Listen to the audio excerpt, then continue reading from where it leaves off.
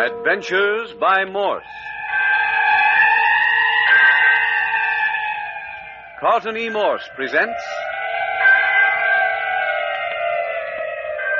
The Cobra King Strikes Back, featuring Captain Friday. If you like high adventure, come with me. If you like the stealth of intrigue, come with me. If you like blood and thunder, come with me. Tonight, we are plunging toward the land of the Cobra King, toward Cambodia, which is in the jungle country of French Indochina. Cambodia, the land of the mysterious ancient folk, the land now under the sway of the cobra and the wild elephant and the tiger, the land of Oriental myth and Oriental wonder, a land to the east.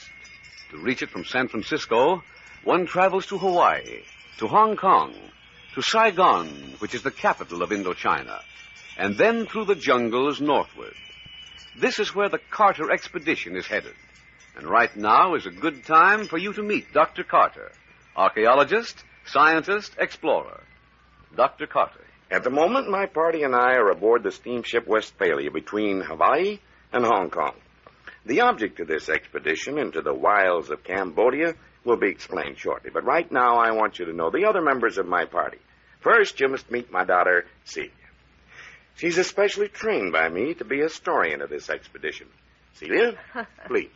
Daughter, secretary, historian.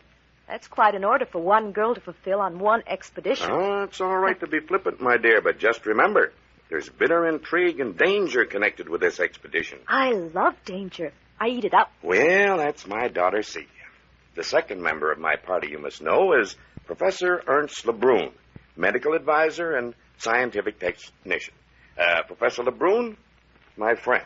Oui, Dr. Carter. I was just remarking that I feel I've added greatly to our expedition's chances of success by persuading you to become a member of my party. If I did not have confidence in your abilities to lead such an expedition to a successful conclusion, I doubt if you would have persuaded me.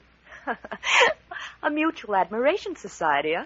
Mademoiselle Celia, your father is a wonderful man, and I don't doubt he'll bring this whole business off with flying colors. Well, you've more confidence than I have, then.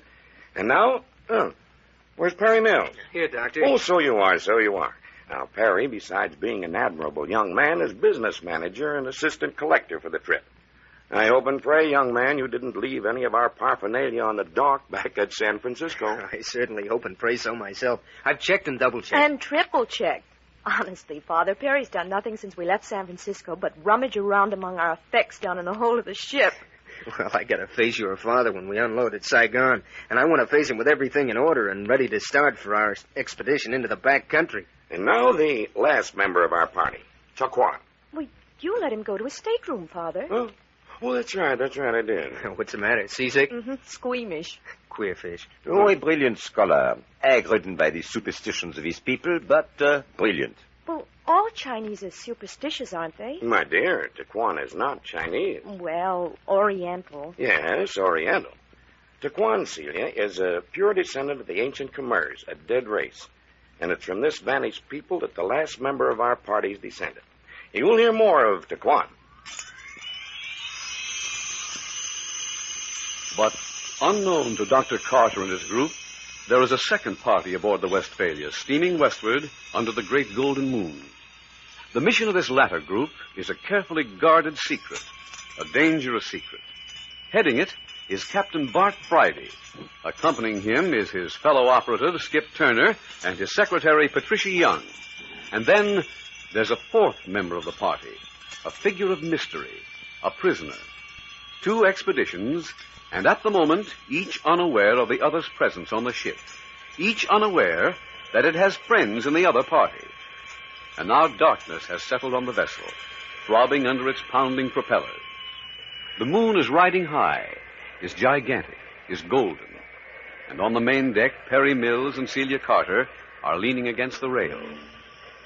Oh, a lovely, lovely moon on the water. First trip at sea, Celia? Oh, yes.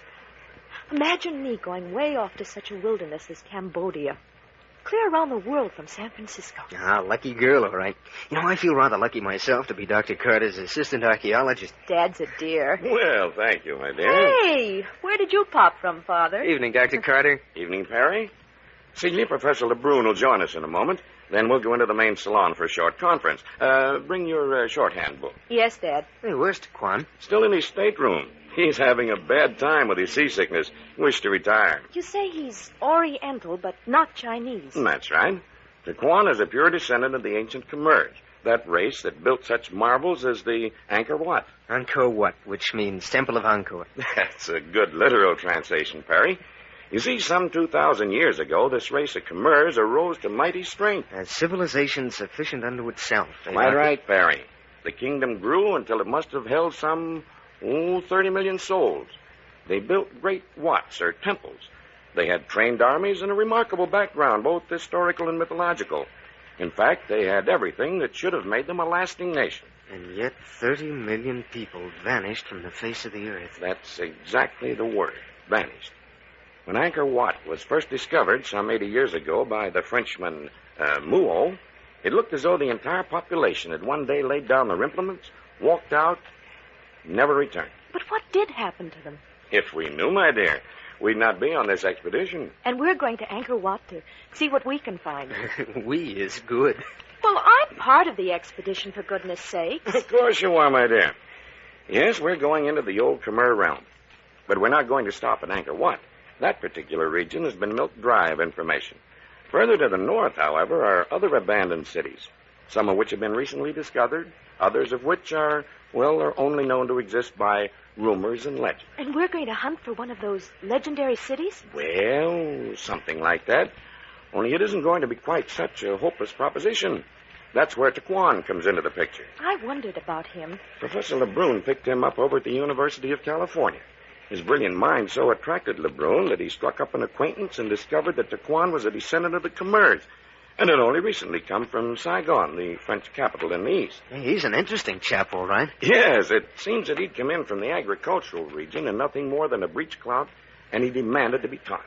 He was turned over to a French parochial mission. Fathers dressed him and taught him. His brilliance delighted them, so they laid aside an allowance to send him to the University of California. Oh, interesting. Yeah, I remember the day LeBrun brought him to see you, Dr. Carter. Yes, the professor knew I was interested in the Cambodia problem, and so he brought Taquan to see me. Developed that he knew the region north of Angkor Wat unusually well. In fact, knew of a city back in the wilderness that has not yet been discovered by explorers. Well, a little lecture in Cambodian archaeology. Oh, there you are, LeBrun. Oh, as you say, here I am. There we all are. All except our little premier. Where is he? He's not receiving visitors. Having a little private trouble with old Devil Sea. Sorry I was delayed, the doctor, but coming up the companionway, the most amazing thing happened to us. Nothing unpleasant, I hope. Quite the opposite. Who do you think I bumped squarely into? You met someone you know. I say, what depth of discernment. You're making fun of me. Oh, really, I am not. I did meet an old friend, a very brilliant fellow. None other than Captain Friday. Say, you don't mean the Captain Friday in charge of the Worth murders and the City of the Dead mystery. Remember him, do you, Perry? The very same Captain Friday. And you just ran into him tonight?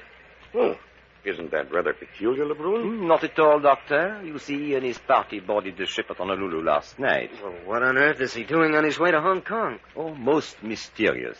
I had to tear myself away to join you folks. Or perhaps I would have found out. He's waiting down in the salon for us to join him. Well, that's a pleasant surprise. We'll just postpone our conference until tomorrow. Celia, we won't need you tonight after all. All right. And I'll stay right out here on deck and soak up some more moonlight. Don't you want to come along and join us? Me go down there and sit around in a cloud of cigar smoke while half a dozen men hold the floor? I should say not. Wise girl. Hey, don't lean too far over the rail. We don't want to lose our historian this early. Good night, everyone. And we'll take this companionway.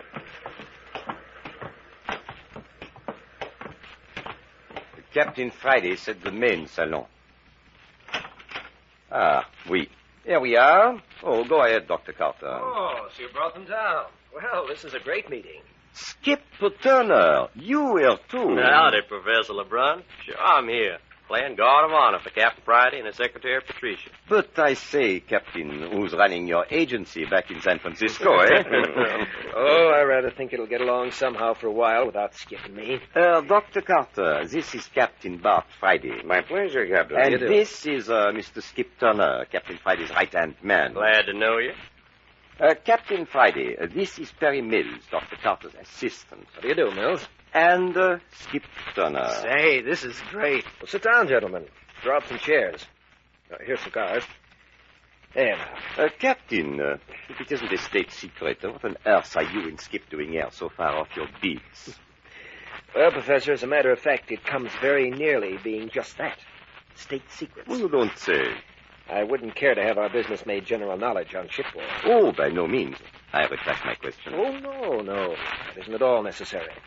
I intended to tell you. It's a very unusual story. And, rather fits in with your own work.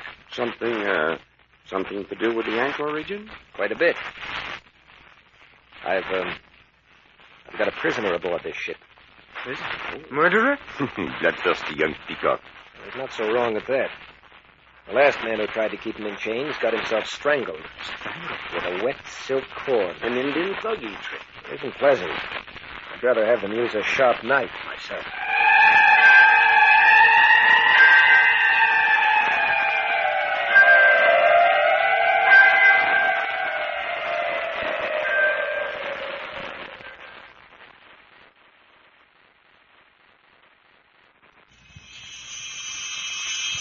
On board the Trans-Pacific liner Westphalia, two groups of people have met. One headed by Dr. Carter, archaeologist. The other headed by Captain Friday, private operator. Captain Friday is telling about a prisoner he is taking to Saigon, French Indochina, the same port from which Dr. Carter is launching his expedition. Captain Friday has just said, I've got a prisoner aboard this ship. His last keeper was strangled. He's an international plotter, a troublemaker. Well, looks like you're getting into big business, Captain Friday. After a manner, perhaps. He's a subject of Cochin China. I'm taking him to Saigon, the French capital. Remarkable. You're going right into our territory. Yes. But there's a closer relationship between your scientific expedition and my little party than that, Dr. Carter. Of course, you know the story of how France got hold of the Cambodia territory. Yes, Moole, the Frenchman, when he discovered the ruins, carried the word back to France. And by being on their toes, French diplomats took the territory over before the rest of the world learned of the Khmer ruins. Fast workers, huh? Oh, any nation would have jumped at the chance to get French Indochina, had they known about it. Yes, it was a rich land, lying fallow for someone to take it. After all, Mr. Turner, Siam was in no position to investigate the Cambodia ruins, even had she known of them. France immediately opened this new and rich scientific field. All right, I'm squelched. I take it back. Well, if Skip doesn't want to argue the point, Captain Friday, suppose you continue. Well, as you just explained, France got Cambodia by means of a diplomatic coup. It didn't set well with a lot of people in that region, especially those with the Siamese leaning.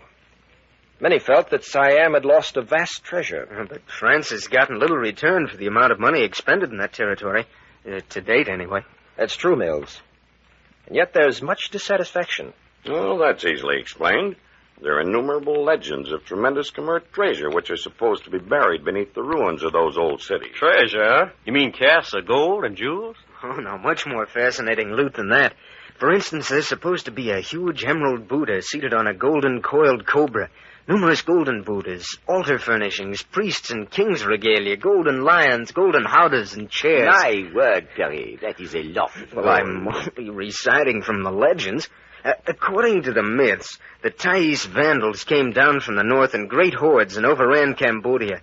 To save their treasures of the palaces and temples, priests buried them beneath the cities with the aid of slaves. Afterwards, the slaves were slaughtered. Jolly sort of folk, these Khmers. Well, these rumors are probably at the bottom of the dissatisfaction. Anyway, a certain Cambodian element feel that they've been robbed. Up until the time the French missionaries entered the field and began to educate them, the resentment was unorganized and latent. They were ignorant, had no idea how to go about revenging themselves. Yeah, the old story. Yes, Dr. Carter. But French fathers continued to educate the people. The French government even assisted their efforts with appropriations. They selected brilliant Cambodian youths and gave them what corresponds to a high school education right in Saigon. And then they selected the brightest of their pupils and sent them to American and European universities. Hey, we have just such a student in our party. What's that, Mills? Sure, a chap named Taquan. Well, we have another locked in Skip's cabin. Extraordinary, Captain Friday. You mean a Cambodian college graduate has become an international criminal? Hardly that, Doctor. He's a representative of the rebellious element in Cambodia. He's been in the United States trying to raise a secret expedition to penetrate the jungles north of the city of Ankar, claiming that he knows the location of another of the lost Khmer cities. Say, you don't suppose... I say, Perry, let's not speculate, huh? Speculation's bad business. Sure, well, of course. Excuse me for breaking in, Captain Friday. It looks as though I'm telling you a story you already know. You mind telling us who this chap is you have in handcuffs? Not at all. A fellow called Fen Lo. Never heard of him. Have you, Dr. Carter? I don't recall the name.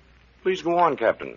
Well, it appears that Fen Lo has been telling that he knows the location of this new city's buried treasures. Rather odd. He didn't dig it up for himself and his friends, then, isn't it? According to his story, it'll take many men and some very modern evacuation machinery to get at it. That corresponds with the legends. The priests are supposed to have filled the passages leading down to the treasures with rock and a sort of cement. Oh, but they wouldn't have to tunnel in the original passage. Couldn't they dig in the earth paralleling the rocked-in part? No, Perry. It's too big a job for the natives. Even so, the treasure room would undoubtedly be cased in by a wall many feet in thickness. Yeah, but look here. If there's all this treasure under these cities, why don't the French government dig for it? That's just the point, Skip. The French are not convinced that there is any treasure. It's all rumor and native legend. They're not willing to spend the great sums necessary to excavate on the mere chance of finding something. And another thing, France hasn't had the money to put into such work, not under present conditions. In the meantime, she doesn't want other people nosing around too closely. By the way, Dr. Carter, how did you ever get permission to take an expedition into the country? By agreeing to turn over 90% of anything we should run across to the French government. Don't seem like that'd be very profitable. This is a scientific expedition, not a treasure hunt. Frankly, Captain Friday, I'm quite dubious about there being any treasure. I see. Well, anyway, the French government heard about Fen Lo's activities in the United States and demanded his apprehension. We caught him in San Francisco and turned him over to the French consulate. A French attaché was started on the trip with him to Saigon. En route to Honolulu, the Frenchman was murdered. You don't say. By Fen Lo? No. No, Fen Lo was manacled to his berth. The attaché was killed on the aft deck, strangled with a cord. Aha, the worthy Fen Lo had friends aboard. If he did, they were never apprehended. Fen Lo was taken from the ship at Honolulu, and the French consulate, unwilling to subject another of its attachés to a like fate, called for a couple of volunteers to escort the fellow the rest of the way to Saigon. And you and Skip Turner responded. Well, I'll say we did. A 2.5 months vacation, and all expenses paid. Every peace officer in San Francisco volunteered. Well, finally, they put me in charge, and I selected Skip to come along. We picked up Fen Lo in Honolulu and boarded their ship. And that's the story. But Mr. Turner mentioned your secretary, Captain. Oh, yes. I promised her she could come along on the next case.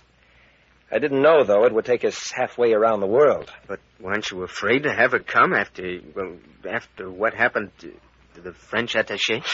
You don't know our secretary, Mr. Mills. Skip's right. Patricia's perfectly capable of taking care of herself. However, she's in no danger. It's quite apparent that the whole object of the attaché's death was the release of Fen Lo.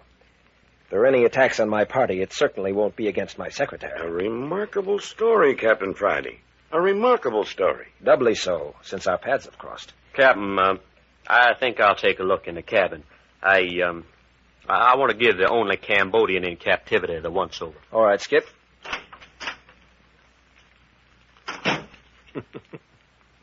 Skip's as nervous as a cat. He believes there's something mysterious about our Oriental. All Orientals or just Fen Lo?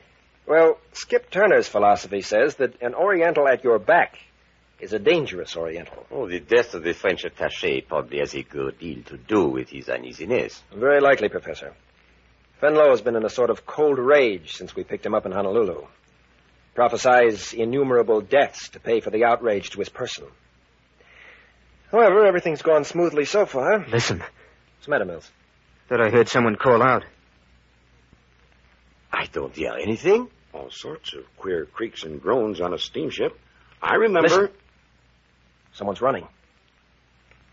Captain Friday, the prisoner's gone. Fenlow's escaped? Yeah, look at the handcuffs. Incredible.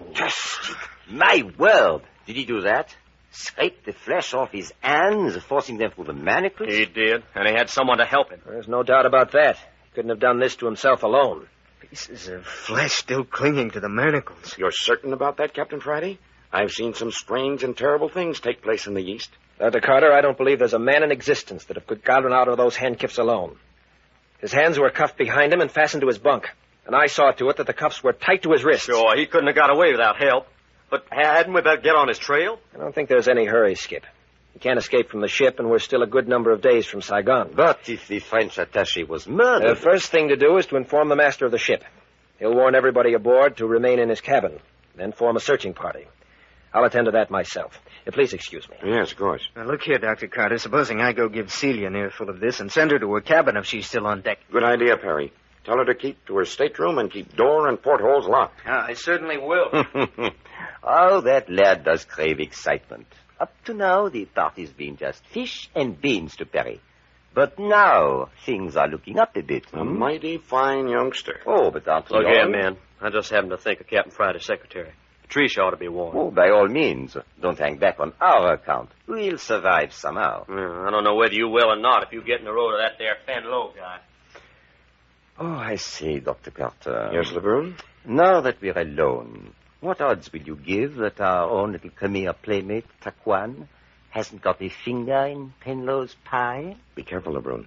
Uh-huh. Right the first guess. I'm afraid so. The chances are that Taquan and Fenlow are close friends. Both of them have been sent to American universities by French missionaries. Oh, undoubtedly. And take care, Professor. Don't put the idea into Captain Friday's head. If Taquan becomes mixed up with the authorities, we may never get him farther than Saigon. Our expedition is hopeless without him to guide us. Are you certain Captain Friday doesn't already suspect? I've been afraid of it. In fact, I have an hunch that he went to Taquan's stateroom on his way to organize the searching party. Do you think so? I do. Perhaps we'd best go see for ourselves. Come along with me.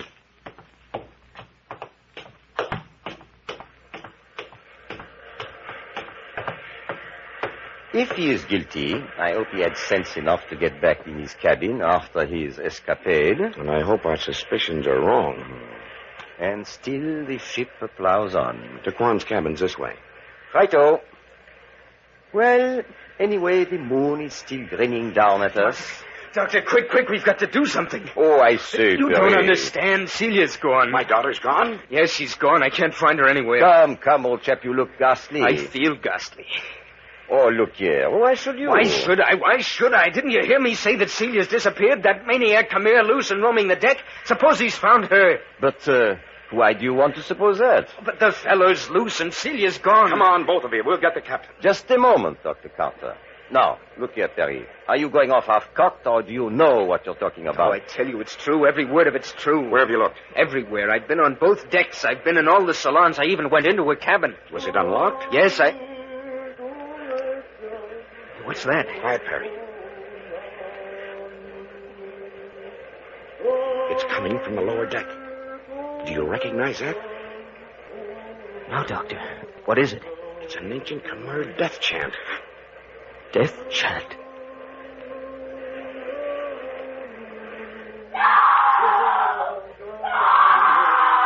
There. What did I tell you? Gotta move on. It's Celia.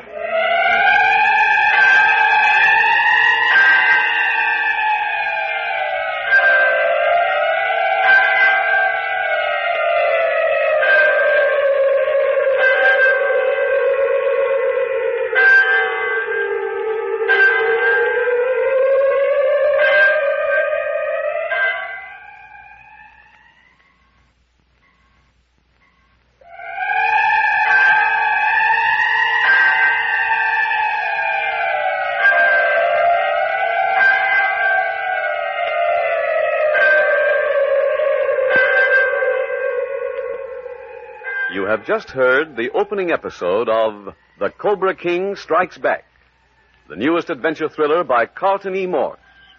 Adventures by Morse bring you new excitement week after week.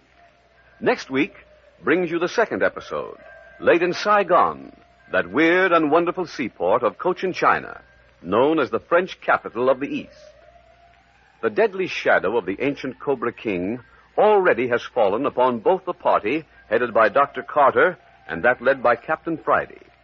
But not until the two groups land on the shores of French Indochina does the deadly force of evil descend in all its venom. Watch for next week's episode entitled Something About the Hooded Snake.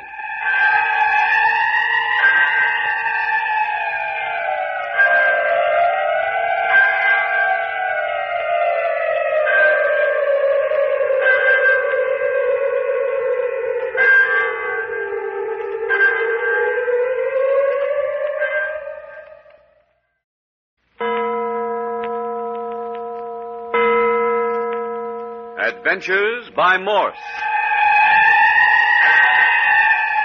Carlton E. Morse presents The Cobra King Strikes Back, featuring Captain Friday. If you like high adventure, come with me. If you like the stealth of intrigue, come with me. If you like blood and thunder, come with me.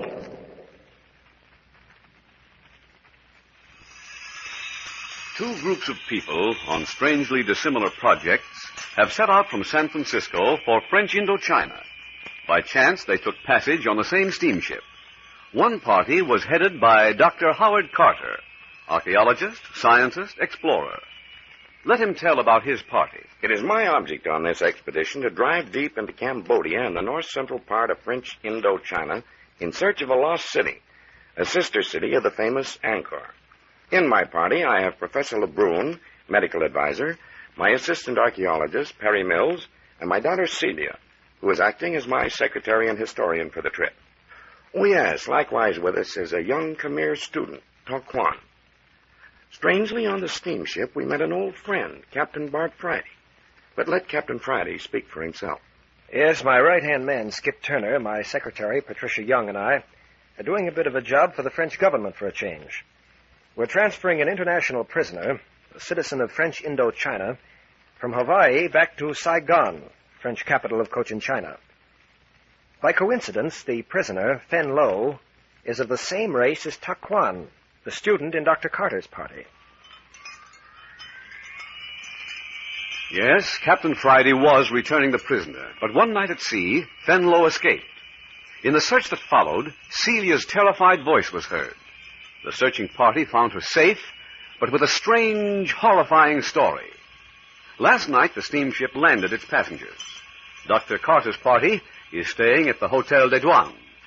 And now, on this hot bake-oven morning, the members are seated at an outdoor sidewalk table under the arches that mark the hotel's entrance. My, Celia. What a complexion.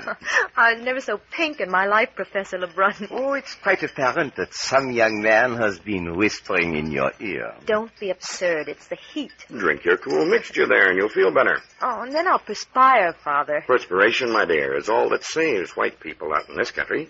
Daquan, I actually hate you. You look so cool and comfortable. You do not need to envy anyone, Miss Celia. There you are, Celia. Daquan always says the nicest things, and I actually think he means them. Where's Perry, Father? Well, I sent him over to the Hotel du Commandant de la Marine, where Captain Friday and his party are staying. You bring them here? Yes, Tak Kwan. I want to get this business of Fen Lo's disappearance settled, so that we can start north into the interior of Cambodia at once. But I know nothing, Doctor. You mean about the disappearance of Captain Friday's Cambodian prisoner? Yes. He's thoroughly convinced that Tak Kwan holds the key to the mystery. If he so desires, he can hold up our expedition until the matter is solved. Oh, I doubt whether he'd do that. Well, I want the thing thrashed out. I want Tak Kwan to leave Saigon with a clean slate. Otherwise, we're liable to meet trouble everywhere. We'll have enough difficulties without that. Oh, listen. What's that, Tak Kwan? The high priests are passing through with their pony train. Pony train? Yes. Small Cochin China ponies on which they carry their supplies for the monasteries. Oh, but the bells. The bells are fastened to the ponies' necks. Oh, look. Here they come. They will pass this way. Oh, Dad. Look at the little shaggy ponies. They carry packs large enough for camels. Eh? Here they come.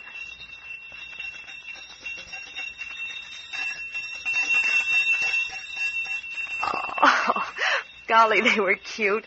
And the monks in their black habits and their faces covered, like something out of 1,001 Nights. They move right along in the heat of the day. Yes, the only thing in the whole country showing any animation.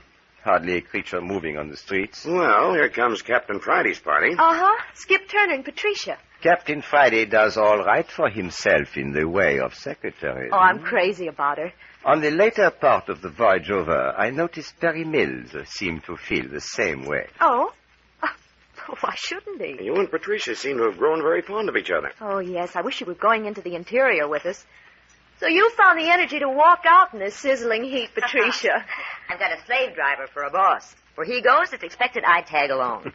Morning, Miss Carter. Doctor? Hi, Professor LeBron. Oh, Skip Turner in pith helmet and white ducks. That's me. Just what the ladies ordered. What about something cool to drink? Oh, definitely.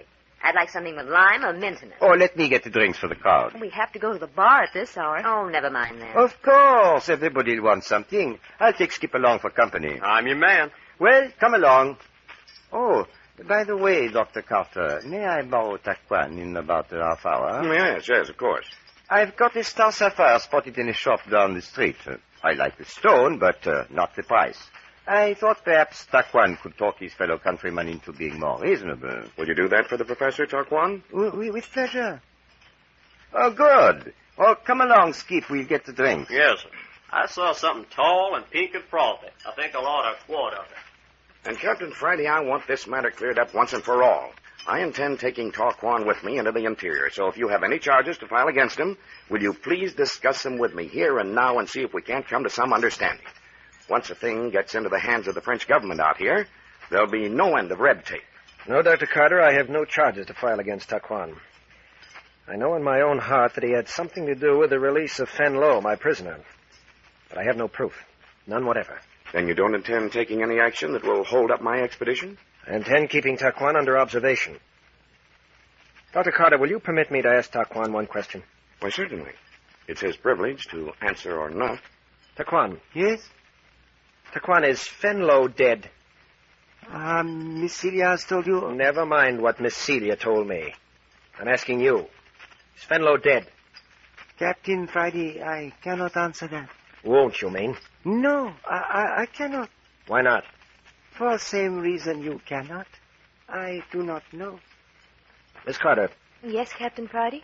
Miss Carter, will you go over your whole story again for me? You mean the night your prisoner escaped on the ship? Yes, please.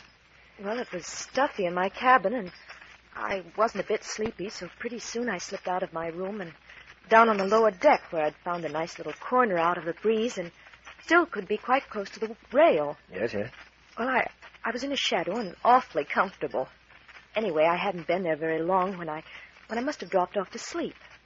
You know how it is with the throbbing of the engines and the swishing of the water. And then what happened? Well, the next thing I knew, I was wide awake. There was a dark figure standing by the rail, almost in front of me, not 10 feet away.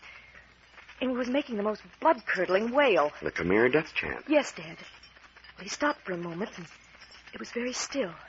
Then he began again, and suddenly I saw the blade of his knife in his hand. Just a flash of it in the moonlight as he raised it and struck himself with it. Are you certain he plunged it into himself? Oh, he must have. His knees sagged, and he had to hold himself up. That was when I screamed. Yes. Now, think very carefully. What happened after that?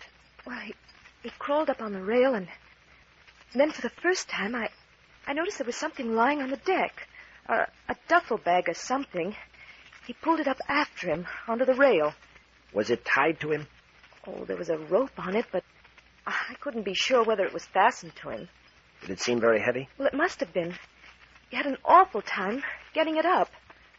And then both he and the bag plunged over the side. Is that it? Yes, sir. Just as Father and Perry ran down the deck. Here come drinks for everybody. First, Professor Lebrun. We met Perry Mills, and the two of them went down to take another gander at that Star Sapphire. All right, pick your drink. There's them that likes theirs frosted, and there's them that likes them iced. Oh, Skip, you shouldn't have brought me any more. I haven't finished this one. Keep it. You'll need another and another and another to keep the little red devils away.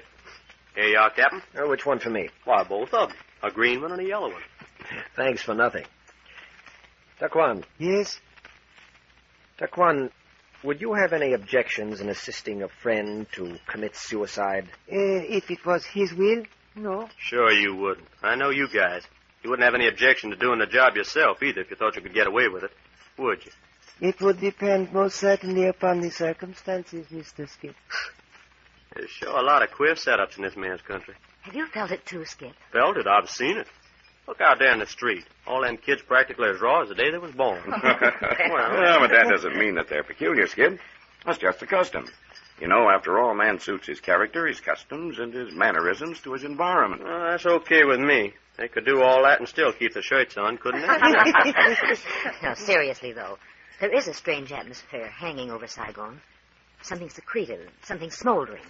And I'm not just talking about the mysterious East. It isn't the port of Saigon alone, Patricia. It's the whole of Cambodia. A veil of uncertainty, the sense of danger. How exciting. What kind of danger, Dr. Carter? Well, don't you remember me telling you aboard ship how legend has woven a strange story about this land? How it's supposed that hundreds of years ago some strange force visited French Indochina and drove all the inhabitants from the great cities, wiped the cultivated lands of northern Cambodia free of civilization, and then the jungles and luxuriant plant life crept swiftly in and engulfed everything that had been built by man. And you mean to say that strange, same force still hangs over this part of the world? When you say something, do you mean the supernatural, Father? It's hard for an Occidental to say, Celia. There are strange Easty forces at work here, beyond our grasp or understanding. Well, mostly imagination, isn't it, Doctor? Wouldn't it be glorious to go to Dr. Carter's party? Couldn't we go? Hey, couldn't you arrange it, boss? We are going. What? Hey, are you kidding, Captain? We're going with Dr. Carter. If doubling the size of his party won't be too much inconvenience. But Captain Friday, why on earth do you want to go into the interior of Cambodia? Yeah, what's the idea, Chief? If I want to scramble through the brush, I'd rather go back to San Francisco and climb Mount Tamalpais. It's safer. Shame on you, Skip. I thought you were a fire eater. Sword swallowing's my specialty. No, Carter, I'm serious. Well, Captain, this is most astonishing. Taquan, what's wrong? No. What's the matter? No. They must not go. Wait, what do you mean? I take you. I guide you many strange places. These others, they must not go. Don't want me along, huh? Well, it's just too bad, Taquan, because I'm going. It is for your own good, I warn you. No. Yeah? You mean we're sticking our necks out if we go? I cannot be responsible. Hey, Captain, I think I would like to go along on this trip. Sounds interesting. It's all settled.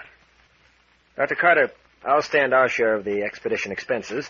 I'll guarantee that there'll be no interference with your scientific work. Why, under those conditions, I'd be delighted to have you. Patricia, did you hear that? You're going along. It's wonderful. Captain Friday, I'm your secretary for life. Taquan, where are you going? I am to meet Professor Lebrun and Mr. Perry. But why right at this moment? Oh, they have gone to jewelry shop.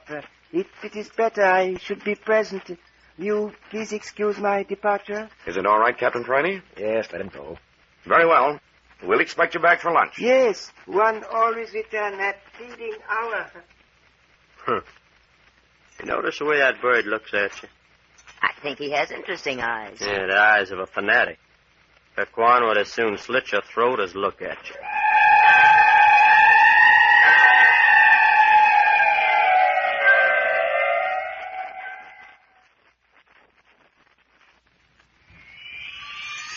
In the courtyard of the typical Saigon hotel on the coast of French Indochina sit Captain Friday, his right-hand man Skip Turner, and the famed archaeologist Dr. Howard Carter. Outside the terrace, the sun is blazing and smoldering. Within the cool shade, Captain Friday is unfolding a plot of intrigue. Dr. Carter, there's something very, very peculiar going on in Cambodia at the present time. You've seen something? Well, to begin with, the French authorities almost went down on their knees to me this morning, begging me to accompany your party. Well, that's strange. Hey, you mean we gotta be armed guard? No. At least I don't think there's danger for your party, Dr. Carter. It's something else. If it was dangerous, they'd simply forbid you to go north. Taquan seemed frightened at the idea of you joining our party, Captain. Yes, I think I know why. I don't believe Fenlo committed suicide on the ship. I think he's reached Cochin China and is hiding out. awaiting an opportunity to connect with Taquan again. Why do you think that, Captain? Well, if Fenlo is alive and a friend of Taquan, it would explain why Taquan wouldn't want me on the trip. Oh, sure. He knows we'd nab him and turn him into the French government. Oh, here come the gals. Oh, this is much more fun. And besides that, we'll have to get some clothes suitable for the trip. Hey, don't you ever talk about nothing but clothes. Well, I've already got mine, Patricia. Dad gave me a whole list of things before we left San Francisco. Would you girls sit down? No, thank you, Dr. Carter. I'm going to look over Celia's outfits for the trip. We'll need a lot of things to go into the interior. You hear that, Captain? Yes, I was afraid of that. Father, I'm going to stay with Patricia at her hotel tonight. There's so many details to discuss. Do you mind? Not at all, my dear. I hope the budget will provide proper traveling equipment, boss.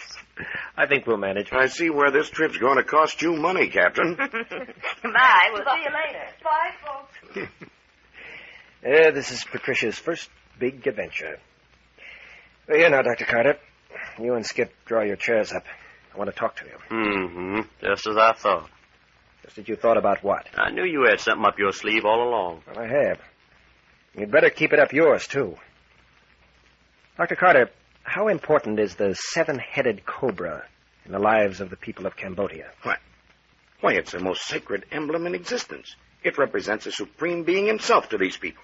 Did you ever hear of the emerald seven-headed cobra coiled on a base of pure gold? The sacred cobra of Top Prom. What if it were stolen from the country? Stolen? Why, what are you talking about, man?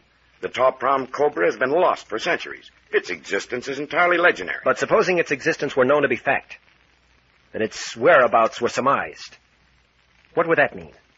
Is that the truth? Are you talking facts? Now, wait a moment. Answer my question. The recovery of the Top Prom cobra would mark a new era in the history of Cambodia. It would mean that everyone with a drop of Khmer blood in his veins would migrate back to the north. It would mean the rebuilding of the Khmer Empire. And why would it mean that? Yeah, how come it's so doggone important? The people have been waiting for this sign ever since the downfall of the empire. The seven-headed emerald cobra vanished just before the kingdom fell. At that time, one of the great priests prophesied the end of the empire and added that the Khmer people would be as scattered sands over the earth until the cobra reappeared. So the return of the Cobra King would be the fulfillment of an ancient prophecy. Well, come, what is it all about? Answer me, Captain. I tell you, if there's any truth in your words, we are about to witness one of the strangest transformations in a country that has ever taken place. Is it true? The French authorities are fearfully wrought up. I'm afraid it's true. Afraid? Afraid? Why, man, I'd give my life to see this thing happen. Why, there would sweep up this great valley one seething throng of humanity. It would be one mammoth crusade with men, women, and children turned into a maddening mass of religious frenzy. It's just exactly what the French officials fear. Why, these people would go into this wilderness and turn it into an habitable place overnight. Undoubtedly they'd try. But think of the hundreds and thousands of these people, stirred by religious fervor, who would die miserably in that wilderness. Oh, there'll be no holding them once the news of the cobras spread about. Yeah, the French officials know that, too. Tell me, Doctor, what would happen if the cobra was stolen?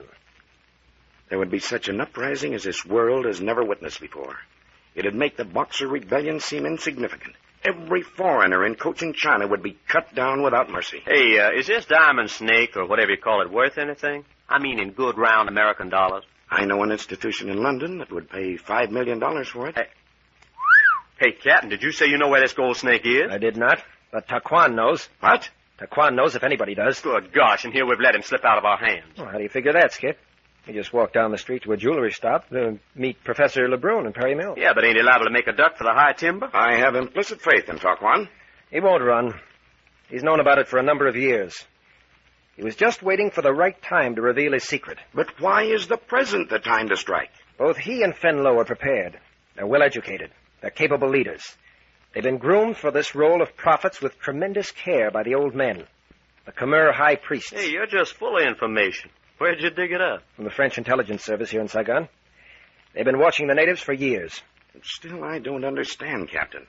Why do they want you to go into the North Country? Why don't they send one of their own spies who knows the country and the people? Every available man they have is known to the Khmer's priests. Hey, careful, Captain. There's a pop-eyed Hindu rug peddler standing behind you. Be on your way. Look at him skitter. Skip, I think your Hindu was a Cambodian. Yeah, well, I'll bet he carries a knife a foot long under those rugs, whatever he is. Go on with your story, Captain. Well, as I say, Taquan's coming and the mysterious disappearance of Fenlo have thrown the authorities into a panic. It came too unexpectedly. They're not prepared. And so they want to make you the goat. I jumped at the opportunity. Yeah, but what are we going to do after we get up there? Huh? Keep our eyes open, keep our ears open, see what we can see, hear what we can hear. Is that all, Captain Friday? Those were my instructions from the French authorities. Captain Friday, I think I know what you have in mind. If I'm correct in my surmise, I beg you, don't do it. I beg you to remain in Saigon. Be careful, Doctor. That little Annamite woman has passed by our table 3 times in the last 10 minutes. Hey, you mean that cute little trick with the black umbrella? Oh, careful, Skip, careful. Hello, here comes Professor Lebrun. Did you get your precious gem, Professor? Yes, we did very well. Oh, Dr. Carter, will you go down to the Ling place, 2 doors the other side of the Continental Hotel terraces? You know the place. Yes, but what's the matter? Where's Taquan? Why didn't he return with you? Taquan is waiting for Dr. Carter. Waiting for me? Then I'd better hurry. Excuse me, gentlemen. I'll take no longer than necessary. Well, what do you know about that? Hey, Captain, what kind of a shenanigan is this? My word, Skip, what is suspicious nature? Yeah, well, I seen you pull some smart ones before. Are you sure you ain't along on this expedition? There's something besides medical advisor for Dr. Carter? Oh, come, Skip. We are all one big family now. Yeah? Professor Lebrun, just how much of Taquan's history do you know? Only what he has chosen to tell me. Very lucid explanation. Thanks. But not in the least satisfactory. Oh, see here, Captain. Really, now that is most embarrassing. Listen, Professor. There must be something up, or why all this evasiveness? My dear Captain Friday, has it ever occurred to you that personal information given in confidence is information not to be ballyhooed about the town? Good. That answers my question. Most gratifying, I'm sure. Aha. Here comes Taquan himself. But he's alone. Where's Dr. Carter? Hey, things are beginning to move. Taquan, where's the doctor? I have here a message for Professor Lebrun and for Captain Friday. Message?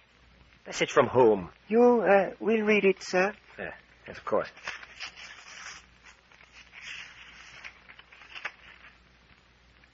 Taquan, what does this mean? I know not what is in message. Lebrun, do you know anything about this? Not having seen it. Well, read it. Well. It looks like Dr. Carter's in an hurry. Hey, what's the matter? What are you talking about?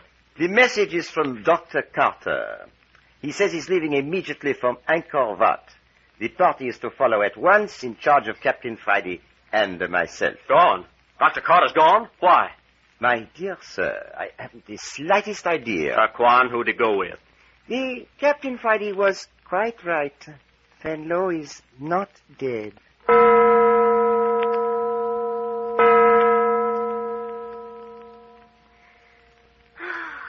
Oh, dear. Are you awake, Patricia? Isn't it the limit? I'm so excited I can't even close my eyes. You sleepy? Not very. It's a shame. Me rolling and tossing and sighing after bringing you over to my hotel. Bed's nice, though, isn't it? I didn't suppose they had beds like this out in this part of the world. Wasn't it the most curious thing, the way your father just up and left us? I hope Dad's all right. It'd be terrible to have anything happen to him. That Taquan gives me a creepy feeling. I hope Captain Friday and the professor get on together. They're to be joint leaders of the party until we get to Ankar Wat. Just think of it. Ankar. A place you read about in books. I never dreamed of actually seeing it. Cambodia. The realm of the Cobra King. And tomorrow we leave Saigon. Tomorrow. I'm certainly glad we did our shopping this afternoon. Uh-huh. Must be beautiful to the north. Your father was telling us. Red and purple flowers, poinsettias, rhododendrons, orange and yellow lilies, cane and coconut and bananas and bamboo, and rice and cactus and creepers. Can you imagine a country like that?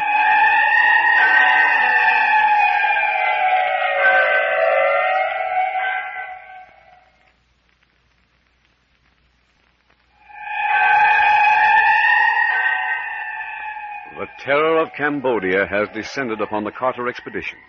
The Cobra, emblem of the ancient Khmer civilization, has raised its head in defiance against this party of invading Americans. And it wasn't until Captain Friday, his secretary Patricia, and the reckless Skip Turner joined the expedition that trouble began. You have just heard the second chapter of The Cobra King Strikes Back, a new thriller in the series of Adventures by Morse. Next week, you will hear Chapter 3, entitled The Mad King of Ankar, which will take you deeper and deeper into the jungles and into the sinister intrigue of French Indochina.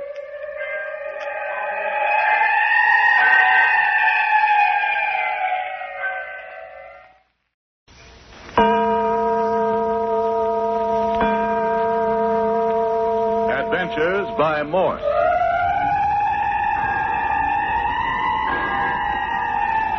Carlton E. Morse presents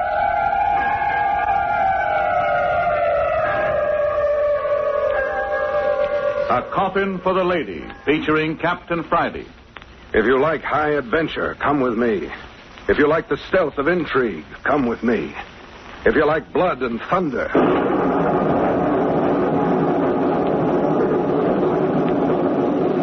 come with me.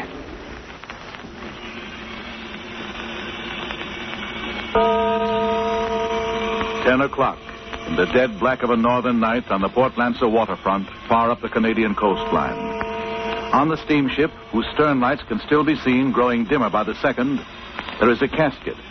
In the casket is Judith Wright, alive, conscious, and for some strange reason cooperating with her kidnappers, who are whisking her away under the very noses of her would-be rescuers. On the rickety makeshift wharf of Port Lancer are Captain Bart Friday, his fellow operative, Skip Turner, and Major Lawrence.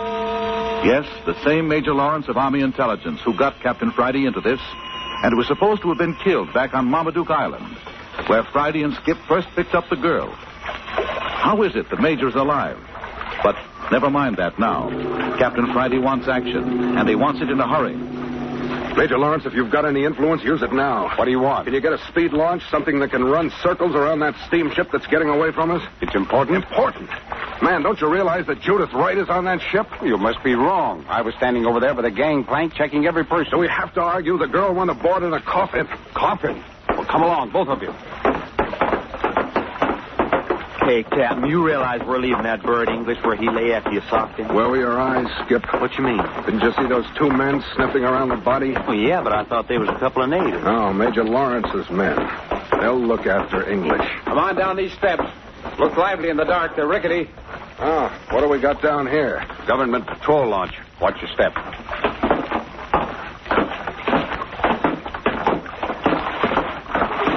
Hey, this is a little beauty. Ahoy, Commander.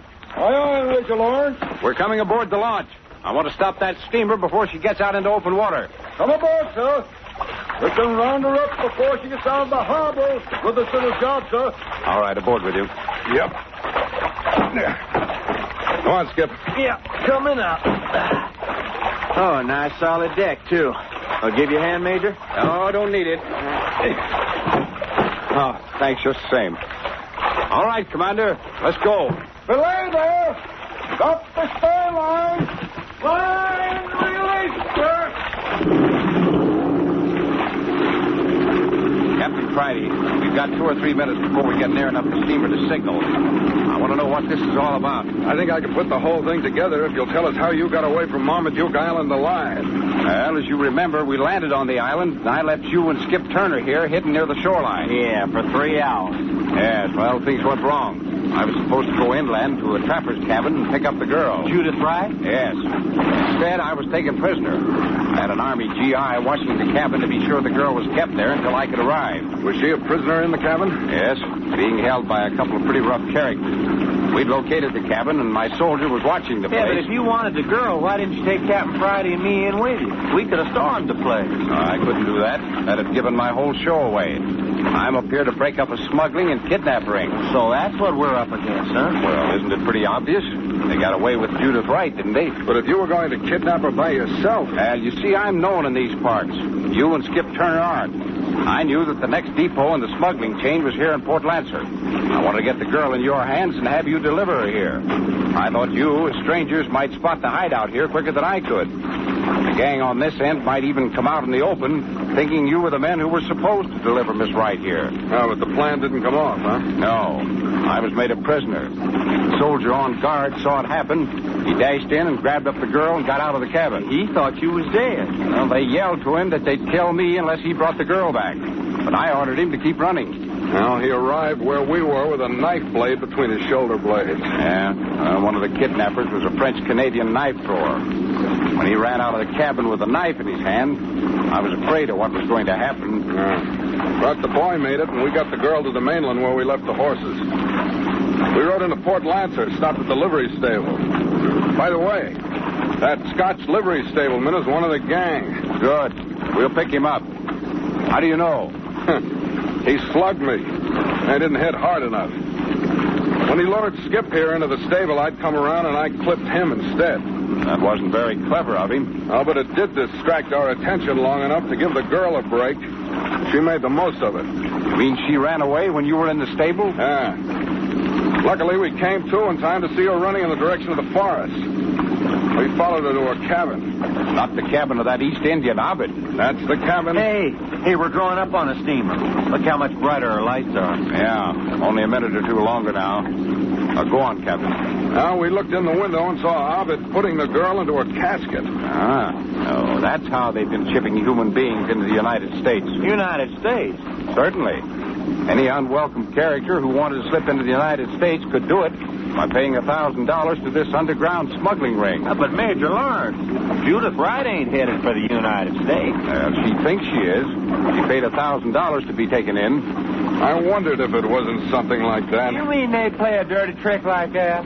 Take $1,000 from a girl to slip her into the U.S. and then... And then when she put herself in their hands, ship her off to the Bay of Bengal slave market. Why not? That way they collect double. Well, if that ain't a low-down dirty trick. Yeah, good. The commander's signaling for the steamer to pull up.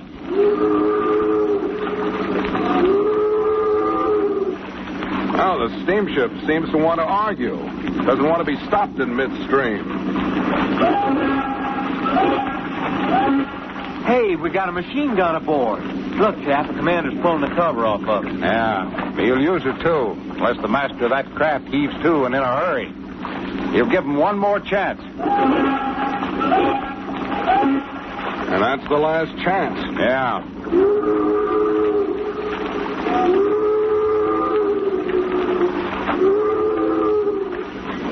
Well, the captain of the steamer's given in. That means he's going to wait for us. Good work, Commander. I'll have a word with the master of that craft for trying to brush us off. He can't do that. Go ahead, Commander. Take him apart. We'll run up alongside now.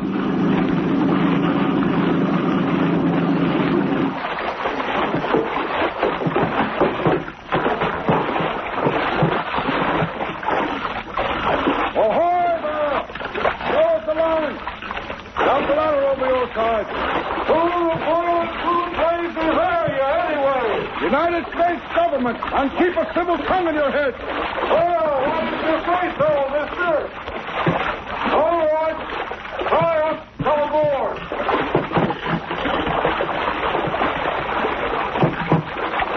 All right, Major. Up the ladder with you. Thanks, Commander. Follow right behind me, Captain Friday. You too, Skip. Yeah, right with you, Major. All right. Up we go.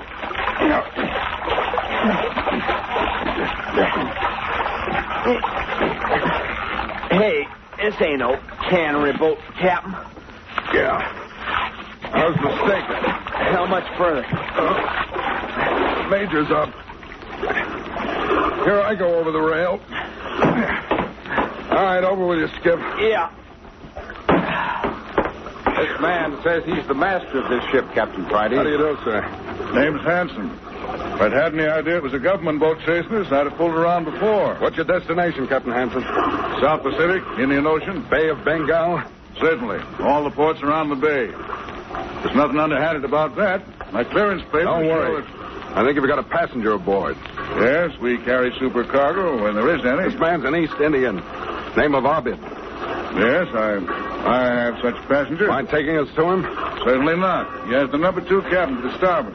Just a minute, Hanson. Aye, Major. Captain Friday and Skip Turner can get Abid. I want a little talk with you. I hope all this isn't going to take too long. If I miss the high tide, I'm not going to get across the bar tonight. Well, that depends on you. Go ahead, Captain Friday. Okay, Major. Go on, Skip. What's that all about, Captain? Why the private conversation? Oh, I wouldn't be surprised if Major Lawrence suspected Hanson's in this underground blackbirding deeper than he pretends. You mean this ship's part of the smuggling deal? Hanson could be in it all the way. Or he may be the unknowing instrument. After all, even Major Lawrence didn't suspect Judith Wright was in that casket. Sure. Just a dead Chinese being returned to his ancestors. No. Oh, this is the cabin. Yeah, number 2, all right. Who is it? Message from Captain Hanson. Open up. What is the message? Don't be a fool. I'm not going to shout it through a locked door. The ship is not moving. Why is that? There's trouble in the engine room. Engine room? Yeah. We got to make repairs before we cross the bar out into the open ocean. So that is the reason. Yeah, now open the door. I got an urgent message from Captain Hanson. Who are you? Second mate, hurry up. I got to get back on duty. I have unlocked the door. Open it and come in. You wait outside here, Skip. He's going to pull a fast one. Okay. You walk into something, I'm here to get you out. Here I go. Yes? Come in, Mr. Mate. You got your lights off. I always get seasick. I am lying in my berth. I think it helps me if I keep my cabin dark. You got up to unlock the door? I just barely made it. I'm very sick, so close the door and deliver your message. I'd much prefer to have a little light on the subject. If you please. I don't please. I want light. So, it is not the second mate at all. It is the Captain Friday. Yeah, and that's a lot of hooey about you being seasick. Telling me you were in your berth and all the time you're standing there waiting to wallop me over the skull when I stepped into the cabin. How did you get aboard this ship? You'd better forget about trying to escape, Bobbin.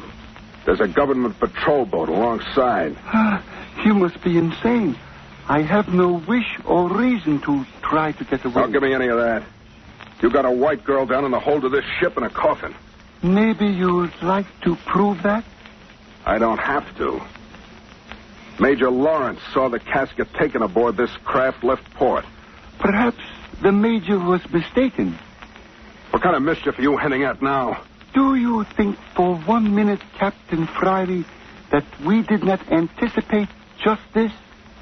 You don't suppose we're such fools as to be caught with a girl stowaway? What are you saying? But of course. Naturally, if we did have a girl in a coffin on the ship, it would be so arranged that the whole business could be jettisoned into the bay. Are you saying you threw Judith Wright into the bay? If she was ever aboard, it would be the thing to do, wouldn't it? With plenty of way to send her and the casket to the bottom quickly. Skip, come here quick. Right behind you, Captain. You hear what Abbott's been saying? Yeah, you want I should wring his neck? I've got both you men covered. The first one to make a move. Get him, Skip. You bet you.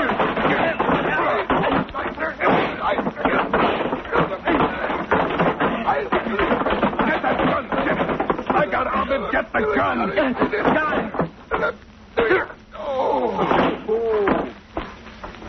That takes care of friend Abbott. Yeah. You got him right on the point of the jaw. And that's not all he's going to get if they threw Judith Wright overboard, nailed in that coffin.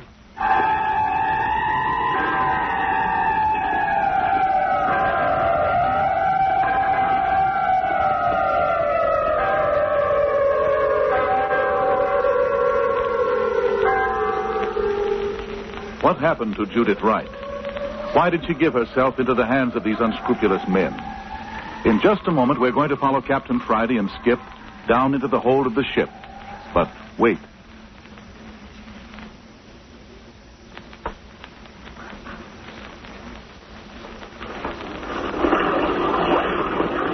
Okay. Down the ladder into the hold of the ship. Yeah. You coming, Skip? Yeah, I'm coming down. Careful. It's a 20-foot fall if you lose your grip. Yeah, 20 feet down into darkness. Hey, don't come so fast. You're stepping on my fingers. Well, I'm just trying to keep with you. I thought the Major come down with us. He's got a job wringing a confession out of the ship's captain. He and the commander will have the whole story by the time we clean up down here. Oh, then they did arrest him, huh? The whole ship's under arrest for smuggling and kidnapping and blackbirding. All right, I'm down. Watch it. Yeah. I'm down, too. But I might as well be in a coal bin for all I can see. I got a couple of flashlights. Borrowed them off of Captain Hansen here. Oh, thanks. Hey, they really give off a light. Yeah. The ship's got a pretty good cargo here. All right, look here. Cases of canned fish, bales of cured skins and furs. This end down here seems to be loaded with cedar logs. Looks like there was a little bit of everything down here. Yeah, everything but Judith Wright's coffin. Wait a minute. Listen. Sounds like something's loose. There is. Let's see if we can locate it. Yeah, but if we're looking for Judith Wright... Wright... over this way somewhere.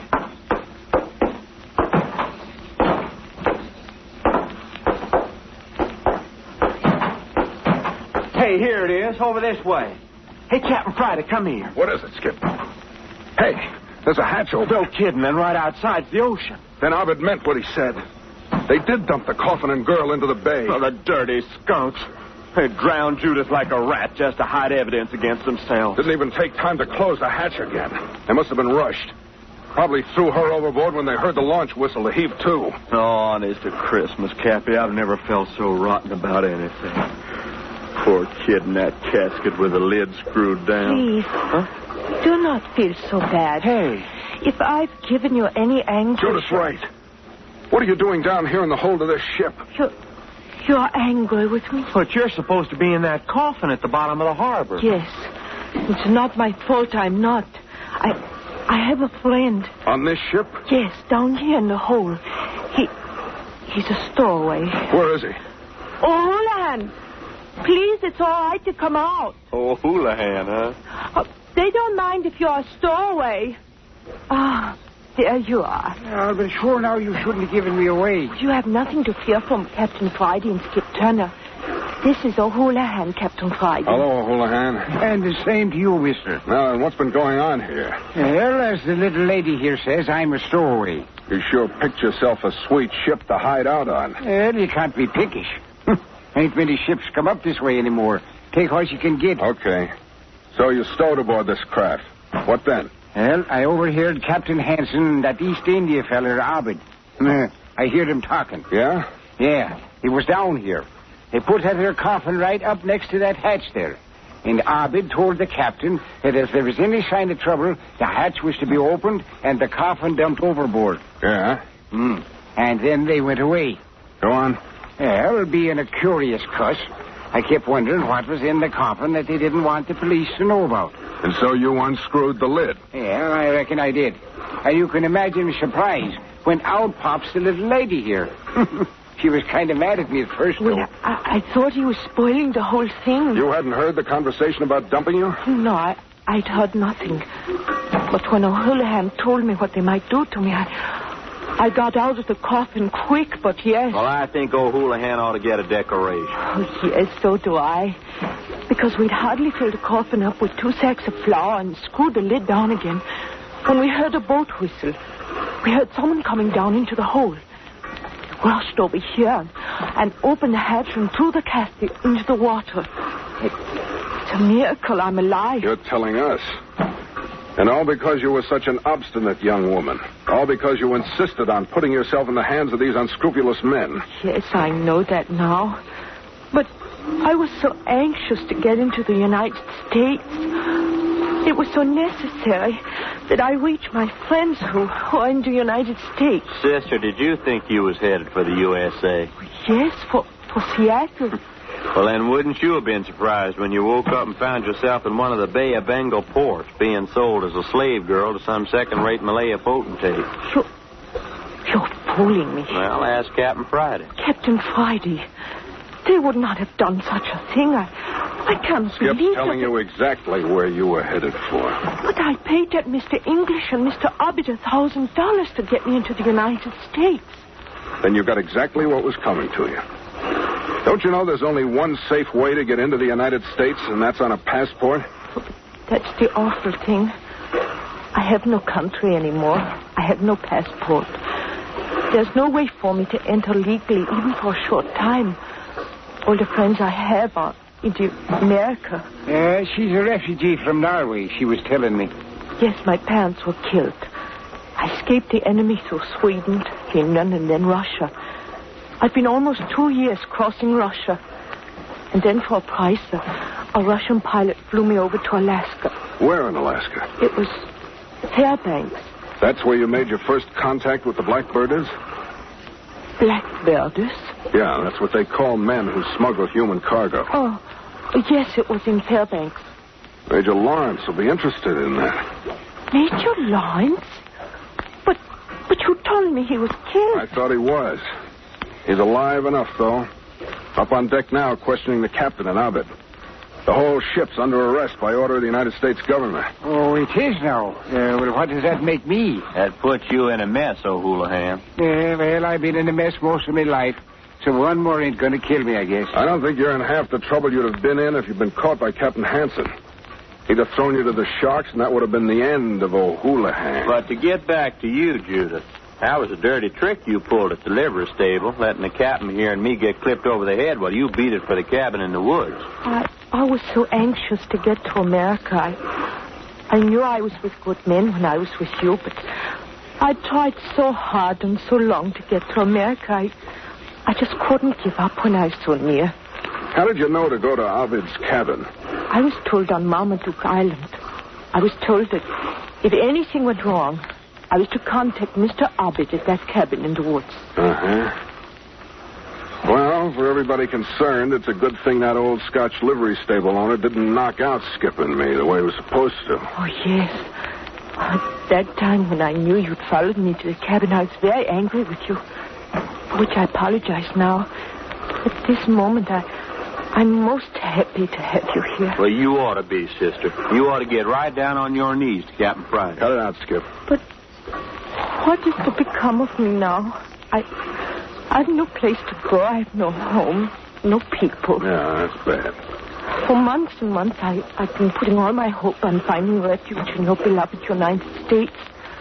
Sometimes it's kept me from freezing to death. Sometimes from starving. Just remembering that sometime I would be safe in America. And now look at me. Now there's no hope. Yeah, sure now it's a dad-burned blazing outrage. That's what it is. We're going up on deck. I'm under arrest. That depends on Major Lawrence. You too, O'Houlihan. Mm-hmm, that it suits me. Air down here in the hold of this ship's beginning to get on my nerves anyhow. Come on over to the ladder.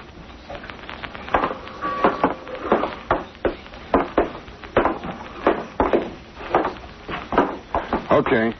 I'll go up first. Miss Wright, you follow me. Yes.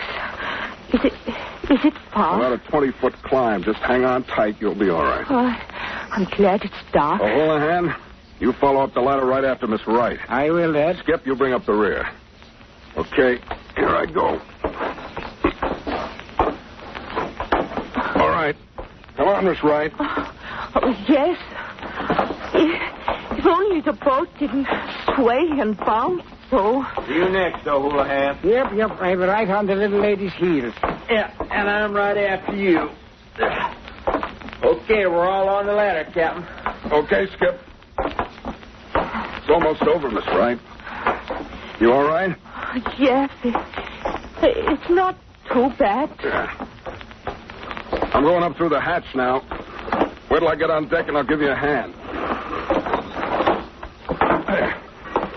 All right, now give me a hand. Reach up. Oh, it's so dark. That's it.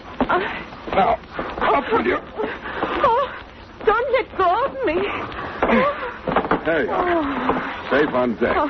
Here I come now. Oh, man. Don't that fresh air smell good? Phew. There, everybody's up. Oh, who's there? Is that you, Commander? Oh, it's you, Captain Friday. What do you got with you? Here now. Turn that blame flashlight out of my eyes. Well, if it isn't O'Houlihan. What are you doing on this craft, Irish? Oh, now, is that you, Commander? You know who it is, all right. He was a stowaway. I think we owe him a vote of gratitude. Yeah? Yeah. Turn your flash over on the girl. Girl? Why, this is the girl who's supposed to be at the bottom of a bay in a casket. Yes. It's because of O'Houlihan here that I'm alive. O'Houlihan overheard the plot to dump her if the authorities showed up. He opened the casket, filled it with sacks of flour. O'Houlihan, you're all right. Commander, do you feel sick? I've been patrolling these coasts for 10 years. O'Houlihan and I have had a lot of trouble in that time. He's a thief and a poacher and a no-good bum. But saving this girl's life makes up for the lot of it. I'm that important? You bet. Miss Wright, you can give the United States government a line in this whole underground blackbirding setup. You can point out the various depots where they hid you out. Yes, I can do that. You do, and I don't think there's anything Major Lawrence won't do for you. Anything? Yeah. He spent 2 years and lost a lot of good men trying to round up these smugglers. You help him break up the ring, and he'll go all the way with you. Oh, would he? Do you suppose... What Miss Wright's trying to say, Commander, her country's in the hands of the enemy. Her relatives have been killed. She spent 2 years trying to get into the United States. Oh, yes. Do you suppose Major Lawrence will let me in? Will he help me to do what's necessary? I bet he will. Where's the Major now? In the captain's cabin. Still trying to break down the captain of the ship in that East Indian. I won't talk? We've got enough to hang the lot of them now. But we need definite evidence for the courts. I should think if we sprung Miss Wright on him. Hey, sure. They think she's at the bottom of the bay. Come along.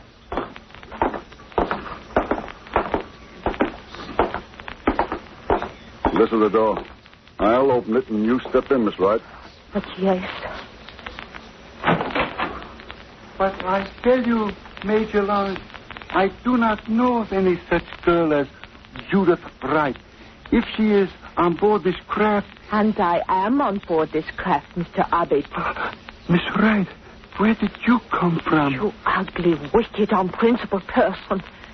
You took $1,000 from me, and then you kidnapped me. And then you tried to drown me. Oh, this is too bad. This is the end. Major Lawrence, I can tell you every underground depot where these men kept me, from Alaska to Port Lancer. I would gladly help you. If you do that, Miss Wright, I think you won the friendship of the United States government. Oh, those are good words. That's what I've wanted you to say. More than anything, I wish to be friends with the great government of the United States.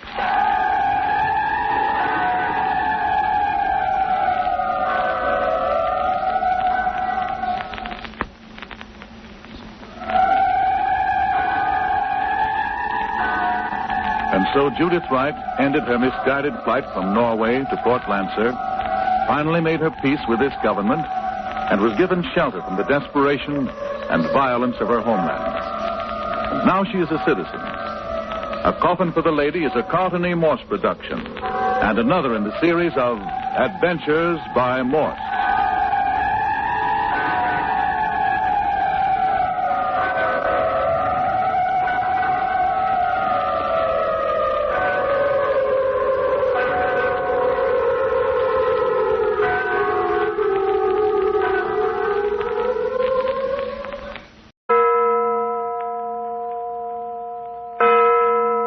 Adventures by Morse.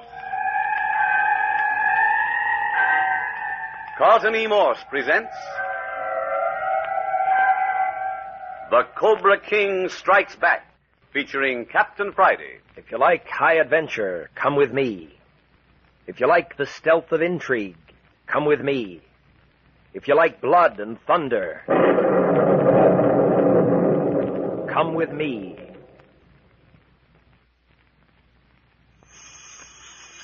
Ankar Tom, the shell of an ancient city carved out of the jungles north of Saigon, French Indochina, is nothing more than a monument to a dead nation. Every member of the scientific expedition felt it the moment they arrived. But how did this party get to Ankar Tom, and why? Let Captain Bart Friday and Professor LeBrun tell you. Captain Friday? Well, when Dr. Howard Carter, leader of this expedition, disappeared from Saigon, he left word appointing Professor LeBrun and myself co-leaders of the party. He instructed us to meet him at Ankar Tom. Upon arriving, we not only discovered Dr. Carter wasn't here, but that the place is cloaked by some subtle, terrifying influence, some Eastern mysticism. The natives say it's the curse which was used centuries ago to ruin the great Khmer nation and cause its cities to be lost in the sullen jungles of Cambodia.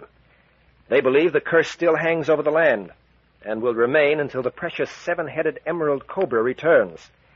But Professor Lebrun can tell you better about this religious symbol. Oui. The Taprom cobra is a great seven-headed cobra statue carved from purest emerald and is coiled upon a base of solid gold. There is a rumor it is about to reappear in Cambodia. If it did, there would be a religious uprising among the natives of Cochin, China. Everyone with Khmer blood will flock back into the jungle, rebuild the ancient cities, and re-establish the ancient Khmer kingdom. Yes, that's just what the French government's afraid of. That's why they're sending me along with the Carter expedition. If the giant religious symbol does reappear, it's my job to make it disappear before the rank and file of natives hear about it. Yes, and while Dr. Carter has made you a part of our party, he is very much opposed to this move. Dr. Carter does not want violence. All he wishes to do on the expedition is glimpse the famous Emerald Cobra and discover another of the lost jungle-covered Khmer cities. Well, I've got a second reason for joining the expedition. Skip Turner and I were supposed to deliver a prisoner, Fen Lo, from Hawaii to Saigon. He slipped through our fingers. I believe he's somewhere up here in these northern jungles. I expect to get him back. And so the party came to Ankar. On the evening of the first day there, Captain Friday and Skip Turner with Professor Lebrun were walking through a banyan grove when suddenly they were set upon by natives. They were bound hand and foot and thrown in a howdah on the second elephant in a caravan of elephants, camels, wild ponies, and mules.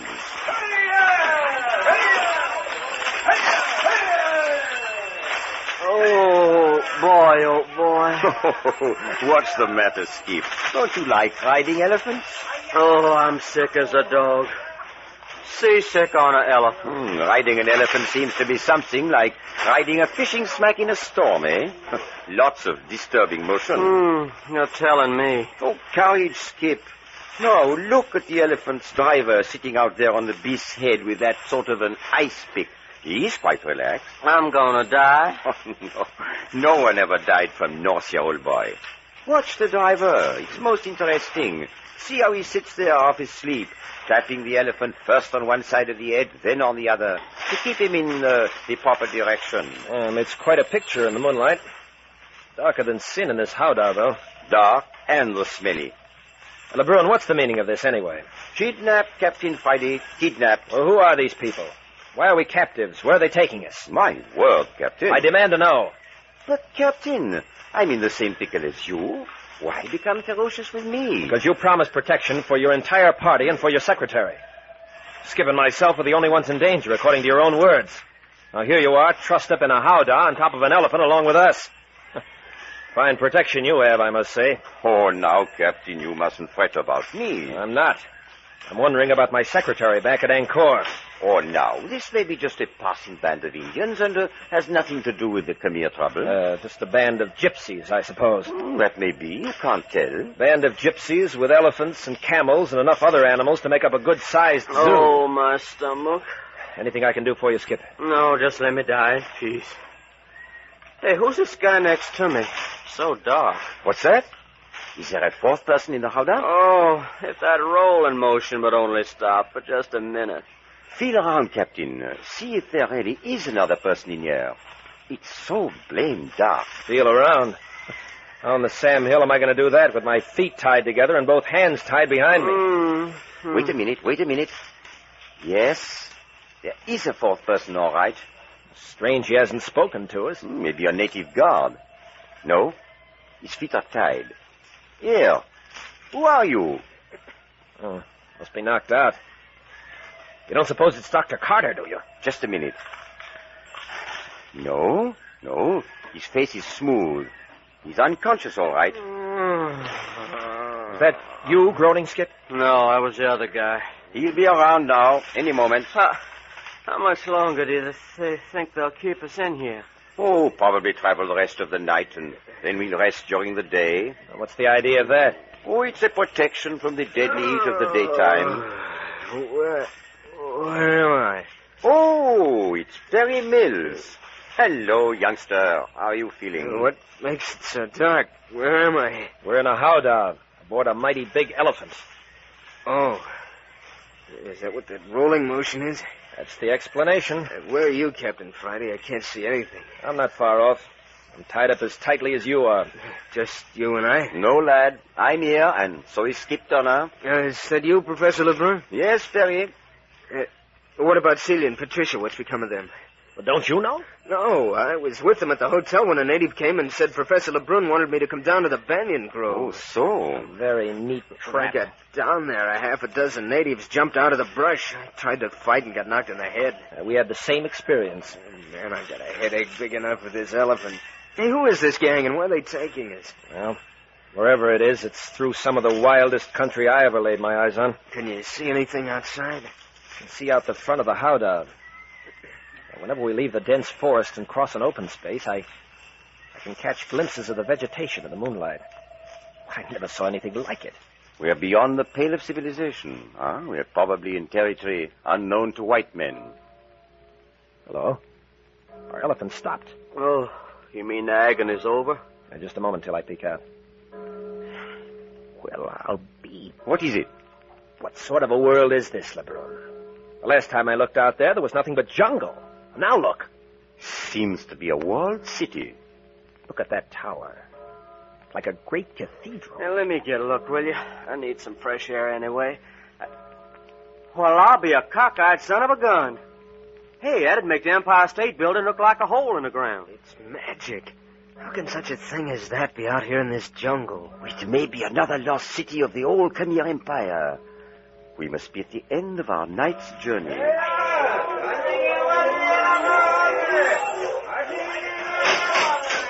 Hey, look. The gate's opening. We're going inside.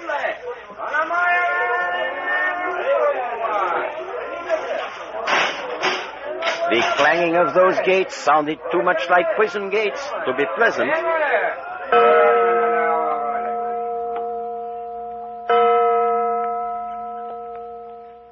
I'm getting over my sick-to-the-stomach feeling. At least I can stand up. How do you feel, Patricia? Terrible. Don't you really feel any better? Yes, a little, I guess. Huh. Who'd ever thought riding a camel would be like that? Well, I'd rather be on a ship in a storm any time. And they smell twice as bad as they ride. Oh, it was pretty terrible. I went dizzy and fell flat on my face when they set me down on the ground. Yeah, I would have too, only that dirty, grinning little slant-eyed man caught me and carried me in here. Ugh. In India, they have the untouchables. Here, they seem to have the unwashables. Were you scared? No, I was too sick. I wasn't too sick to be in a panic. I thought of all sorts of ghastly things while those men were leading me in here. Well, I didn't care what happened to me. But who are they? What do you suppose they want with us? Oh, everything's gone wrong since Dr. Carter disappeared in Saigon. Yes, I'm missing Dad pretty thoroughly just now. I've read about the strange tribes stealing white girls and selling them in the slave markets. Hey, Celia, you don't suppose that's what's happening, do you? I don't know. Well, they lured Perry Mills away from us at the hotel in Ankar just so they could kidnap us. It was stupid of us to leave the hotel. Well, it wasn't our fault. When a native came in and said Captain Friday had been hurt, we had to do something. They'll never get away with it. I'll bet anything Captain Friday and Skip are on our trail right now. Gee, I never expected to be kidnapped aboard a camel. And I never expected to be seasick in a jungle. Yeah, I've been looking around this room. Have you noticed? Oh, I haven't noticed anything. I've been feeling so sorry for my insides. Look at all the inscriptions on the wall. This is one of the ancient Khmer ruins. Well, it's the barest room I ever saw. Big stone chamber with nothing in it but rice straw for a bed. Evidently, it's never been used for a prison before. Straw's nice and fresh. Didn't you have a peculiar feeling when that great gate in the wall opened and all our caravan of animals began to march through? No, Celia. I tell you, I was just plain sick. Well, so was I, but I still had reactions. It was just as though great eyes were watching every move we made. I have that same feeling now. But that's silly, Celia. We're in a room with rock walls 2 or 3 feet thick, and Not a window on the place. Well, I don't mean human eyes. Celia, what are you talking about? Are you ill? No, I'm perfectly all right. The eyes I'm talking about are not looking at me. They're looking inside me and through me. They're like great searchlights. Celia, you're hysterical. No, I'm not. But ever since we left Saigon, I've had a growing sense of impending disaster. My whole body fairly sings. My nerves are so taut. Shh. They're unchaining the door.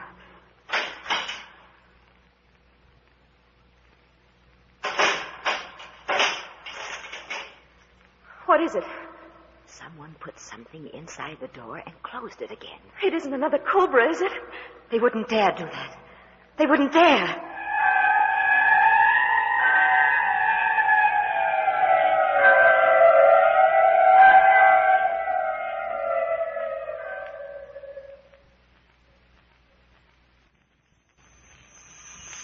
A strange elephant, camel, and wild pony caravan was waiting in the Cambodian night in a banyan grove on the edge of Ankar. First, Captain Friday, Skip Turner, and Professor Lebrun were trapped and thrown aboard an elephant.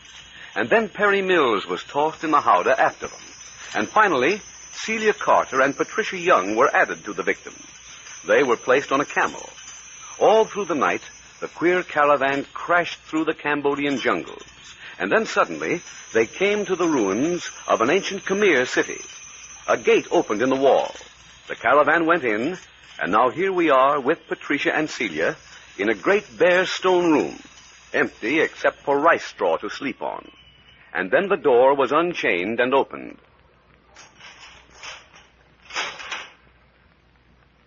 It isn't another cobra, is it? No, it looks like an earthen bowl. I wish we had better light. These pitch torches stuck in the wall don't help very much. Patricia, where are you going? I want to see what it is. Oh, don't go. You can't tell what is it? Looks like stew. Anyway, something to eat. Oh, food. Well, they certainly don't intend us to starve. Here, look at it. Oh, I couldn't eat a bite. Well, I can. I'm hungry. What a horrible-looking mess. Why, almost anything might be in there. Probably is, too. Just the same, I'm hungry enough to eat almost anything. Are you really going to try that? Of course. It's nice and hot. But how? You haven't any spoon or fork. Then I'll use my fingers. Stick your fingers in the food? Well, I prefer that to putting my face in it. You have your choice. Right in the soup? Mm-hmm. Go ahead. I feel as though the head waiter was watching me out of the corner of his eye. We'll probably be eating with our fingers like experts before we get out of Cambodia. Oh, I burned myself. My dear child, you needn't have to put your whole hand in. Here, wipe it off on the straw. Well, the piece I wanted was slippery. I had to go clear to the bottom for it. Did you get it? Well, certainly. What do I do now? Hold it up and nibble off the bottom of it? For goodness sakes, don't put the whole thing in your mouth at once. You'll strangle. I feel better already. It's probably the food. The boss always said 9/10 of a person's courage is in his stomach. There's a lot in that, I guess. Well, this is wonderful food. Listen. I wish that would stop. Every time I hear that chant, I have the most terrible sinking sensation. Oh, just some wandering musicians, I guess. I'm going to lie down here on the straw until you finish your meat. Then we'll drink the soup out of the bowl. Oh, it's awfully thick crockery. We'll never be able to get our mouths over the edge. Let's try straws, then. Maybe they'll, Patricia, what's the matter? What are you looking for? Didn't you hear someone speak? What? Why, no. What do you mean? I heard a man's voice. I know I did. Someone outside? No, in this room. Oh, you must have been... Shh, listen. Foolish children. Well, now I hear it. He's in here. But I can't see him. Shh. Children of ignorance, poor misbegotten souls, why do you dash yourselves against the wall of mystery that separates the east and the west? Who is it? Where are you? Children of the lesser world, listen to what I have to say. Go forth and tell your menfolk that their quest is futile. Go forth and persuade them that unless they express willingness to turn back, some of them will die. But we didn't come here ourselves. We don't want to be here. We were kidnapped. The forces that brought you have the power to return you. Go forth and tell your menfolk to return. Tell them to go forth from Cambodia. Tell them to leave forever the shadow of the beloved Ankar Tom. Unless they do this thing, they will die, and their womenfolk will be sold into slavery. Their womenfolk? He must be talking about us. What does he mean, go forth? We're locked in here, aren't we? If only we could see him. We can't get out. We're locked in. We don't know where we are, and we don't know where the rest of the party is. Listen to me carefully, O sisters of outer darkness. Rouse thyself from thy bed, and proceed as I shall direct you. First take from the wall one of the torches.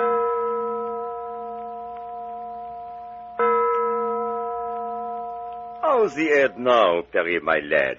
Better? Much better, thanks, Professor. That food put new life into me. Well, lie there on the store and rest. You'll be all right. Your head isn't badly injured. Oh? What's the matter with Captain Friday? What a mess. Looks as though I should stick to my own line, hunting city criminals. Now, Captain, don't brood. I can be sure Patricia is safe. Oh, I should have stayed with them back at the hotel. Walking into a trap No, you needn't blame yourself, Mills. A queer place we've been stuck into. Did you ever see such a barn of a room? Part of an old Khmer temple. Big thing, all right. Yeah, where's Skip? The lights so dim I can hardly see. He said he was going to investigate. Smart lad, Skip. Eh, Captain? Always nosing around. Not at this sort of business, I'm afraid. We're both a little out of our element. Oh, aren't we all? What we need is Dr. Carter, the head of our expedition, in a case like this. Do you suppose we're at the end of the caravan's journey? Or is this just a resting place? Oh, I should think the latter. Sort of a watering station, supply depot, you might say. Can't be very far from Ankar in one night's march. If we could make an escape. Was that you, Skip? Hey, you bet. Hey, Captain, I got information. Real dope. Hot tip, eh, Turner? Yeah. Patricia and Celia are here, too. What? What did you say, Skip? It's the truth. I just got the lowdown. It's a straight goods. Did you see them? No, but the guard told me. What guard? Why, that dark-complected bozo outside our door. Does he speak English? No, I talk pig Latin at him. Sure he talks American. Well, ain't he a regular old-time Louisiana cotton man? Leave it to Skip, Turner. Why, sure. Signed on a boat at New Orleans and then jumped ship when he got to Singapore. And now he's in the kidnapping business. Nothing other kind. He's working for a gang in India, running narcotics into Siam and down through the Malay Peninsula. Well, it sounds to me as though you got his life history. Sure, and it cost me $20, too. Captain, my expense Never account. mind that. What else did you find out? Well, according to him, this caravan's on a return trip from bringing in a big supply of dope, see? Now, on a return trip, they usually travel light, unless they just happen to pick up some parrots or monkeys for some zoo, or else maybe a load of rice. Well, this time somebody hired him to grab us off at Ankar and bring us here. Then we're not in the hands of our actual enemies. We are not. This is as far as we go with the caravan. It goes on north and then west on its regular route. Now, they've turned us over to our real captors here at the temple, or whatever it is. But what about the girls? Are they safe? Yeah, he said they were shut up in some other part of this place. Hey, do you know what this joint is? Maybe you can tell us. Well, I sure can, teacher. Get a load of this. This is the Temple of the Gorillas. What do you think of that? It leaves me perfectly cold. Oh, yeah? Well, it don't me. I don't care a hoop about being locked up in the same building with a bunch of hairy apes. I'd buy a dang sight. Oh, come now, Skip. This may have been what you say at some time in its history. Perhaps back in the ancient days of the Khmer regime, they did actually worship the gorilla here. Though I doubt it. The gorilla is an African ape, and we are a long, long way from Africa. I don't care nothing about them ancient Khmers. I'm talking about here and now. That guard told me that his gang brings in a big he-gorilla for the priests here at this temple twice a year. Why, he says they must have a whole flock of them penned up here someplace. I think your talkative friend, the guard, has been ribbing you. He's probably anxious to give you your money's worth. Well, anyway, somebody paid his boss a good big price to kidnap our party and drag us in here. You believe that, don't you? Yes, that's possible. But transporting gorillas here, that's a little hard to believe. Well, he said they were shipped by a boat from the east coast of Africa to Rangoon, and then they was picked up there by the caravan. Did he say who owned the caravan? Yeah, some Indian prince. I can't remember his name. But getting back to this gorilla business, after all, this is a snake-worshipping country. It isn't natural that a religion would spring up about an imported animal. You ain't calling me a liar. I'm only repeating what I was told. I think I look around our dungeon. That's a good idea, Lebrun. Don't wander off too far. So we're in the hands of the real enemy now. Suppose that means we've been turned over to the native priests who are so intent on stirring up a revolt with their 7-headed emerald cobra. Well, I'd give a good deal to know what's become of our guide, Tequan. He seemed a pretty decent fellow. Hey, I've been around long enough to know you can't trust an Oriental. Well, that's a broad statement, Skip. The code of honor among the Orientals is decidedly strict. Well, in my dealings with them... Which has been with the criminal element. Yeah, that's a fact. And you're trying to measure the whole Oriental world by the handful of criminal Orientals you ran against in San Francisco. You're right, Perry. Yet I don't trust this Tequan fellow of yours. I bet the San Francisco Mint that Tequan isn't very far from us right at this minute. You mean you think Tequan has something to do with our being kidnapped? Exactly. Undoubtedly, this is the work of your precious Tequan, and probably my ex-prisoner, Fenlow. Hey, I think you hit it right on the button, Captain. But why in the world would they do that? Well, we're probably interfering with their plans. It's easier for them to hold us captives in this out-of-the-way prison until their activities are well underway than it would be for them to keep an eye on us if it were free. Well, I hope your French government that put us on this job will hurry up and get us out of this. Why should they try to rescue us? They don't know we've been kidnapped. We were supposed to go to Ankar, just as we did, and drop from sight into the jungles. For all the French government knows, we're carrying out our original plan. Oh, that's great. Nobody knows and nobody cares what's happened to us. What I'd like to know is what's become of Dr. Carter. He seems to have vanished off the face of the earth. Probably holed up in some ancient ruins, the same as we are. But Captain Friday, what about the Node? Remember, he left Saigon of his own free will. Maybe he did, and maybe he didn't. You think the note was faked? Could have been. Well, then you really think Dr. Carter's a prisoner, too? I do. Skip, you'll go over these quarters carefully? Yes, sir. Top to bottom, inside and out. Any possibility of escape? Not a chance. If you could bribe the guard to talk, couldn't we bribe him to let us tie him up and escape? Well, I suggested it to him. Well? He shut up like a clam. I even waved a couple of $100 in front of his eyes. He turned his back and walked away, and I couldn't get another word out of him.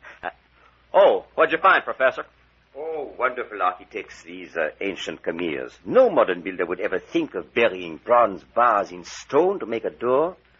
It's a lost art. Oh, beautiful work. Yeah, that's the first time I ever been on the wrong side of prison bars. Well, live and learn. Why? Where's Perry? He was lying there on the rice a minute ago. Well, I'll be a son of a gun. The light's bad, and perhaps he's moving about. Perry? That's queer. A man can't disappear right before your eyes. Let's take a look around the room. You go that way, I'll go to the left. The light is so vague with these reed torches. If he'd gotten up, one of us would have seen him. Hey, this thing gives me the willies. Let's keep the conversation going. One person can vanish, so can another. Righto. You two follow along the walls. I'll go through the center of the room. Good. We'll all head toward the door. Well, if I start vanishing, you're all going to hear about it. The torches on the wall give off more smoke than light. When we get to the door, if we don't find anything, we'd better speak to the guard. He probably already knows what's happened. Oh, talk about your Oriental magic. Here we are. Well, I drew a blank. Yeah, same here. Not a sign. The guard is gone. There isn't a soul outside the bars. Well, what do you know about that? Try the door. Hey, look here. The door's open. Open? Something queer here. Shall I take a snoop around outside? Go ahead. Quietly now.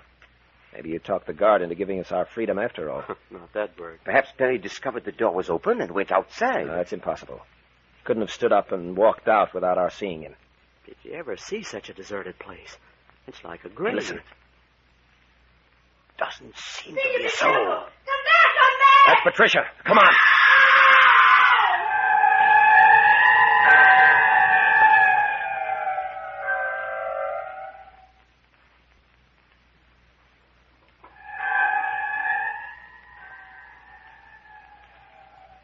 What terror of the ancient temple has descended upon Patricia and Celia? Was there something, after all, to the story of the Negro Guard? Remember, it is the Temple of the Gorillas. Listen next week to Episode 5 of The Cobra King Strikes Back, entitled The Living Image of Cambodia. Watch for Adventures by Morse.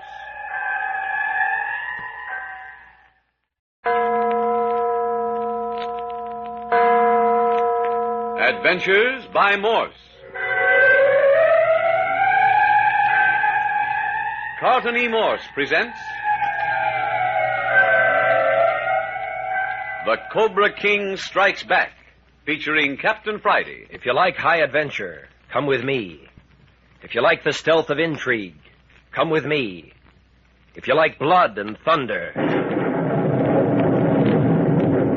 come with me.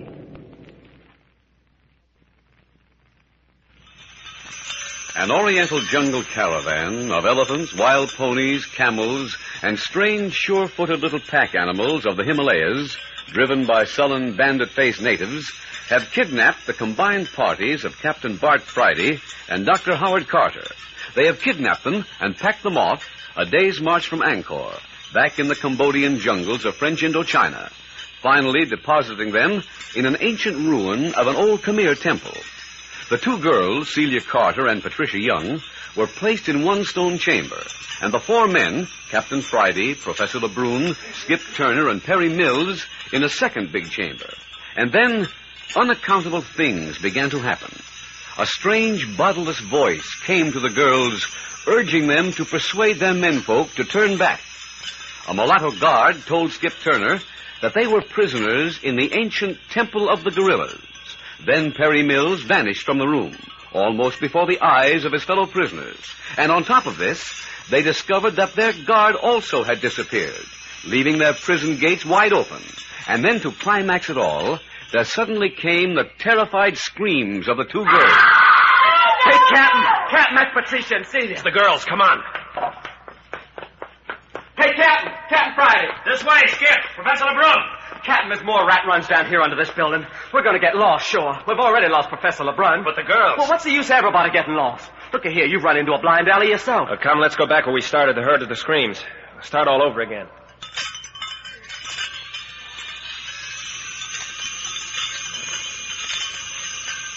For an hour, they scoured the underground passages.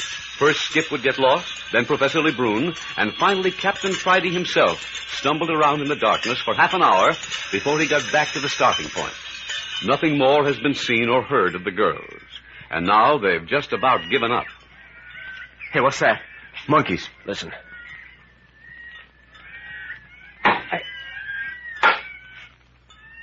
I say, what's that? I didn't hear nothing. Well, listen. Sounds like carpenters was at work. Any idea what that rapping is, Lebrun? No, but it sounds as though it might be coming from our prison chamber. Let's go back in and see. Well, I'm going to jimmy this gate just so it don't swing shut and lock us in. I don't hear it now, do you? It's gone. Well, let's go back inside. It's getting closer. It's in this room, all right. That's right. It's back over here by that pile of rice straw. Well, there won't anybody ever lock us up with that gate again. I jimmied the inside. Now, listen now. Right under our feet. Yes. That doesn't solve the question of what it is. Hey, I've got it. Yes? Sure. The gorillas. Maybe. What do you think, Lebrun? Why not try to find out? Theorizing won't help us. Any suggestions? It seems to come from under this pile of rice straw somewhere. Then let's shove some of it aside and see what we find. This will go good in my diary. 27. Rode an elephant. Ate monkey stew and ended the day by shoveling rice straw in the Temple of the Gorillas. The day isn't over yet, Skip, and besides, you haven't shoveled any rice straw. Yes, Skip, how about giving us a hand? I wasn't drugged up to be no straw shoveler. Just what were you dragged up to be? Hey, look here. Almost under our feet. Hey, a trap door. Well, it most certainly looks like a crude sort of handle sticking up out of the floor. But I don't see your trap door, Captain. No. Doesn't seem to be any break in the floor. Now, listen. Pounding's right beneath the handle. Supposing we try to turn the knob. It won't do any harm. Yeah? What makes you think it won't? Supposing it's the gorillas making that noise. We'll have to chance it. Yeah, but they've taken our guns away from us. Can't help that now, Skip. Go ahead, Lebrun. Very well. Here goes. Hey, look out! Great heavens! We've lost Skip. Now we know what became of Perry Mills. You mean he went through the trapdoor, too? He was lying right on top of it. The minute I touched that handle, the door in the floor darted open and then snapped shut like an animal's jaw. Skip went through like a shot. That was a devilish dark hole. No chance to estimate how deep it is. It was Perry doing the pounding. By Jove, Captain, I wonder.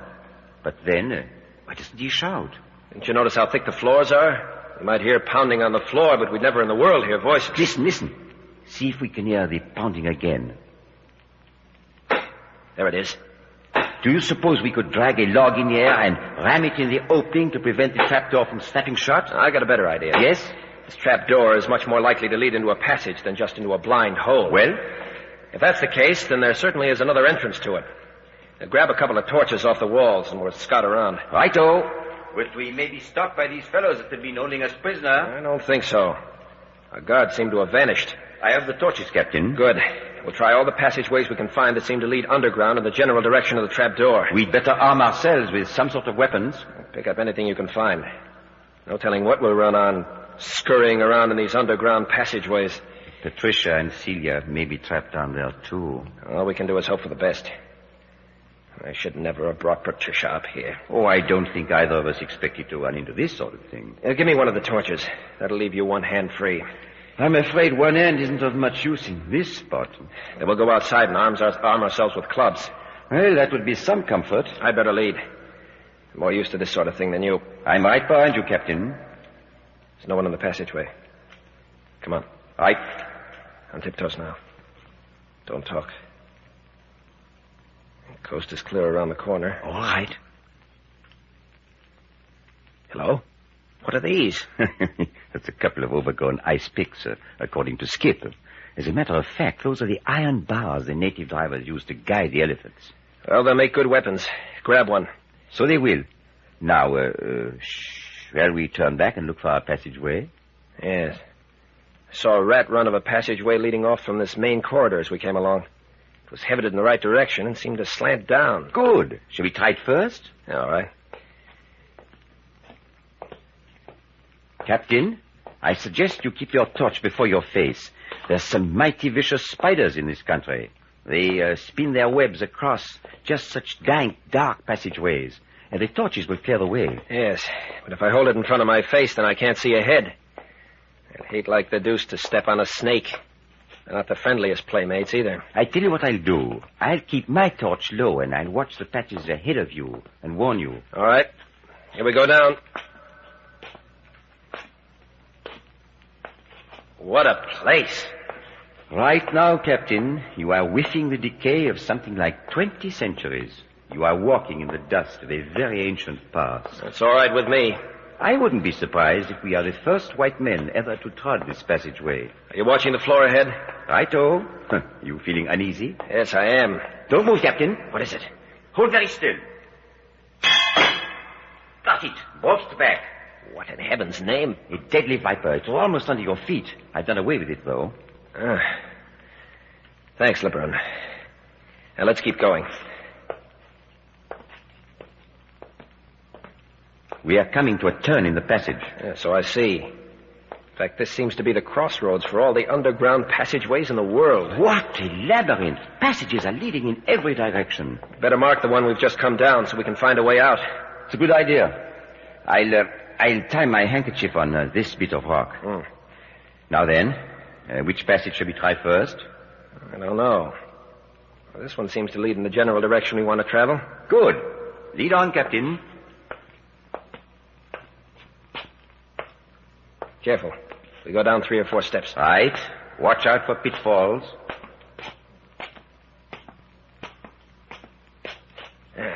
There. Uh-oh. Oh, what is it now? We picked a winding passageway. This way, I get. Coming to another turn. Hold it. Don't tell me there's another snake. I thought I heard voices. Oh, that's a relief. I'd rather face a dozen Khmer fanatics than another snake in this place. Listen. It's too far away to distinguish anything. Shall we have a look around the corner? Our torches will give us away. We'll have to leave them behind. What? And run the chance of spiders and snakes? Either that or run the chance of being recaptured. I suppose it's best. Here, we can wedge them in between these rocks. Yeah, that's good. Now, come along. Girls' voices. It's Patricia. Patricia! Oh, Captain Friday, boss, is that you? Yes, are you all right? Oh, yes, where are you? I'll go back and get the torches. Yeah, go ahead, Professor. Stay where you are. We'll join you in a second. Hey, Captain, for the love of Pete, bring a light. Hello, Skip. You all right? Fine, sure. That was a nasty drop you give me, though. Here's your torch, Captain. Is Perry Mills with them? I don't know. Hi, Perry. Are you there, too? Yeah. I went through the trap door, too. We certainly selected a great place for a family reunion. Well, let's collect the crowd and get out of here. But don't you realize you have the dust of 20 centuries on your shoes? The quicker it's wiped off, the better it'll suit me.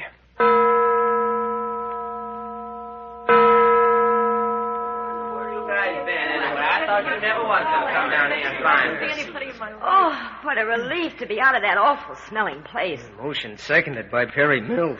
Boss, was this the room where you were held prisoners? Yes, Patricia. Well, ours was much smaller. Hey, what do you suppose has happened to our captives? Let's go outside and take a look around. That caravan must be around somewhere. Yeah, unless it fell through a trap door. Feeling pretty frisky, aren't you, Skip? Yeah, well, why not? How about you, Celia? Oh, I feel swell now that we're all back together again. We're not out of the woods yet, young lady. Oh, yes, I know, but this is so much better than it was when Patricia and I thought we were all alone in this awful place. I really had the willies. Before we do anything further, I want to know what's happened to you two girls. Well, we were... You go on and tell it, Patricia. All right. Well, we were captured, just as we told you, and were brought here on a camel. No, we went you one better. We came in on an elephant. Well, riding an elephant couldn't be worse than a camel. Well, when we got here, they put us in a kind of cell with only straw on the floor. Gee, we were awfully seasick from riding on the camel and couldn't stand up. So they carried us in. Seasick? Never heard of it. Oh, what are you laughing at? It wasn't a bit funny. Skip was sick all the way here, too. Oh, it's the most terrible sensation in the world. Well, anyway, they carried us in and laid us on the straw and then brought us a bowl of stew. It was wonderful. We ate every bit of it. Yeah, know what it was? Well, no, what? Monkey stew. Oh, honestly? Sure, we had some, too. Oh, I wouldn't have touched it if I'd known. Oh, you mustn't be so sensitive back here in the jungle. You're liable to get that sort of thing regularly. Hey, listen. Listen, everybody. What is it, Skip? There's somebody else in this temple with us, and he ain't very far off either. Oh, you're nervous, Skip. Yeah? Have you forgot they're supposed to keep live gorillas running around this place?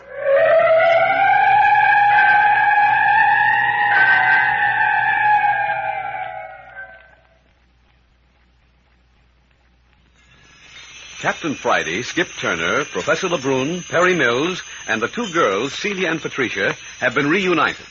Down in an unsightly underground rat run under the ancient Khmer temple, true, but still united.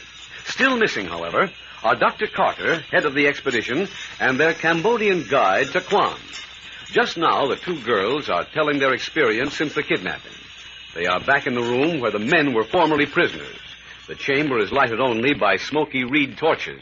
Your ears are deceiving you, Skip. There is no one spying on us. I heard something. You wait and see. But we've waited 10 minutes, Skip. Now, you keep your eyes open down the passage, Skip. Go on with your story, Patricia. Well, after we'd eaten, we heard a voice. A voice? Yes, boss. We couldn't see a thing, just heard a voice that sounded as though it was in the room with us. Oh, what did it say? It said to go to our men folks and tell them that they still had an opportunity of turning back. What do you mean, turn back? They had to hog ties to get us this far. I know. The voice said that the force that brought us this far had the power to return us to Ankar if we would promise to leave Cambodia immediately and never return. I told him we didn't even know where you were. And then the voice directed us to take a certain passageway from our cell. The door was unlocked. Uh-huh. We did just what the voice told us to. And we came to that passageway where you found us. You know, Professor, I don't understand why we heard the girls scream and couldn't hear their voices when we were right over their heads. But we were out in the corridor when they screamed. Their voices probably came to us through the passageway that we followed in rescuing them. That's a likely explanation. But why you girls screamed? Did you see something? Well, it was when we met Perry. It was terribly dark. We could hear something moving around, but we couldn't see a thing. You weren't any more scared than I was. And when you screamed, my hair stood on end. All I could think of was Skip's story of gorillas. Thanks for nothing. Are you saying we sounded like gorillas? Well, as soon as I got my senses back, I knew it was you girls. Well, that's all. Except that we found a loose rock and used it to pound on the floor to attract your attention. Yeah, and then I did my spectacular nosedive into the manhole. Now, listen, everyone. If we're careful, perhaps we can escape from this place and make our way back to Ankar. What? Through this jungle, unarmed? We can't stay here forever. It would be impossible to get back without a guide. Nevertheless, let's see what's doing outside. Yeah, but look here, Chief. Hadn't one or two of us ought to go on ahead and look things over first? I think we should stay together. We've had enough of this chasing one another through these dark passageways. I'm inclined to agree with the professor. If there's anyone around, we've made enough commotion to attract their attention by now. Talk about your mystery of the Khmer Empire. Hey, you girls stay a few steps behind, just in case we run into anything up ahead. Here's the corner where we picked up those elephant pods. We're not far from the entrance to the courtyard now. Quiet, everybody. Walk on your tiptoes. Talk about adventures. Yeah, too much. I didn't like it down there underground a bit. Look, there's daylight. We're almost out. Wait, the boss is waving us to keep quiet. It's all right. Come on out. The courtyard's empty. Empty? You mean all the elephants and camels and everything are gone? Not even a smell left behind. Well, I don't understand it. It's like magic. Oh, it's not so much like magic when you examine the ground. Look here. Yeah, all they've left behind are tracks in the dust. The caravan has just moved on, that's all. Well, we've been left stranded out here in the midst of the Cambodian jungle without supplies or weapons of any kind. But for what reason? Probably on the order of some of the old Khmer priests who were instigating the Cambodian Revolution with the aid of their precious seven-headed emerald cobra. Yeah, Captain. They probably got wind of the fact that you and I was coming in here to grab off the Cobra idol and recapture Fenlo. Oh, boss, you're not still after that Cambodian boy, are you? Fenlo is a menace to the French government, and he killed a man to escape. He's a criminal, and he's the first criminal that ever escaped from my custody. I won't leave this country until we get him. Patricia, come here. Over here in the courtyard. Excuse me, boss. It doesn't look as though we are going to leave there anyway. Why do you say that, Lebrun? It would be certain death to attempt to backtrack to Ankar through these jungles with neither food, nor blankets, nor weapons. Nevertheless, we're going to try it. I'm with you, Chief. And Professor Lebrun's right, Captain Friday. We haven't a chance in the world to make it. Besides the poisonous reptiles and insects, there are tigers, wild elephants, and innumerable other animals. And that's not mentioning the fact that we haven't a guide. I think that caravan left all the signposts we'll need. Oh, be reasonable, Captain. Such a move would be the same as sentencing the girls to death. Oh. Yeah, the girls. Yeah. Well, supposing a couple of us fellas hike back then and let the other two stay here with Patricia and Celia. We could bring back a rescue party. Once you get back to Ankar, admitting for the moment that you could accomplish it, do you think that you'd ever be able to find this temple again? Why, sure. Don't be stupid. We'd follow the trail left by the caravan. Which shows quite plainly how little you know of a tropical jungle. What do you mean? Well, merely that the jungle closes in behind such a caravan so that there is no trail. Within 3 days after a trail is made, it is obliterated by the rank grass and vines, unless it is used continually. You ain't kidding me, are you? Ask Ferry here. He's an expert on that sort of thing. And Professor Lebrun's right, Skip. And besides that, a person on foot wouldn't be able to make more than a mile or two a day fighting his way through the jungle. That's the reason the caravan uses elephants. They'd break through and make a path for the camels and the mules and the horses. What do you say to that, Captain? Yeah, looks like we're out of our element here in the jungle, Skip. Yeah, but we'll starve to death if we stay here. No, not necessarily. We may be able to kill a few edible birds and animals. Well, how'd we cook them? I ain't got a match on me. Have you? No, but we still have the burning torches. We'll have to keep our fire going continually. If your precious Cambodian guide, Taquan, hadn't skipped out, we might have a chance. I think we will find Taquan has an excellent reason for his disappearance. Perhaps Dr. Carter will hear of our kidnapping and start a search for us. Yeah, if he isn't in the same sort of a fix himself. Well, anyway, supposing we remain here as comfortably as possible the rest of the day and overnight and see what materializes. I'll make that bargain with you, Professor Lebrun. We'll wait 24 hours. Then we'll have to do it my way. Oh, here come the girls back. Well, whatever we do, let's stay together. It's so dreadfully still. Talk about your desert islands. Yeah, not a sound except the wild parrots and the monkeys in those bamboo trees. Hey, I wonder if we can get out of this courtyard. Maybe we're locked inside these walls. Oh, no, we are not. There's the gate yonder, wide open. Oh, it's like being the only ones left in the world, isn't it? But I bet that whole ruin is going to look wicked when the sun starts to go down. There is a sinister aspect about it, that's that. Yeah, it's just the kind of place where I'd expect them to throw a person into the gorilla's cage. Skip Turner, what are you talking about? Sure, that's what the guard told me they used to do. Well, why did you have to say that? I think it was quite inexcusable. Yeah, well, if I'm going to have gorilla nightmares tonight, I want to know that some of the rest of you are having them, too. I think your guard gave you a fine fairy tale for the $20 you gave him, Skip. He told you his caravan was turning us over to someone else too, didn't he? Yeah, that's what he said. Well, if there is as much truth in his story about this being the temple of the gorillas, then it is probably all fiction. Well, as I said before, it's his story, not mine. Hi, Professor LeBrun, Captain Friday. Hello, Perry's run into something. What's the matter, Perry? Hey, come over here and see what I've got. Bring the crowd. Hey, come on, let's go. Well, I can't imagine. What have you found, Perry? I don't see anything out of the ordinary. Look, gunny sacks. Well, what about them? Food. Huh? Is there Are you food? certain, What Perry? do you Sure, the big one's rice, and the one over there's dried dates and figs, and then there's coffee and even some dried monkey meat. Well, it looks as though we weren't meant to starve anyway. This thing doesn't add up. What do you make of it, Professor? Nothing beyond the fact that we appear to have a most humane antagonist. Well, anyway, let's drag this stuff inside the temple where the birds and animals can't get at it. Oh, just a minute. You got an idea, Chief? Yeah. Now that we have food to carry with us, one or two could easily make an effort to get through to Ankar. We have food, Captain, but no guide.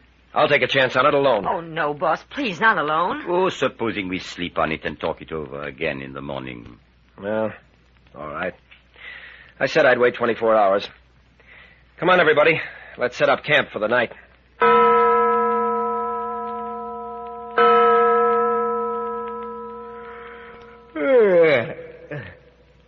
Hello. What's up? Hello, Professor LeBrun. Captain Friday, wake up. That you, Perry? Yes, Captain, look at the door. Well, it's guarded. Hey, what's the idea waking a guy up in the middle of the night? Can't you see it's still dark? It's just because the torches in here burn out. Skip, take a look at that door. Well, for the love of Pete. Hey, it looks like we're prisoners again. Can't see my hand in front of my face. Is LeBrun awake? Wide awake, Captain. What do you know about this, LeBrun? Nothing at all, I'm afraid, Captain. Hey, I'm going up to the gate and take a look through the bars. What for? To see if our guard's the same one we had before. But don't let him see you. And come right back. Okay. Well, it certainly looks like our vanishing caravan had returned. Or else a second one has moved in on us. We shouldn't have made this room our headquarters. Yeah, all they had to do was set a guard before that door and we're prisoners again. Boss, are you there? Yes, Patricia. What's the matter? We're prisoners again. Prisoners? Well, did they come for us in the night? We don't know. I just woke up and there they were. I've got an idea. Well, let's hear it. Why couldn't we all drop through the trap door and escape through the underground passageway? Hey, not bad. Yes, it might work. What do you think, LeBrun? It's worth looking into. Hey, folks, we got a new deal in guards. I saw half a dozen fellas, and they was all the same nationality as Fenlo and Taquan. Cambodians, eh? LeBrun, do you suppose this is the gang that paid to have us kidnapped by that caravan? It seems likely. Well, then the other guard was telling the truth when he said that we was being transferred into the hands of the real enemy at this point. It looks so, doesn't it? A good thing we brought our supply of food in here. We'll drop it through the trap door and then follow it one at a time. If we can escape from this room, we can hide in the passageways until they've gone. Are the sacks tied up tight? Yes, I saw that last night. And set them on the trap door. Wait till I locate the sacks first. Oh, it's so blame dark. Oh, here they are, right here. Tell me when they're on the door. I've got the handle.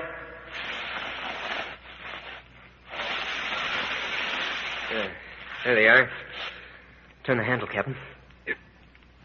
What in? What's the matter, boss? Trap door doesn't work anymore. I can't budge it. What do you mean you can't budge it? We'll have them all down on our necks. Shall I try? If you like, but it's useless. So it is.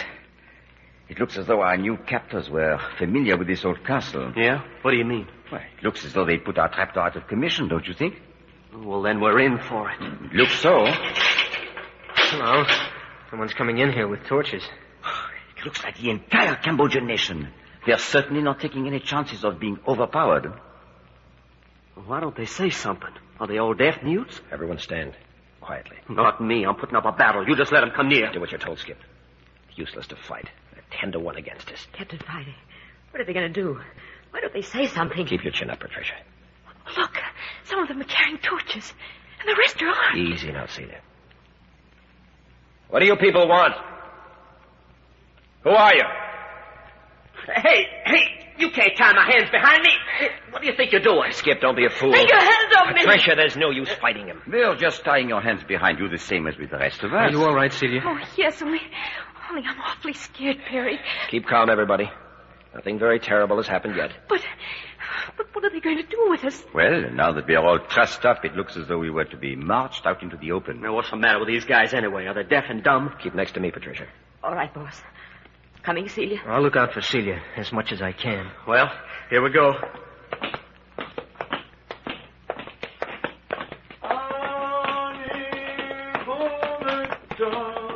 Don't do that, Celia. You're trembling like a leaf. Perry, don't you recognize that chant? I know. Do you? It's the death chant Van Lowe sang the night he disappeared off the ship. Oh, look. They're making Skip get on a horse. Hey, you. I hate horseback riding. They're going to make a horseback rider out of him.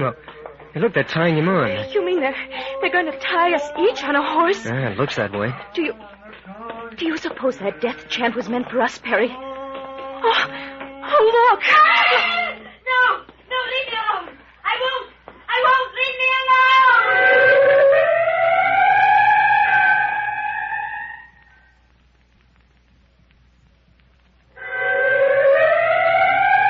Next week, you will hear the 6th episode of The Cobra King Strikes Back, entitled Terrors of the Hollow Mountain. This newest radio thriller is another in the series of Adventures by Morse.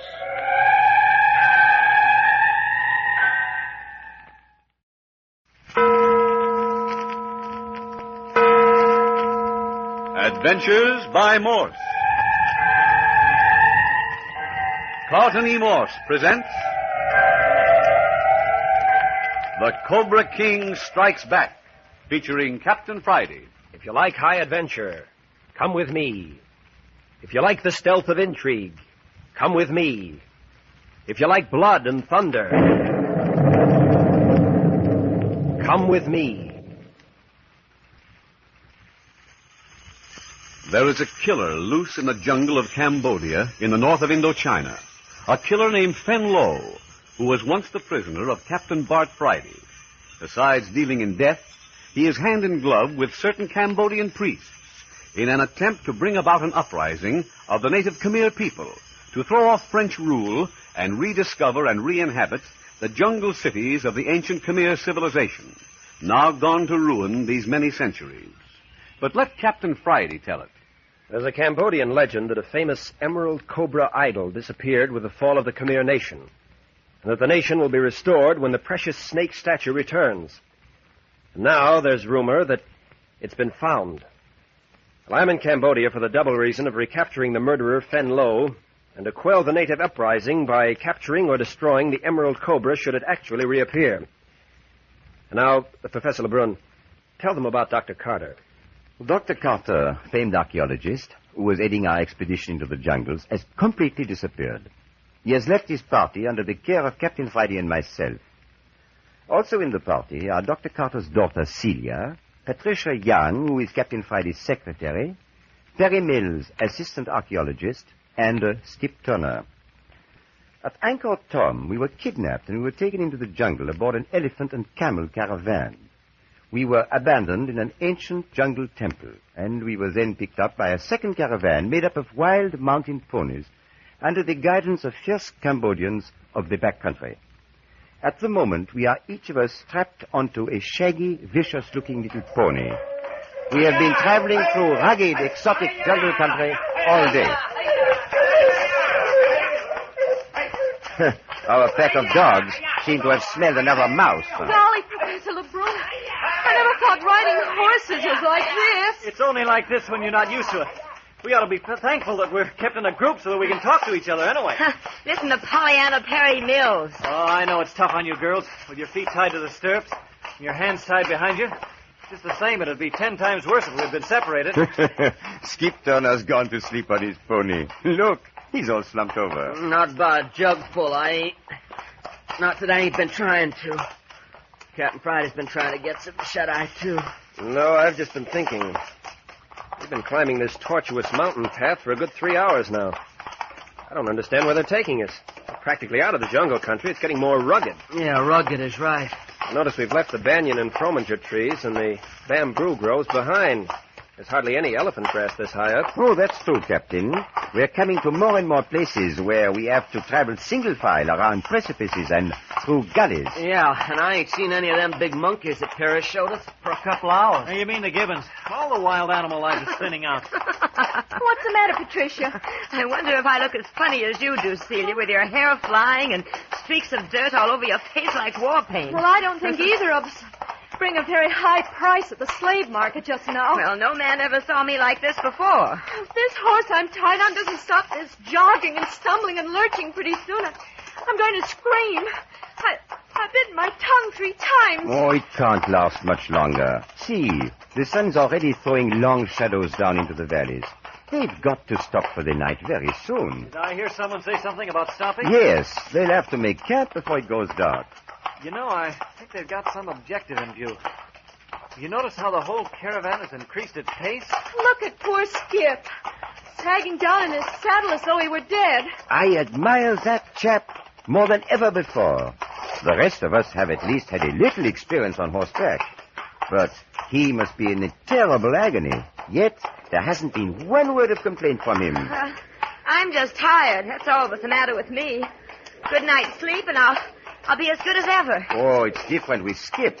He'll be incapacitated for a whole week. He'll never be able to carry on tomorrow. Listen, you folks hear that? Sounds like a waterfall. Hear that, Patricia? Oh, it is. It is. Do you smell how fresh the air is? We're coming to water. Hey, look! The horses up ahead are galloping. I wish they wouldn't. I can't bear galloping. Guess we'll have to do the best we can, Celia. The guards are whipping up their horses. Oh, gee! Hey, for the love of Mike, what's going on? Come on, Skip. We must be almost there.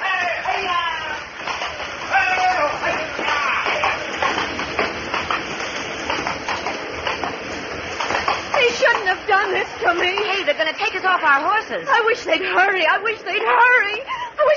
What are you saying, Celia? That galloping did something to me. I'm going to be sick. You girls, be careful when they lift you down, huh? You probably wouldn't be not able to stand now. Here they come now. Don't let them put you on your feet. Oh, hurry. I can't stand it any longer. I can't. There, Celia. They're unfastening your legs now. I can't stand it. Oh, poor child. It's the natural reaction after holding out for so long. There. She's off. Good.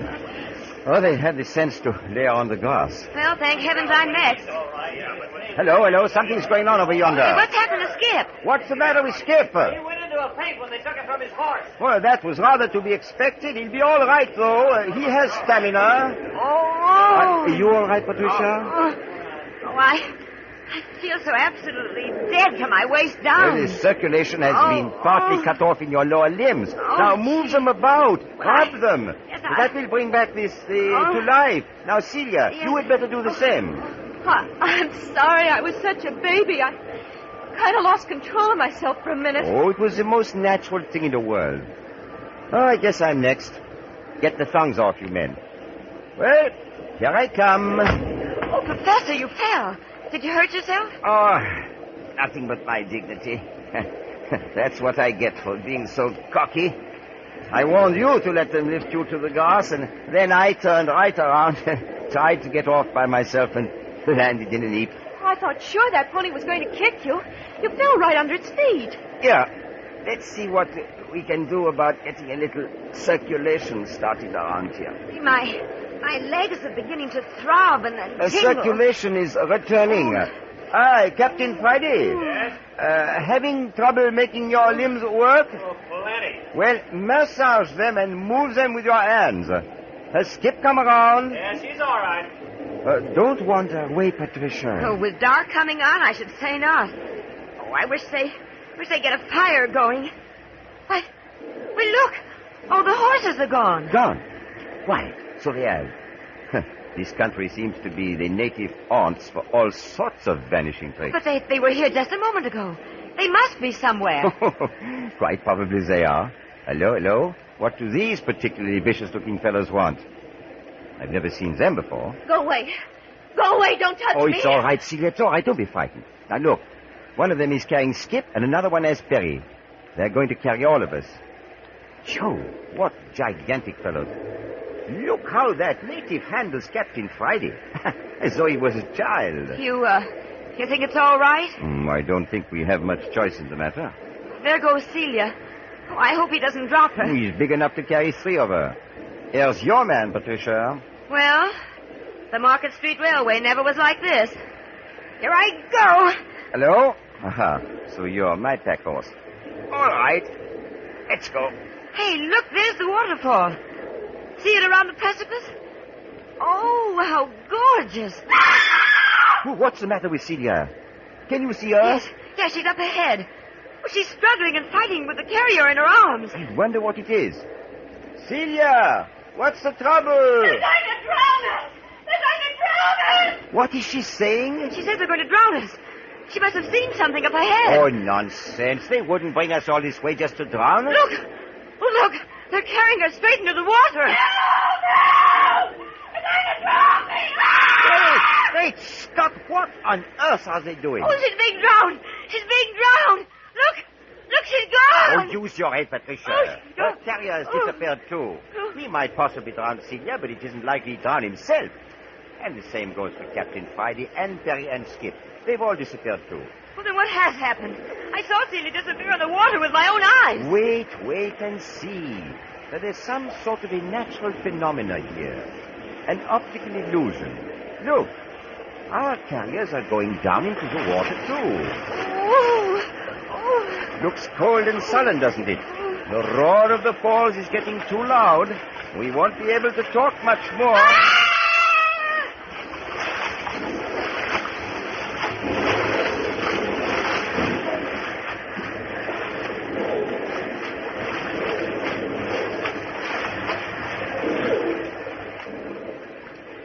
Well, here we are, safe and sound. I'll bet you never had this experience before. Oh, and I don't ever want to again. We went right through that waterfall. Oh, I'm so glad to be on my feet again. An amazing adventure. We are in a cavern behind the waterfall. Can you walk? Yes, I'm all right now. Except I'm plenty scared. Come on, let's join the others. Well, hi there, Professor. How was that for a piggyback ride? Whew, man, have I got something to tell my grandchildren. Right out of nowhere through a waterfall into a great big cave. Just like a page out of Persian Nights. I think you mean Arabian Nights. Yeah, that's what I say. Hey, listen, my voice echoes around like I was a giant. Hello, Captain Friday! Well, Skip, you seem to have recovered rapidly. Yeah, I got well quick enough, but I thought they was going to douse me in the river out yonder. Hey, what's this all about, anyway? Oh, this seems to be part of somebody's idea of how to treat prisoners. Come on, let's hold a confab with Captain Friday while we're waiting for our guards to make the next move. Gee, when I saw you disappear, Celia, I thought you had gone down in the water. I was terribly frightened. Well, that's just the way I saw Skip disappear ahead of me. That's when I screamed. I thought they were drowning all of us. Well, instead of that, they just walked into the water up to their waists with us and then circled around the back of the falls. I didn't even get wet. Did you? Not the least bit. The native who carried me was a huge fellow. Current was awfully swift. Water was up to his armpits, and yet he lifted me up on his shoulder and carried me along as if I were a baby. Yeah, they did that with all of us. Hey, why do you suppose they brought us back into this cavern? I wonder. Oh, it's so dark. Those torches aren't much better than candles. Hello, Celia. Oh. Recovered from your horseback ride? Oh, Perry, I thought you men were holding a conference. No, it's dwindled into a bragging party. Everybody seems to think he had the strongest native carrying him. Well, let's go over and join him, huh? Yeah, why not? Oh. What's wrong, Celia? Oh, I guess I'm kind of wobbly yet. Oh, poor kid. Here, let me carry you. No, thanks. I've been carried enough today. And it might get to be a habit. Good kid. Here, Perry, you walk on one side of her and I'll walk on the other. Oh, isn't this silly? You're taking this a lot better than I am, Patricia. Oh, nonsense. It's just that I've always done a lot of horseback riding at home. Besides, being Captain Friday's secretary, I'm used to being pushed around. Hello, what's this? Oh, kind of wobbly, that's all, Captain Friday. Hey, you better sit down and take it easy. We've got something more ahead of us. Hey, ain't we had enough? You mean they ain't through yet? I was watching the guards. It's got something to do with this cavern. They're making some pretty elaborate arrangements.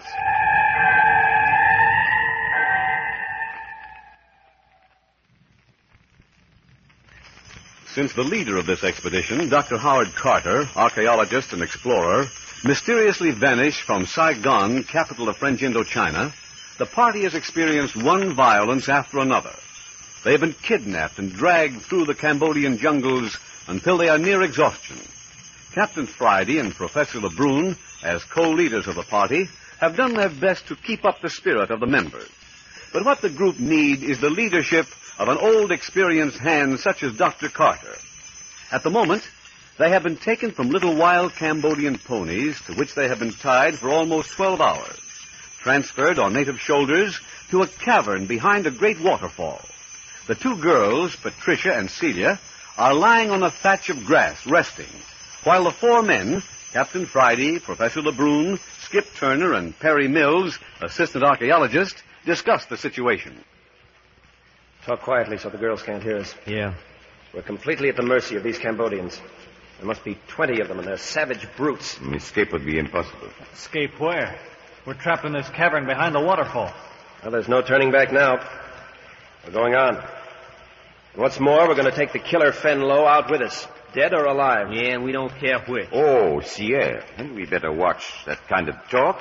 Have guards all about us. Just the same, Professor Lebrun. If this crew of Cambodian cutthroats thinks it can chase us out of the jungle with all this hocus-pocus, and it's got another guess coming. Tell me, Captain Friday, do you feel as antagonistic as ever towards Fenlo? Now that you know just what the country is like, could you either destroy or turn over to the French government the precious seven-headed emerald cobra? If you should lay hands on it. I've given my word to do just that. You gave your word before you had the faintest idea what it was all about.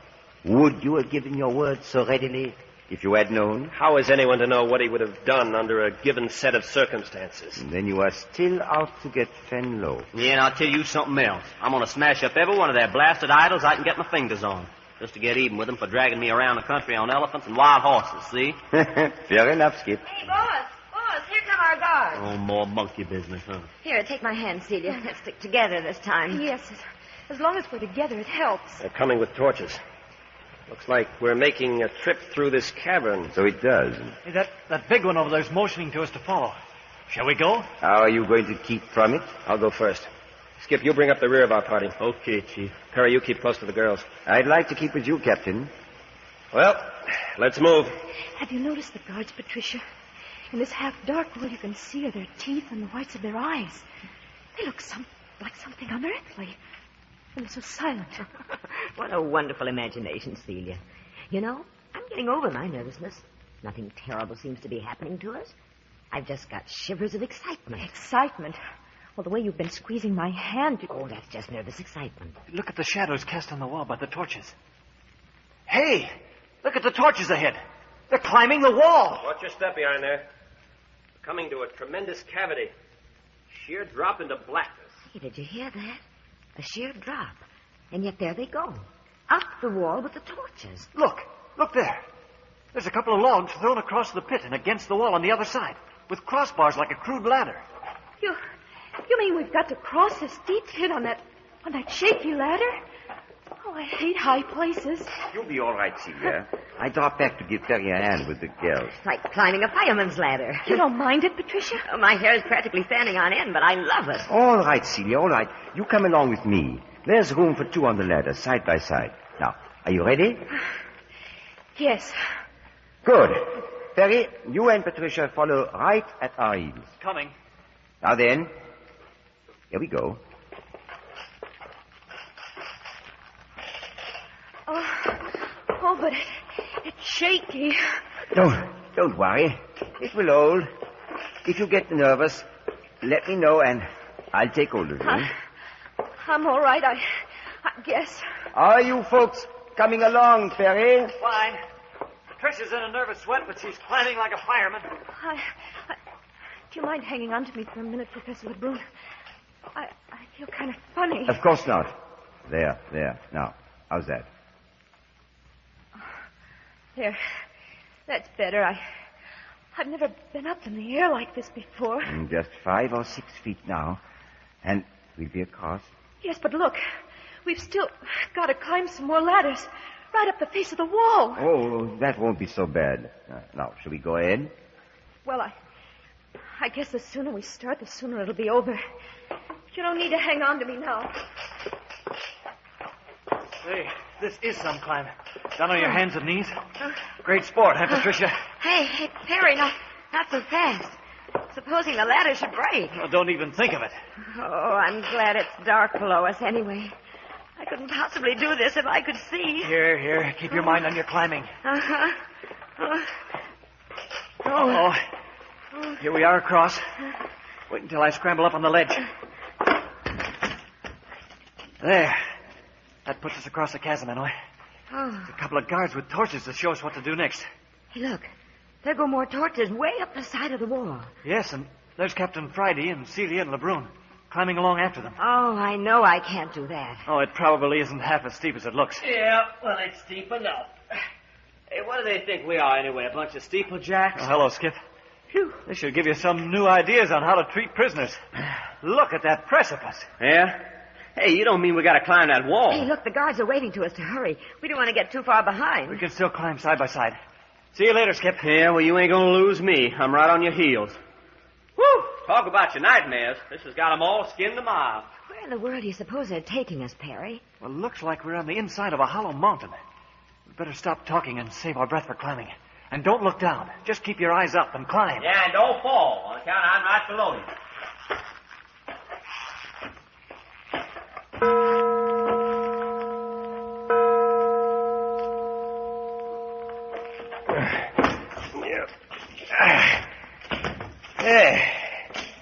Well, guess this is the top.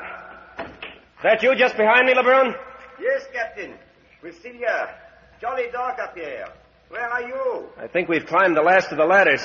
I'm on a sort of ledge. The guards are waiting up ahead. Reach down and get hold of Celia if you can, Captain Friday. All right. She's exhausted. I can imagine after 2 hours of it. This has been terrific. Hey! Hey, one of you fellas bring a torch over here. Come here! They don't understand you. I suppose not. There. Got a hold of her. Up she comes. There you are. Don't make me climb any more ladders. I can't. Don't worry. Looks like it's all over. I never would have believed such a place existed if I hadn't seen it for myself. How's my secretary doing? Oh, Perry's bringing Patricia. Coming, Perry? Here we are. Patricia's about all in. Yeah, there they come. I see their outline. Look at the way they're coming up the ladder. Like firemen. Here, I'll give them a hand. All right, here she comes. Oh. Yeah. There, Patricia, you're safe enough now. Oh, boss. I'm ready to keel over. Quite a climb. How are you, Perry? Oh, okay, I guess. Hey, somebody get a hold of me, will you? You think I want to hang here on this ladder all night? Give me a hand. All right, Skip. Here's my hand on it. Up you come. Oh, thanks.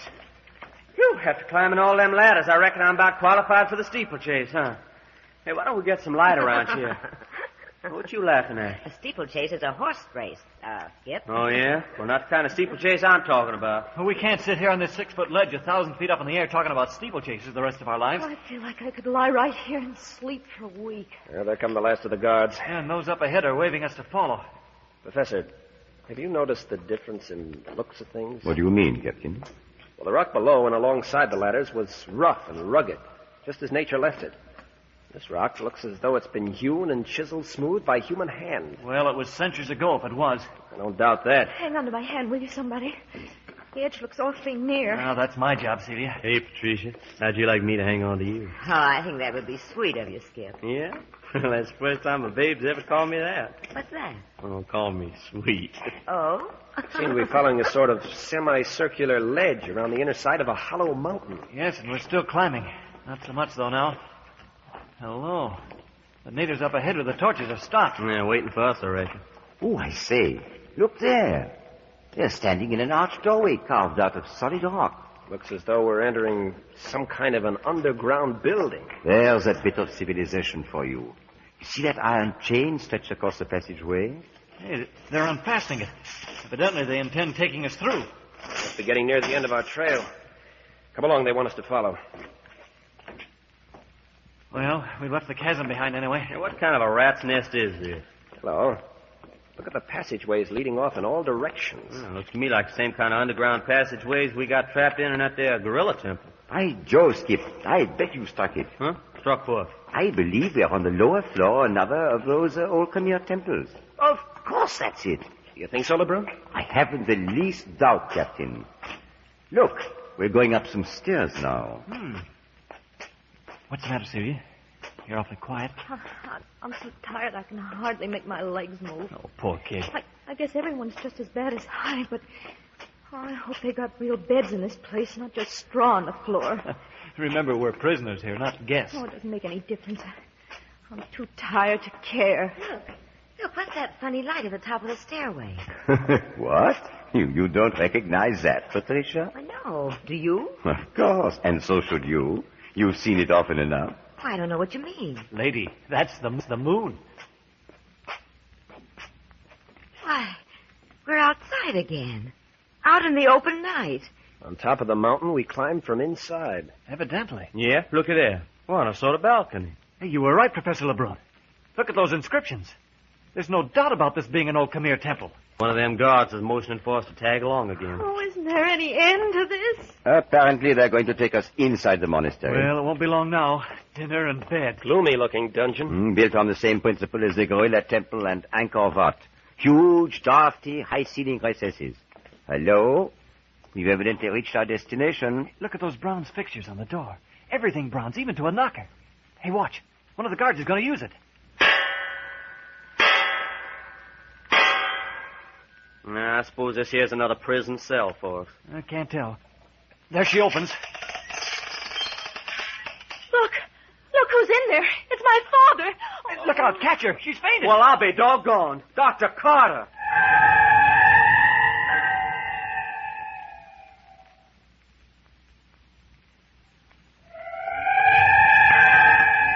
So the same thing has happened to Dr. Carter. He likewise is a prisoner. Listen next week to the 7th episode of The Cobra King Strikes Back, entitled The Face of a Beast. You are listening to Adventures by Morse.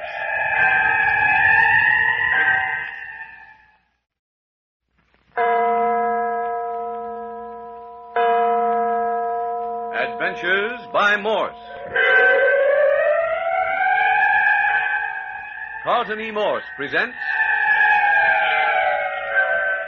The Cobra King Strikes Back, featuring Captain Friday. If you like high adventure, come with me.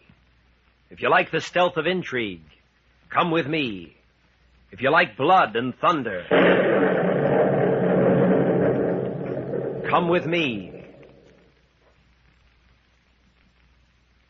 Almost from the moment they reached Angkor Thom from Saigon, Captain Bart Friday, his secretary Patricia, and Skip Turner became prisoners of the strange folk of the Cambodian jungles, and with them Professor Lebrun, Celia Carter, and Perry Mills. They were kidnapped from Angkor Thom by an elephant caravan and abandoned in the Temple of the Gorillas, where they were recaptured by hillmen and strapped to wild ponies. They were taken behind a giant waterfall and forced to climb the interior of a hollow mountain or series of ladders until finally they reached an ancient monastery situated on the peak.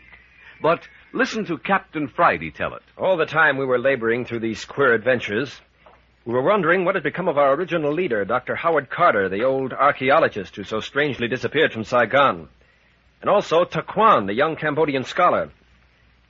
When finally we were brought high up to the mountain temple, we were led before a huge door that reached to the vast ceiling of a great hallway. The door was thrown open, and Celia, exhausted by the strain of the journey, gave one look into the room and fell headlong across the threshold in a faint. She'd seen her father, Dr. Carter. Celia. Oh. Dr. Carter, you here? What's happened to my daughter? She's okay, just exhausted. She'll be all right. My friends, my dear friends. Oh, but it's good to see you again. Here, lift her onto the couch beside the fire. Easy now. Yep. Yeah, there she is. Oh, poor child. The shock of seeing you, Dr. Carter, after such a hard trip. You'll find a stimulant on the table, Captain. It's been a bad trip? Yeah, nothing to worry about. I'm only surprised it hasn't happened sooner. Too hard on the girls, I'm afraid. By the way, where are Perry Mills and Professor Lebrun? Oh, I'll be here in a jiffy. Hey, what kind of a burglar's hangout is this, anyhow? Are you a prisoner, too? Hello there, Skip. What's this about prisoners? A whole lot of monkey-faced guys took us prisoners, and they've been packing us all over the landscape like a lot of cargo. Ain't you a prisoner here? My dear Skip, none of us are prisoners. You haven't been prisoners at any time. The heck we ain't. Celia's coming around. Poor child, I warned her what it meant to follow me into the jungle, but she insisted on coming. Hello there, Celia. All right now? Did I faint? I'm afraid you did. Oh, hello, Dad. Sorry I'm such a baby. Now, my dear, a little rest, and you'll be fit as a fiddle. How do you like being secretary to an archaeologist for this time? Is that what I've been doing? Exactly. Swell. Can I have another sip of that? What you need is a good long sleep. What I need more than that is a big plate of ham and eggs. And that's exactly what you shall have. At least what corresponds in Cambodia to ham and eggs. Yeah, what's that? Elephant ham and hummingbird eggs? Anyway, I'll have some of the same. There'll be Cambodian ham and eggs for everyone. What a beautiful room, Dr. Carter. All those deep, furry rugs on the floor. All of you make yourselves comfortable. Those fur rugs are to lie on. Just stretch out and relax until the food arrives. Hey, you carry on here like you was a boss. You ain't kidding us, are you? No, Skip, I'm not kidding you. Uh-oh, who's this? Selhunga pon teataha, Tuan. Wow, chanting. He strikes a silver bell and servants appear. Dr. Carter, you're not a mystic. Well, not at least not in the sense you'd give the word. Dr. Carter, you say you're not a prisoner and that we're not prisoners? No. I repeat, you were never prisoners. At any time in your journey, all you would have had to say was turn back, and your party would have been returned to Saigon. In fact, at the Temple of the Gorillas, weren't you warned? Yes, begged to return to the coast. That's right, Dr. Carter. Well, Professor Lebrun, and my assistant, Perry Mills. How are you, my boy? Oh, fine, thank you, sir. Professor Lebrun, between you and Taquan, you brought them through splendidly. What's this? Taquan? Hey, say, Professor Lebrun, did you and Dr. Carter slip something over on us? Afraid so, Perry. You mean you knew all along that we weren't prisoners? Quite right, Watusha. Well, how perfectly abominable. Let's see here, Lebrun. Why did you do that? Orders, Captain. Orders from whom? Dr. Carter, the head of the expedition, and his right-hand man, Taquan. Taquan? Taquan?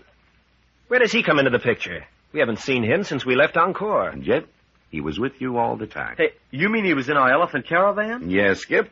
And was he at the Temple of the Gorillas when we thought we'd been abandoned? I'm afraid he was. And did he ride those wild ponies with us and climb that mountain of stepladders? He was in the rear party of guards coming up the mountain, Perry. Right behind Skip Turner, most of the time. Well, I'm a son of a gun. See here, Dr. Carter.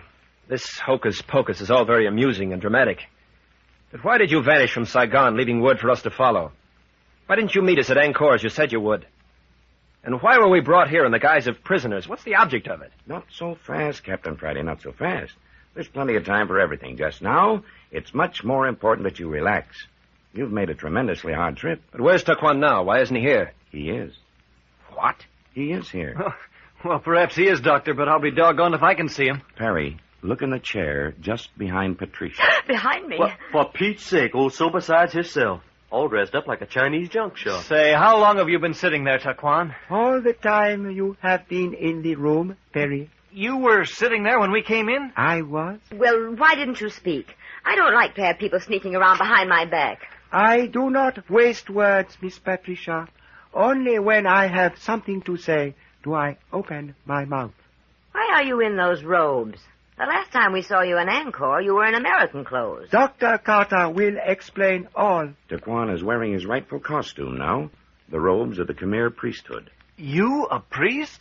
Why, at the University of California, I never thought of you as anything but a Cambodian student. When I was at your American university, I was a student, Perry. But you probably knew more than most of the professors even then, is that it? Even so.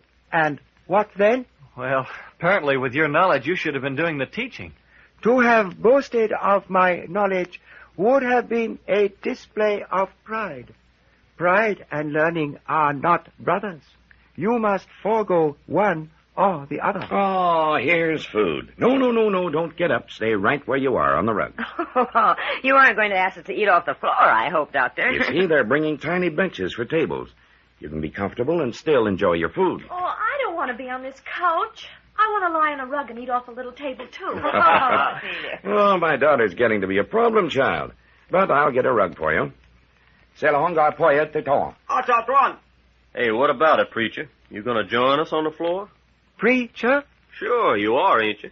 I am a Khmer priest, if that is what you mean. Sure. Priest, preacher, what's the deal? I'm afraid the Khmer priest is quite a different specimen from the American clergyman, Skip. Well, that's okay. Anyway, you want to come down here on my rug? Thank you, Mr. Skip. I have eaten. Oh, yeah? Well, I hope you won't feel hurt then if I tear into this jungle hash. I shall not feel offended. Fun, isn't it, Patricia? Food's good, too. Mm-hmm. It isn't ham and eggs, though. I'm too hungry to care what it is. Why so pensive, Captain Friday? I've been watching those queer logs burning in the fireplace. They look like bleached human bones riding in the flames. Limbs from the Frominger tree, Captain. They give off a peculiar greenish light, don't they? Yeah. A strange scent. I didn't suppose one could travel back through the centuries through the sense of smell, but that's exactly what the fumes from that fire do to me. Sends my imagination plunging back through the ages when this must have been a stronghold of the Khmer civilization. Oh, why, boss, what's gotten into you? I always thought of you as a very prosaic detective. I've never heard you talk like this before. It's probably because I never smelled the smoke of burning Frominger logs before. Well, the wood of the banyan tree also has a very decided scent, Captain.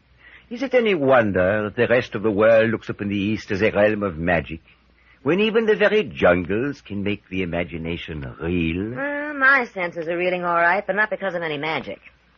Dr. Carter, could you please tell me if I'm going to have a comfortable bed tonight, or do I get another pile of straw to sleep on? Much more to the point at this moment than the smell of Frominger or banyan smoke. Yes, Patricia, I assure you you'll have comfortable sleeping quarters. Different from any room you've ever occupied before, though. But come, drink up. You'll never sip another beverage like this anywhere else in the world. Hey, you got much of a kick? It isn't that kind of a drink, Skip. It'll relax and restore your tired bodies. In the morning, you'll awaken cool and refreshed, and much of your renewed vigor you may lay to this drink. Okay, I'll take you at your word. Bottoms up, everybody. Now I'll show you each to your sleeping quarters. Just a moment, Dr. Carter. Aren't we going to thrash out all this funny business? There's another day tomorrow, Captain. Rest now, and tomorrow your mind will be clear to absorb what I have to say. And there are many things, I assure you. If that's the way you want it, Doctor. Come along now, Cecilia. You and Patricia first. I've arranged for you to be together. It'll be more companionable.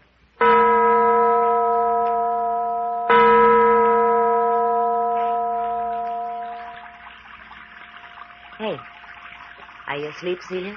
Oh, no. I thought I was dead tired. It's no use. Who ever heard of a bedroom with a fountain in it? Well, this is one. And what tremendous rooms, like a room in a museum. Yeah, I'm glad your father left us plenty of candles. Gosh, gives me the shivers to think of hopping out of bed in the morning on that cold stone floor. We might even dash into the fountain for a morning dip. Oh, no, thanks. I'm inclined to be clean, but not that clean. Bed's comfortable, though. I always did like these built-in beds with canopies and things. Makes me feel like the Queen of Sheba. Now, seriously, Celia, do you suppose this is the end of our journey? You mean, is this the lost temple Dad was looking for? Mm-hmm.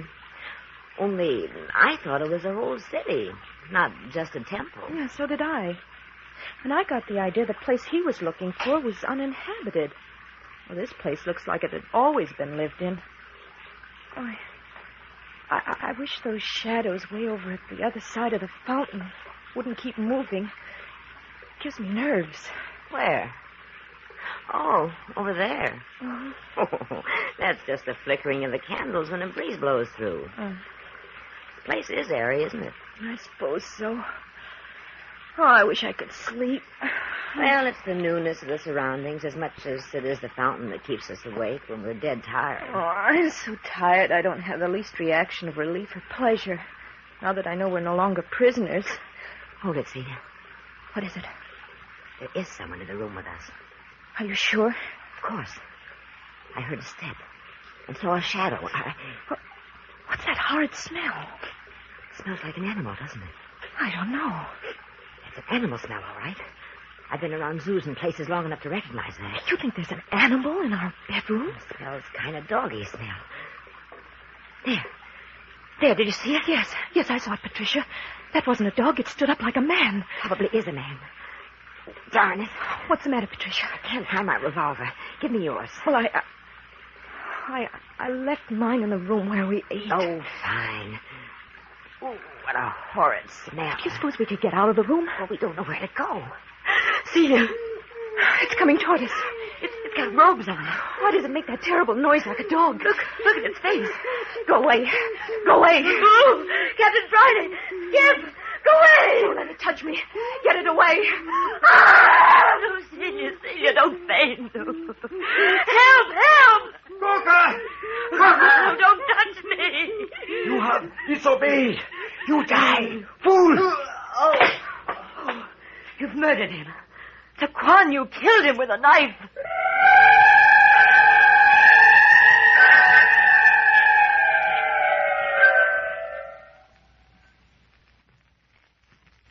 Left to themselves in their exotic bedchamber in the temple of priests high on a Cambodian jungle mountain, Patricia and Celia experienced adventure of utter terror. An animal-like thing on 2 feet crept to their bedside, and at the last moment was stabbed by the Cambodian student Taquan.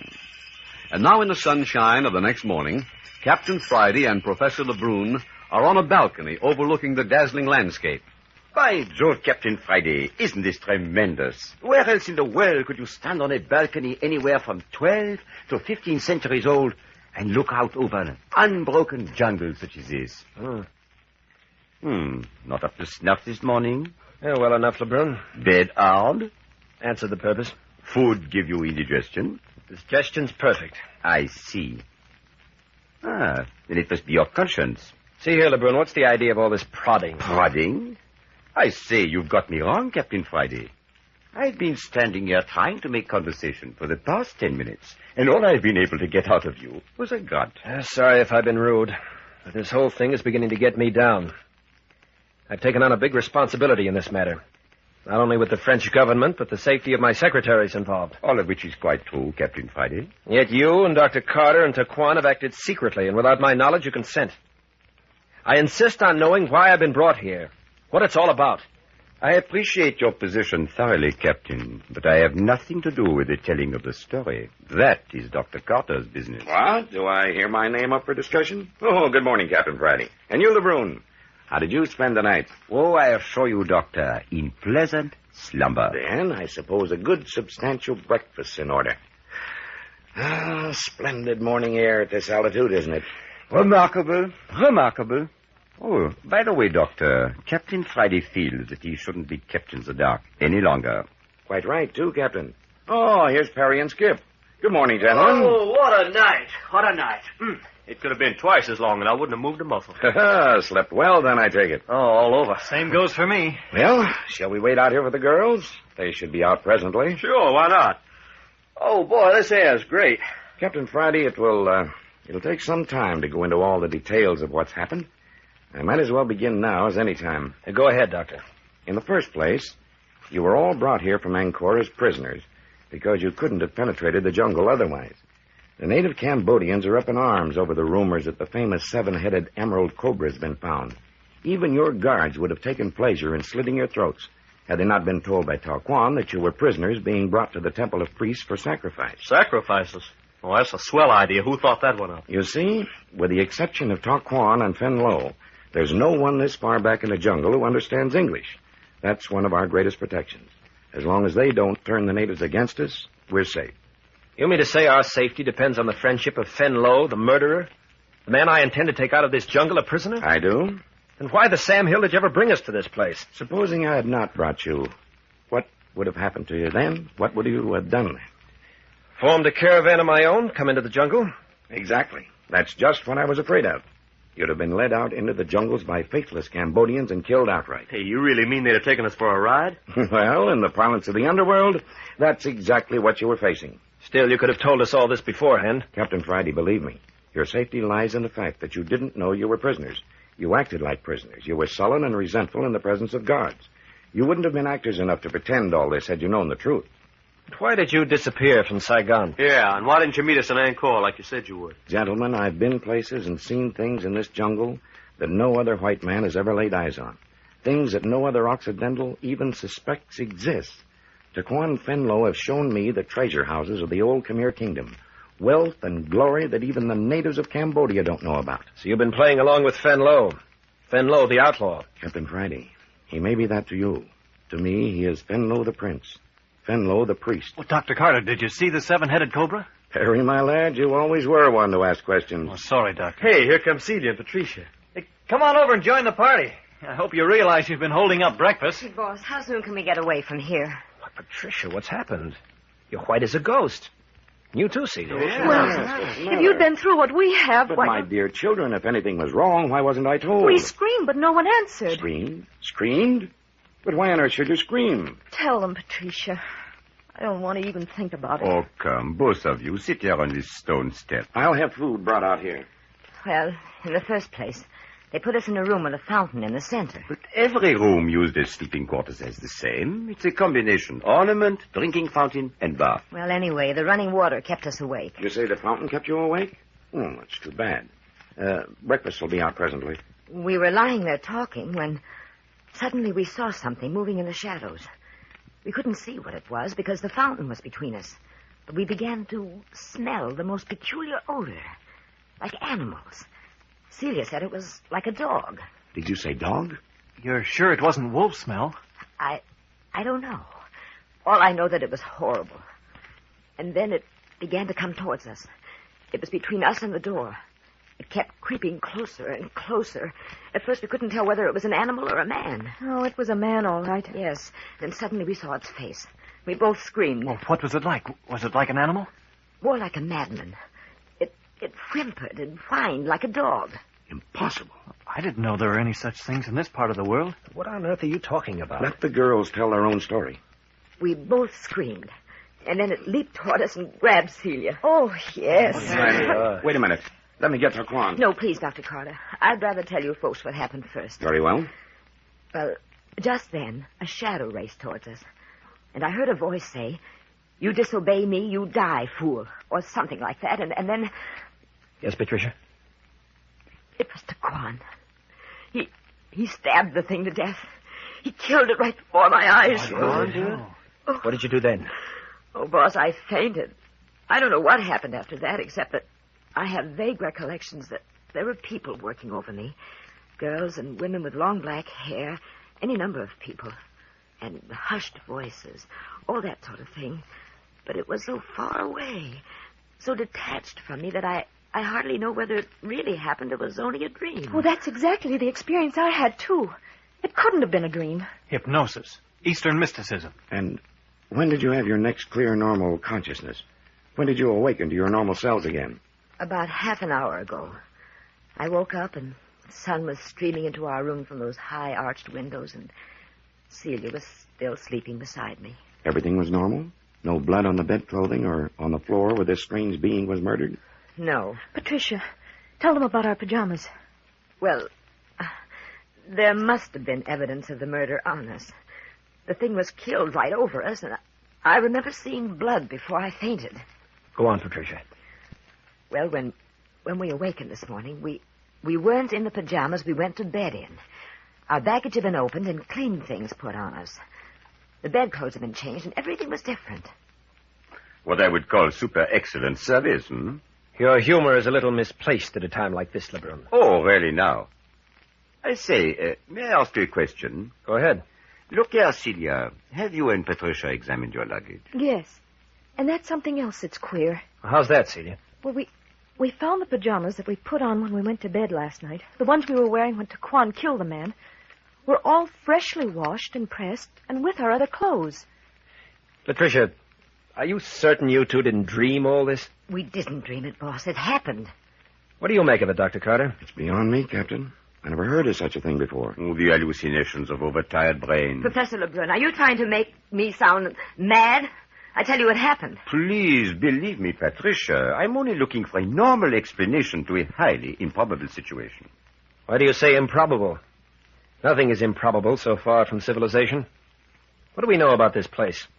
What do we know of the people who inhabit it? This is a hotbed of black magic and cobra worship. Captain Friday, please, don't jump to conclusions. The priests in this place are wise and holy men. So wise and holy that they'll choose a pair of murderers like Fenlo and Taquan for their prophets. Captain Friday, you must not fly in the face of fate like this. Patricia's safety, the safety of the entire party, lies in your hands. You know what you're doing here, Dr. Carter? Are we safe? Whom do you trust? What right did you have to drag us all out here into the jungle? Can you answer these questions? He do not need to answer them, Captain Friday. Hey, Taquan. I will answer for him. Oh, here you are. With your kindest indulgence, I am here. What do you mean by entering Patricia's bedroom last night to slaughter one of your victims? Slaughter? Enter Miss Patricia's bedchamber? I think I do not know what you mean. You did kill that thing that made a noise like a dog. You did. I fear you are torn by the sinister claws of delusion. All last night, I rested peacefully upon my couch. You did kill. I saw you. You said to me, he disobeyed me. He had to die. That was the last thing you said before.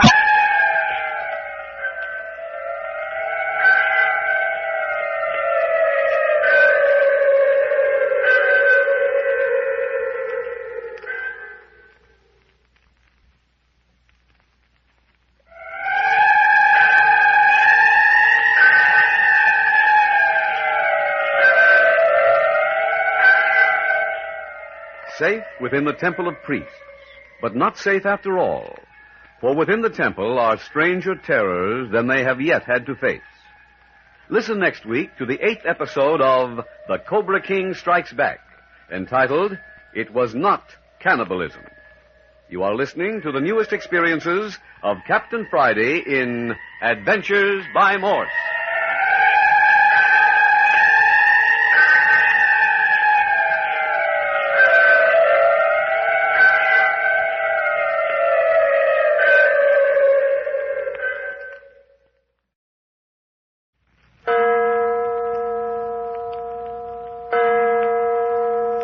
Adventures by Morse. Carlton E. Morse presents The Cobra King Strikes Back, featuring Captain Friday. If you like high adventure, come with me. If you like the stealth of intrigue, come with me. If you like blood and thunder, come with me. 2 American girls and 5 American men, hemmed in on all sides by the great Indochina jungles, their fates in the hands of 2 young Khmer priests, each of whom is known to have killed. Taquan, one of the priests, is ever present to administer to the Americans. Fen Lo, the other, is an elusive shadow, never quite seen, but his presence always felt. And the end of the journey is a stupendous pile of temple ruins, untold centuries old. Earlier this evening, Captain Friday and Skip Turner held a private conversation on the stone balcony, 1,000 feet in the air, where the mountain monastery looked down over the vast wilderness of Cambodia. You know, Captain, we're in a sweet mess if Taquan turns against Dr. Carter. Dr. Carter still swears by him. Even since he admitted killing that priest last night? Yeah. Doctor says he did it in defense of Patricia and Celia. Well, of course, that lines up with the girl's story. You think this is the end of our journey? Well, looks like it. You mean you think this is a hideout of those Khmer priests who are trying to stir up a revolt in Indochina with their Emerald Cobra? This is the place. Also, this is where we're going to find Fen Lo, if we ever find him. Well, looks like the French government give us a tough job, all right, if we got to comb Fen Lo out of this rat's nest and then get him back through the jungles to civilization. He was our prisoner once. We don't go back without him. Mm. Well, I hope Dr. Carter's getting all the scientific stuff he come here for. Funny what scientists will go through to find out about the stuff they're interested in. Ian, Perry, and Celia have been taking notes and making drawings and copying inscriptions from the walls all day. Yeah. Well, night's closing down. Shall we go back inside? There's Dr. Carter's dinner gong. Come along.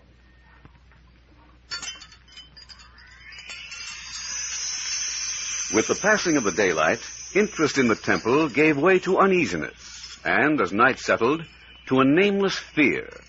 And now that the evening meal is over, the party is grouped before the great fire in the chamber whose floors are covered with beautiful fur rugs, upon which the members are lounging.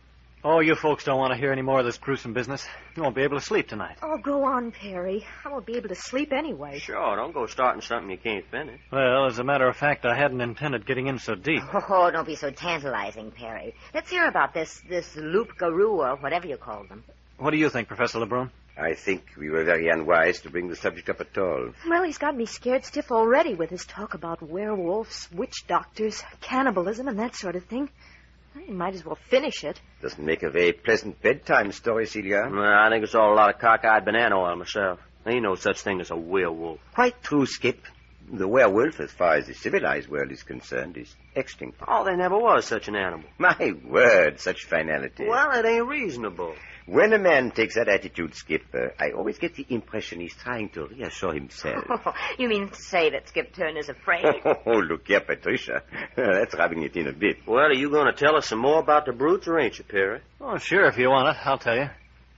Hey, look at Dr. Carter and Captain Friday, stretched out on their rugs in front of the fire. Wonder what they're talking about. You still feel certain that Taquan is to be trusted, Dr. Carter? Do you think, Captain Friday, that I'd place 7 precious lives in the hands of a man I didn't trust implicitly? Maybe not intentionally, Doctor. But you could misplace your trust. You haven't any reason to distrust Taquan? No. But something warns me that we're in a pretty tight spot. I can vouch for that myself, Captain. We are in a ticklish position. But that isn't the fault of either Fenlo or Taquan. What you vaguely feel is a force loose in the jungle over which they have no control. Well, maybe. It's true. Evil forces. You know, Captain Friday, I doubt if Taquan would have led this party into the jungle if he'd known at the start what he's since discovered. Meaning what? Fenlo and Taquan were small boys when they left this part of the world and went to Saigon for education. Then, without returning here, they were sent to the United States. They left the jungle before they knew all that the jungle held. Now that they've come back with their eyes open, they're as astonished and horrified as you and I at some of the practices. Can't they put an end to them? You've said over and over that these 2 Cambodians are returning as prophets of the Khmer religion. And so they are, but unfortunately 2 prophets are not as strong as age-old practice. They'd have to kill every Khmer priest in the region to wipe out the evil that creeps through this jungle at night. You're keeping something back, Dr. Carter. What is it? What is this evil that creeps through the jungle at night? Captain Friday, did you ever hear of the Steppenwolf of Russia, the witch wolf of the American Indians, the werewolf of Germany, also the loup-garou of the Central European countries of the 18th century?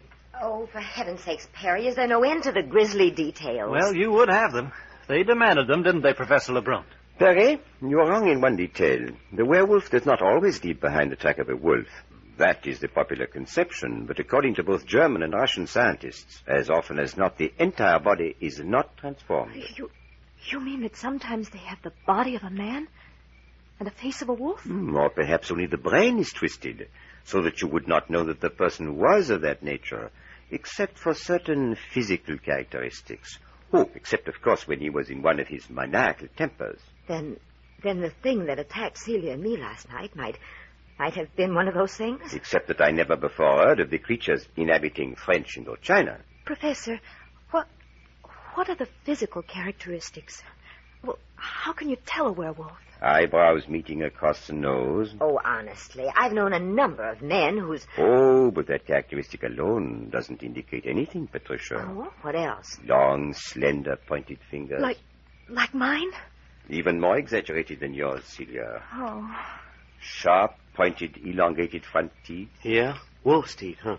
Usually a mop of black curly hair. Indicative of a wolf's pelt. Tendency towards an airy body. Oh, feel my hands, Patricia. They're as cold as ice. Oh, it's silly to go on talking like this. None of us will be able to sleep tonight. Well, you couldn't hire me to go into that room where we were last night.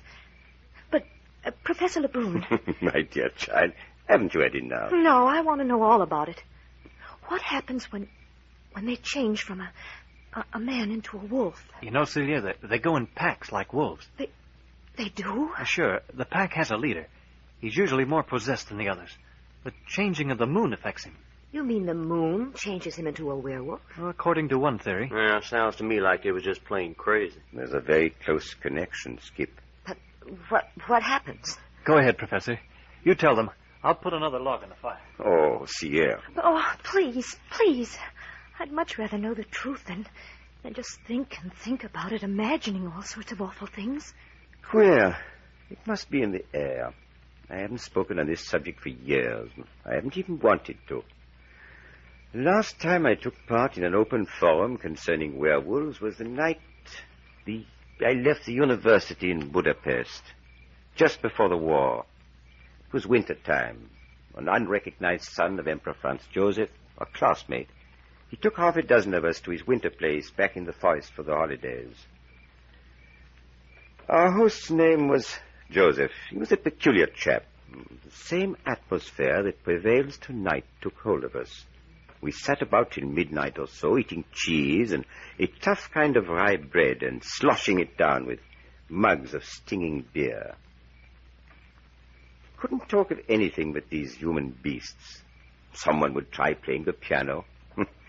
Joseph led us in bawdy songs. No, it didn't work. The conversation always turned back to the same thing. How the leader of the werewolves races through the village streets calling to its pack. Races into the night with swift, black shadows at his heels. Go on, Professor. Can't you picture it? Dignified, scholarly man seated poring over his books. Beautiful home, warmth, comfort. And then suddenly, the savage howl of a wolf. The call of the pack. The man leaps to his feet. Blood rushes to his cheeks. The scholar stands trembling. And the howl comes again. He struggles with his collar as though strangling. He rips his clothes to shreds with his pointed nails.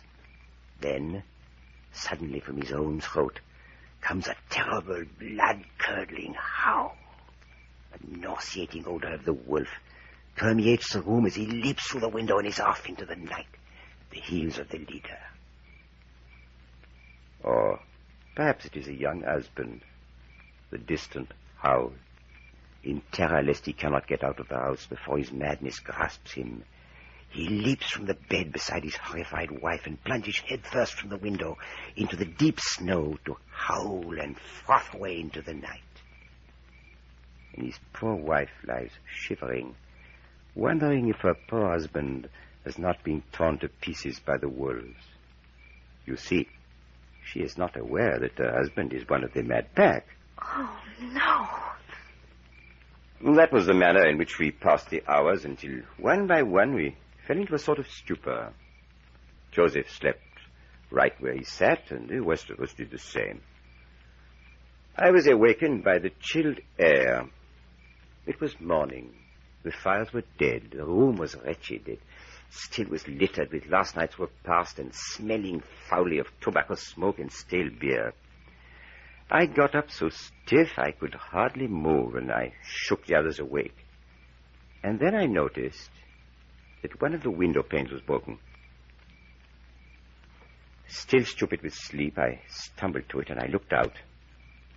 I took just one terrible look. I don't remember whether I cried out. I just fell to my knees and I gave myself up to the worst case of nausea I've ever known. For an hour and a half I was torn and racked with this terrible sickness. My stomach was in open revolt. The other 5 guests were no better off. We were put to bed. But the moment we were able to travel, we packed our bags and returned to Budapest. And 2 months later, I came to the United States. Well, what'd you see? The body of Joseph. Yeah? Murdered? Torn and ripped almost beyond recognition by Fangs. Signs of wolf tracks in the snow all about. Professor Lebrun, is this a true story? I was never more truthful in my life, Patricia. And it all happened just like things are happening tonight? As I said before, Celia, I never heard of that type of demon worship in this part of the world. But we smelled the animal smell. And the thing we saw was most certainly mad. Viciously mad. And it whimpered just like an animal. Listen. Oh, I didn't hear nothing. Be still. Dr. Carter, did you and Captain Friday hear anything? What is it, Professor? Just listen.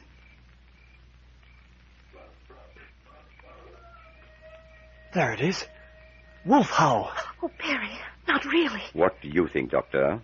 Professor Lebrun, exactly the same thing you do. I know what that signifies. So do you. I'm afraid so. You mean the thing you were telling me about, Dr. Carter, is about to take place? Exactly, Captain Friday. The thing for us to do is to barricade ourselves in this room. Can be done. Harry, the big entrance door bars from the inside. Skip, See what you can do with that smaller door, will you? Hey, now, this is something like it. Come on, Perry, let's get a little action into this. I've had the jitter and juju sitting around holding my hands. What about it, Dr. Carter? Captain Friday's in command now, Perry. Do what he tells you. Come along, Dr. Carter. Out on the balcony. Oh, there it is again. It's coming nearer. But what is it that's happening? I don't know. Maybe that's the leader of the pack. Coming here? Oh, you two girls remain right here by the fire. You'll be safe enough. But what are my father and Captain Friday doing out on the balcony? A matter that does not concern you in the least. Now, stay here. You're not telling me what to do, Professor Lebrun. I warn you, Patricia, if you step out on that balcony tonight, you'll regret it the remainder of your life. You mean? Oh, we'll not go into that. Oh, good. Here comes Captain Friday now. I'll never be able to reach the balcony. It's a good 30 feet from the ground. We'll be safe in watching what happens from there. We must post men inside. I don't think there's a secret entrance to the room, but we mustn't take a chance. Well, they'll never get in through that small door, Captain. Now, listen.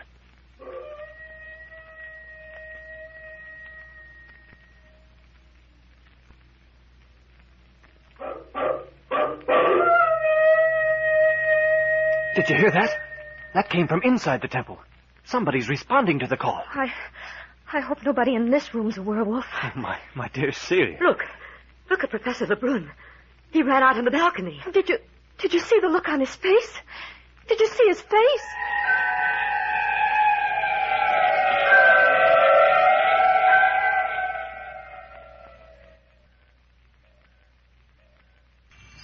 The Carter party is barricaded in the great chamber of the Temple of Priests. Outside, the ravaging howls of the wolfmen.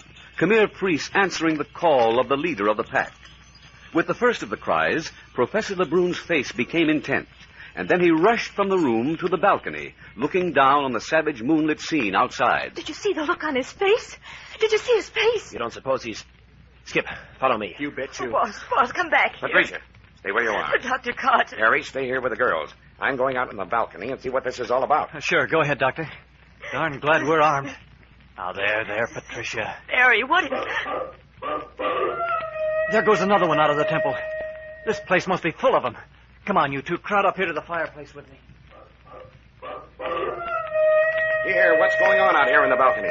Are you all right, Lebrun? Don't be ridiculous, Doctor. What made you run out here like you did? You frightened the girls. I wanted to catch a glimpse of the person leaving the temple to join the pack, if I could. Well, did you? Yes, look. Look, quick. There goes another one now. See, just a shadow. Yeah, I seen him. Yeah, but it was on his feet. Of course. The breeze that's bringing us the leader's call should bring something else. Any of you smell anything? I got it when I first came out. It's in the air, all right. You mean that funny smell? Odor of predatory animals. That's it. I've seen enough. Come on, Skip. Come on. We go inside and watch with Perry. Sure, suits me. The least sign of danger, call us in. Okay, Chief. Hey, Perry, how you get that way? Look here, Professor. An arm around each girl. Professor Lebrun. Something wrong? Are you all right? I never felt better in my life. Then you're not... No, I'm not a werewolf. But you look so strange when you ran out on the balcony. Oh, an overworked imagination. Oh, I'm glad. I'm sorry. I thought you were... Oh, that's terrible. Celia, stop trembling like that. I can't help it. What do you think of that? There must have been a dozen of them racing down the hall and out to join the pack. I'll recheck the doors off the hall. Hey, suppose they try to gang up on us. That many of them could... One of them's at the door now. Hey, Dr. Carter! Captain Friday! Come here, quick! What's the matter? What is it, Perry? One of them's trying to break in. What's this? The door. One of them's at the door. Who is it? Who's out there? Don't open that door, Doctor. Answer out there. Who is it?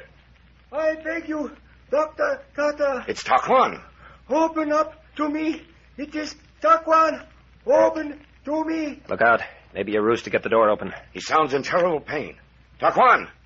Are you alone? I am alone. Be quick before they come for me. I'm going to open the door. Wait a minute. Skip, keep your gun handy. I got it, Chief. Stand to the right of the door. Perry, take your gun and stand to the left of the door. Professor, you and I will stand directly in front. Dr. Carter, swing the door open and drop behind it so you'll be out of the line of gunfire. Oh, hurry. I can hear the poor fellow panting and groaning. Are you ready? Let her rip, Chief. Then open the door. Yes, he's alone, Captain. All right, drag him in, Skip. Yeah. Here they come. Close the door and bar it.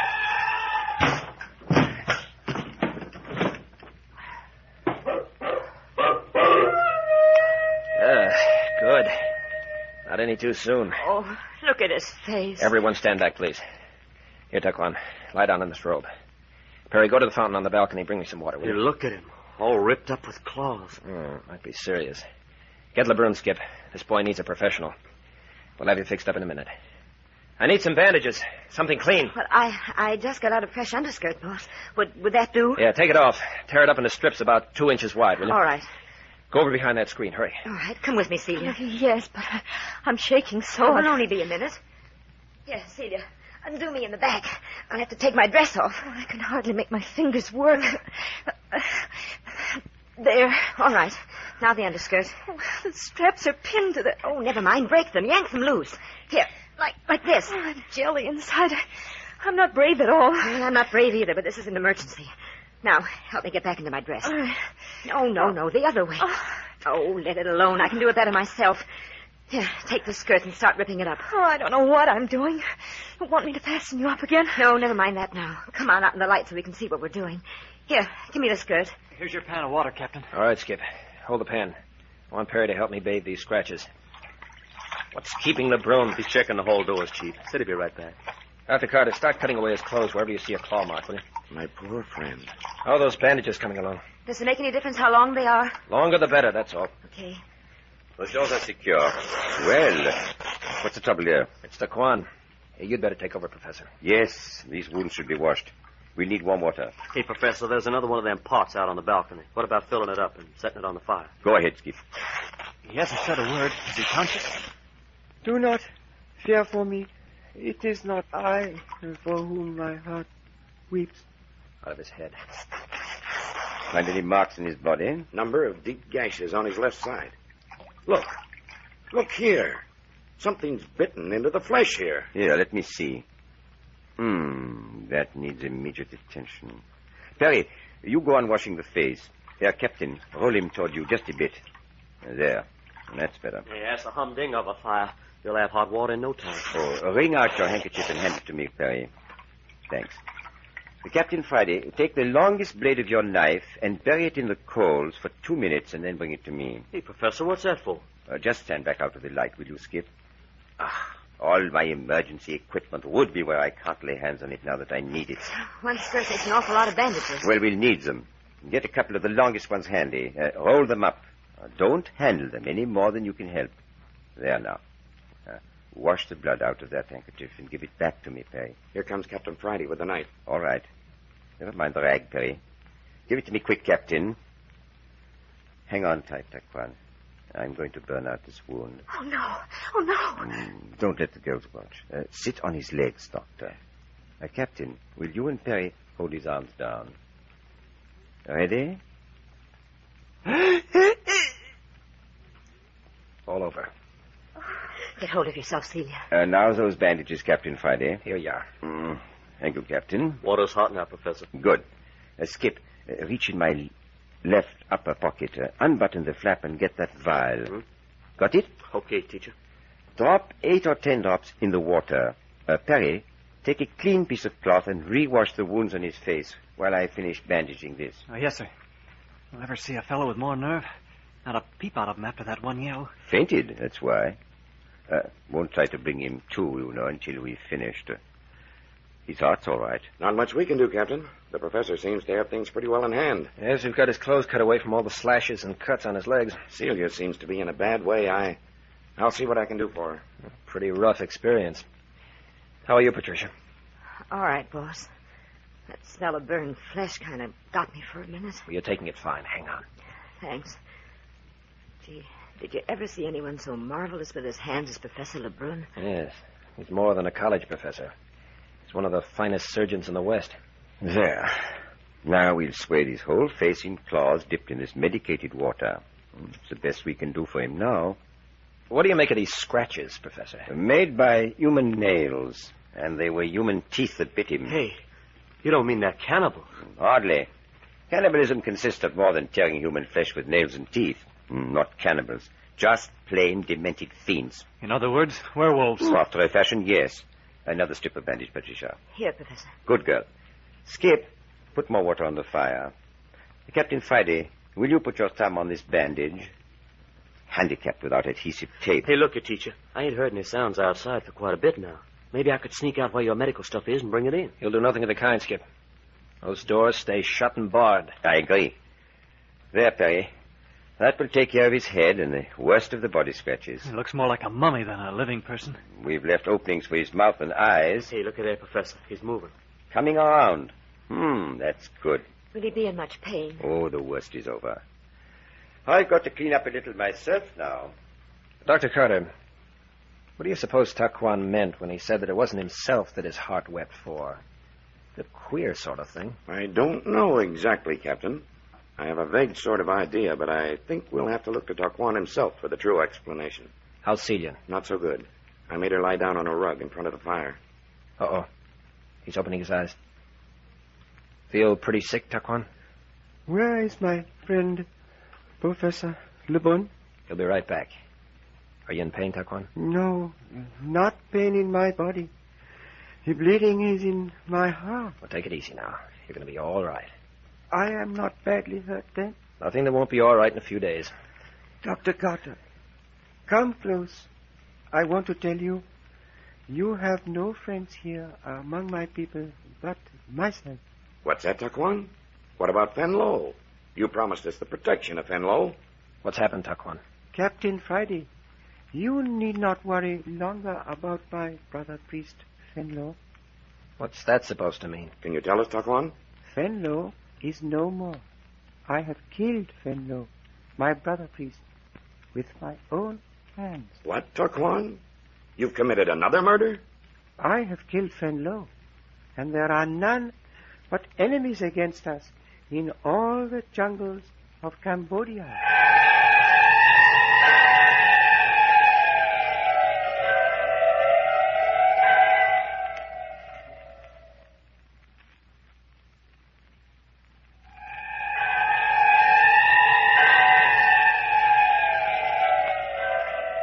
The ancient Khmer priests are out of hand. They have turned against their natural leader, Taquan. He can no longer promise the Carter party protection. His own life is at stake. Listen next week to the 9th episode of The Cobra King Strikes Back, entitled The Fangs and Teeth of the Enemy. You are listening to Adventures by Morse.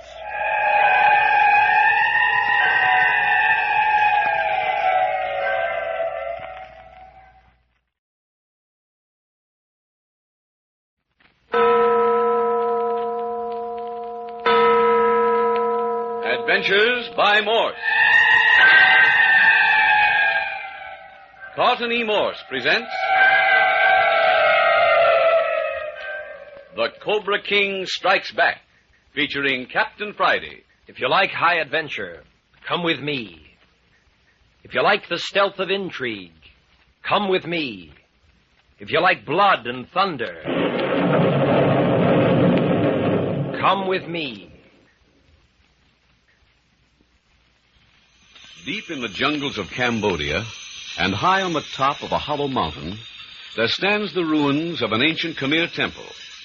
Within this decaying symbol of the past have lived for generation upon generation the ancient holy priests of the race that once worshipped the precious seven-headed emerald cobra.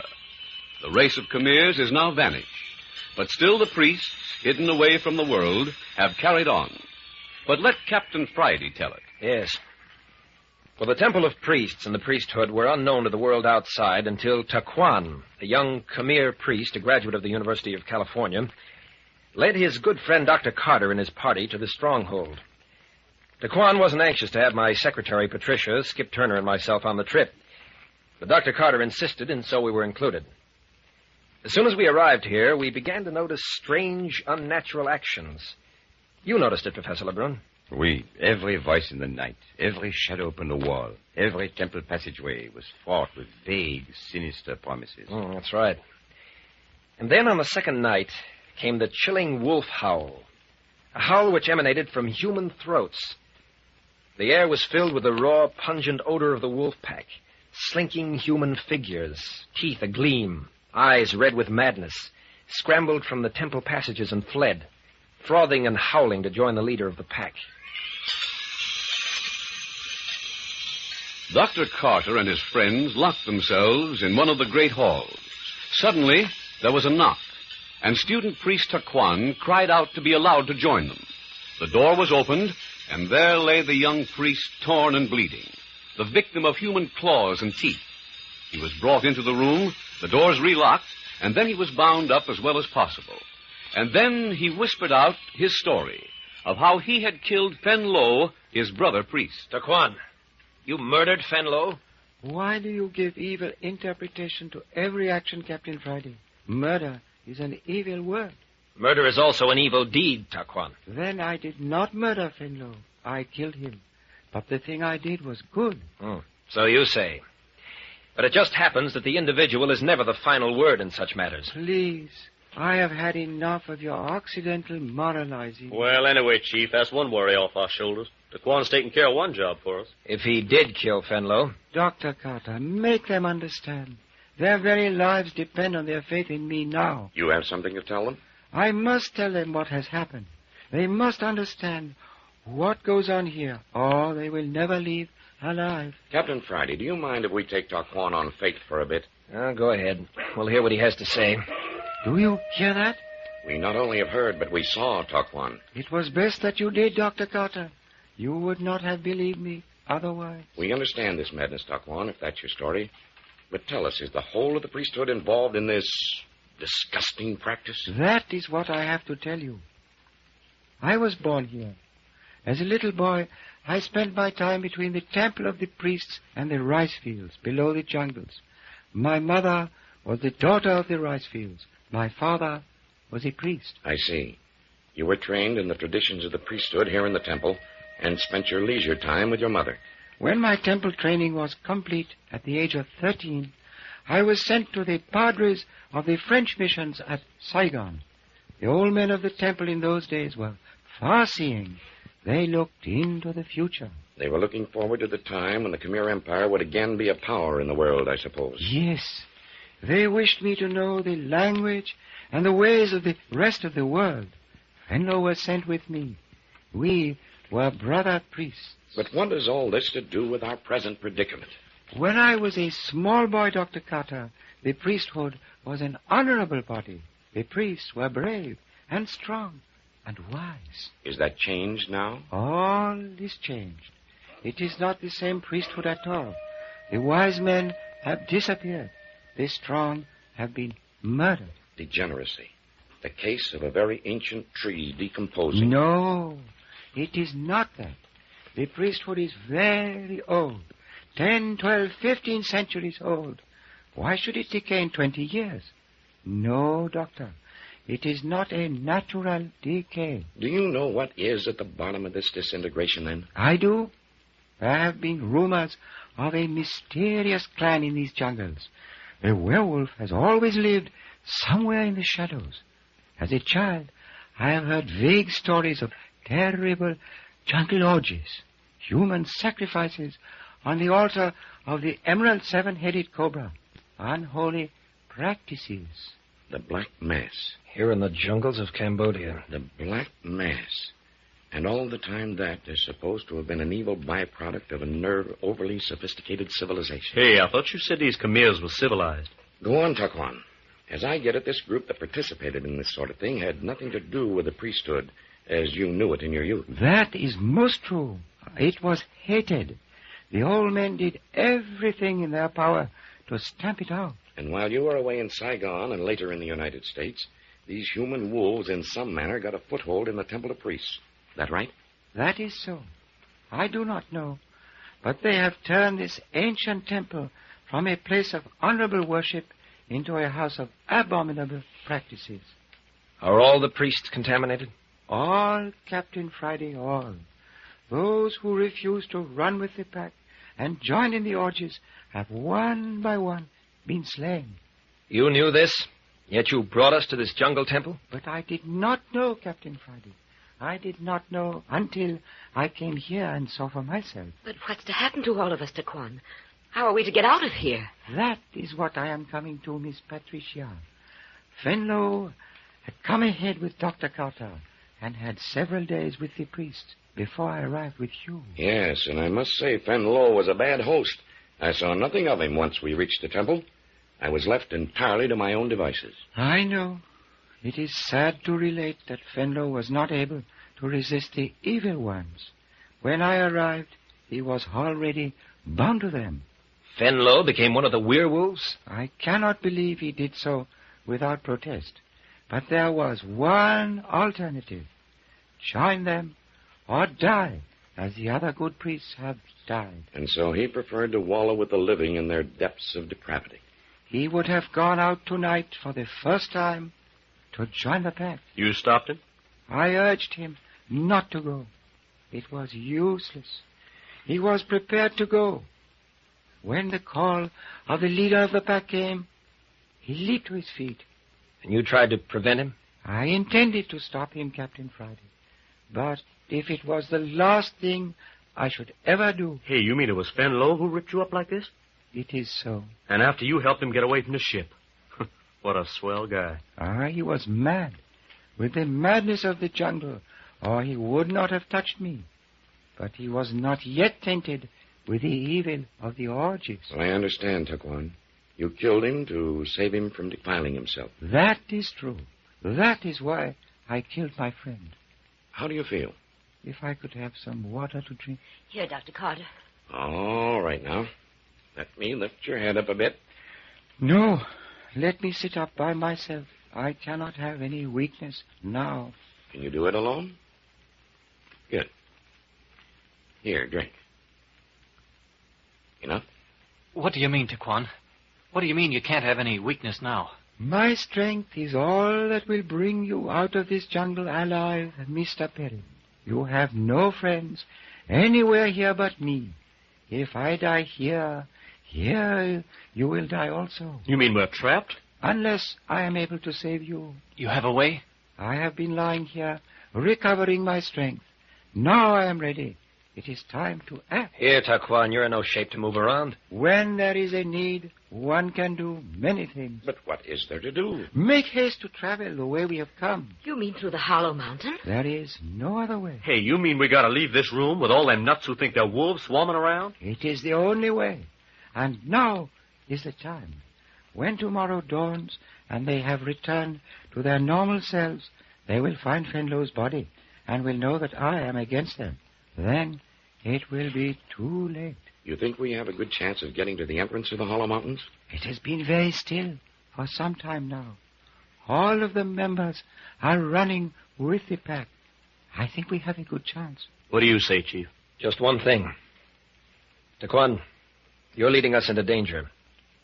If I have the slightest feeling that you're purposely leading us into the hands of the pack, I'll shoot you where you stand. That is your privilege, Captain Friday. Good.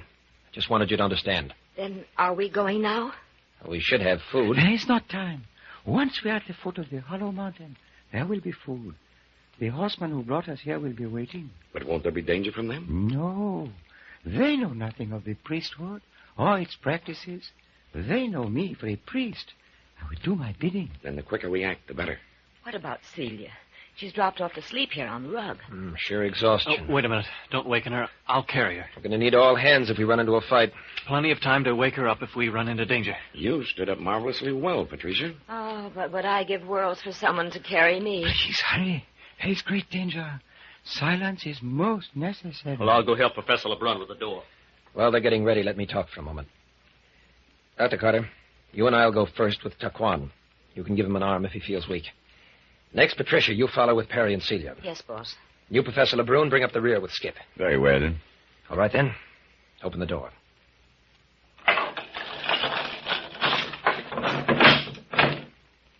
Open the door slowly.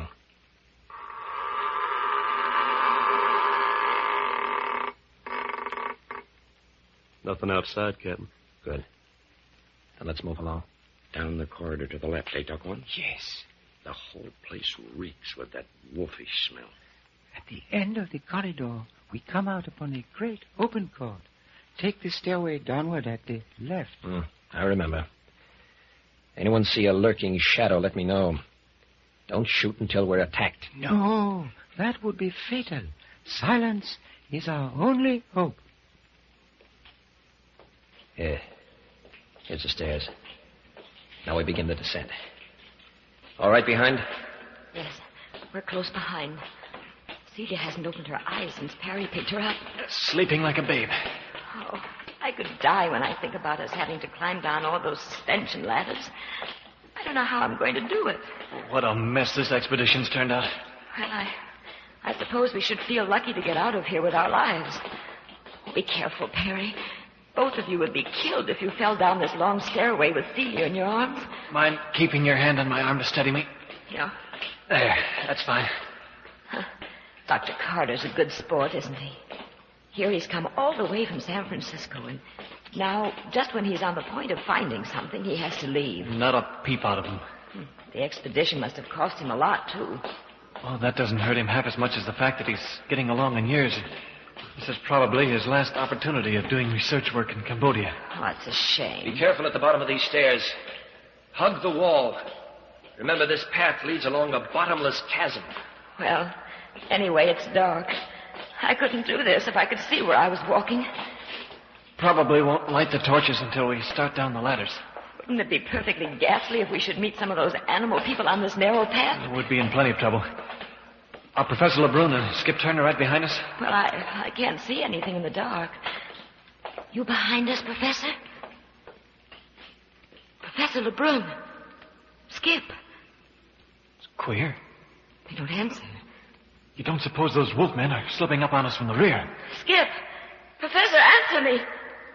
Oh, we've lost them. We've lost them.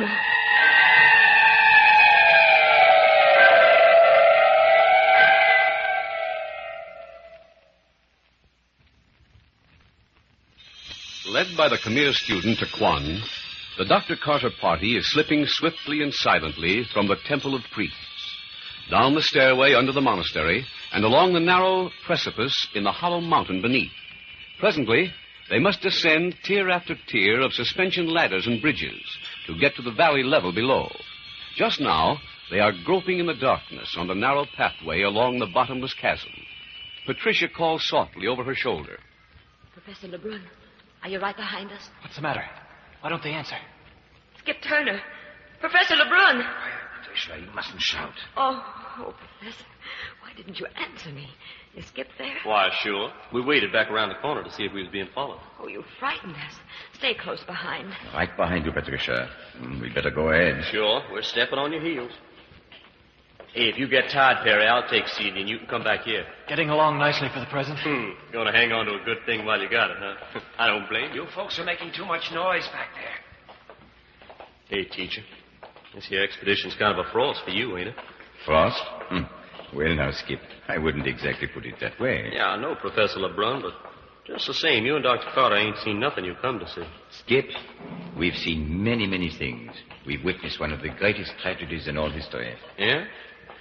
I've seen a prophecy defeated. I've seen what promised to be a great nation die unborn.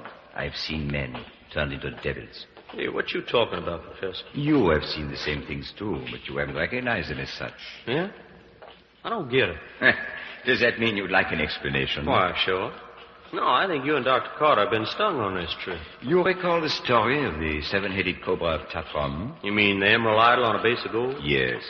And you recall the prophecy that declared the Khmer kingdom would be reestablished when it came again to life? Sure, I remember. I have seen that emerald Tatram cobra. It is recovered and is now in the vaults of the temple above us. Yeah?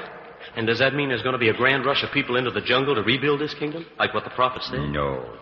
That is why Dr. Carter says we have lived to see a prophecy defeated. The priests of Khmer have broken faith. They have become worse than devil worshippers. With the exception of Taquan, there is not a single worthy leader among them. Oh, well, then the whole thing's going to flop, huh? The great nation that was to be is this very moment dying unborn. And the men who were to lead the Khmers into this vast jungle to rebuild the old civilization are running in packs, howling like wolves, as slaves of their own passions. They've made devils out of themselves. And the new kingdom of Khmer is lost. Oh, golly, Captain Friday will be tickled pink to hear that. Hey, if you're sure about that, well, then his job up here's done. Yes, he can return to Saigon and tell the French government that there will not be an uprising among the people of Cambodia during our lives, nor during the lives of our children. It will take generations to build a new Khmer priesthood out of the vile filth that now occupies the temple of the priests. Oh, that's great. And with Fenlo dead, well, we killed two birds with one stone. Oh, it is the end of a dream. Poor Taquan. What a tragic day for him. His friend dead at his own hands. His hopes of leading his people out of slavery and back into the promised land. Gone forever. Poor chap. Yeah, but still, I don't see what Dr. Carter got out of this trip. That is, except seeing that cockeyed emerald cobra for a minute. Skip, out of this experience, Dr. Carter will be able to add a new chapter to the history of the East. Skip, where are you? Oh, right here, Patricia. Oh, well, Captain Friday says we're almost to the place where we start down the ladders. Is everything all right? Yeah, tell him okay. Oh, what was that? They're on our trail. Dr. Carter, the werewolves are after us. Get on the ladders, quick. Can they follow us down the ladders? They not only can, but will. Hurry, Mills. Put down the girl. Here we are at the ladders. I'll have to light a torch to see what we're doing. A misstep now means death. Here, I have a torch lighted. Now then, Taquan, you know the way. You first. I would rather stay behind, where the attack is to be. Taquan, you said yourself that our lives depended upon your safety. It's your duty. I bow to your will. Good. Easy now. All right? I have only ladder. All right, Patricia. You next. Oh, I'm afraid. Quickly. Taquan will steady you. Oh, boss. Steady, Patricia. Grit your teeth. Oh, good. It's silly of me. Catch me if I fall, Taquan. Oh, do not be afraid, Miss Patricia. But there. Are you all right? Well, don't worry about me. Quick, then. Perry, is Celia awake? No, still out like she was drugged. Well, never mind. You give it to me. Now, down on the ladder with you. Yeah. Now, take her in your arms. Down a little more. Black as night here on the ladder. You got her? Okay, Captain Friday. All right. Move down the ladder with Taquan. All right, Professor. You're next. Hadn't I better wait? Are you going to argue, too? Well, have it your own way. Here I come, Gary. Right here, Professor. Now you, Dr. Carter. You and Skip first. Do what I tell you, Doctor. I'm sorry, Captain, but I'm the head of this expedition. You will please descend. Hey, for crying out loud, get a move on. Listen at him coming up yonder. This is against my will. Now then, follow the captain, Skip. That's okay by me. Hi there, Doctor. Hurry, the entire pack is descending on us. I'm coming now. Steady my foot on the ladder, Skip. Yeah, careful. There you are. Now you're all set. Hey, I got a notion to take a pot shot up the path. Don't you dare, Skip. They can't know how far ahead we are. A shot would give us away. Oh, I suppose you're right. The best thing is to get down the ladder as fast as possible. We don't want to lose track of the others. Well, I'm doing my darndest. I ain't much shakes at going down a ladder backwards. It's too bad we can't get a gang of them on one of the ladders and cut it loose. Send about a dozen head first down the cliff. That is our final hope, Mr. Skip. You hear, Taquan? I thought you'd be way down the ladder with Perry and the girls. I waited. My place is with the fighters. Hey, I'm getting kinks in my legs. I can't keep up this pace on a ladder. None of you can. On the other hand, those who pursue us are as agile as monkeys. It is no use trying to escape them. Our one hope is to select a suitable place and stand and fight. Will they have weapons? Here, knives. Much more effective weapons in hand-to-hand fighting than guns. Well, I'll take my chances with a gun. They'll be down on us so fast you won't have an opportunity for more than one shot at least. Already, they are on the ladders. They're gaining on us. Hello, Chief. What's a good word? We've got to make a stand, Dr. Carter. The girls can't go much further.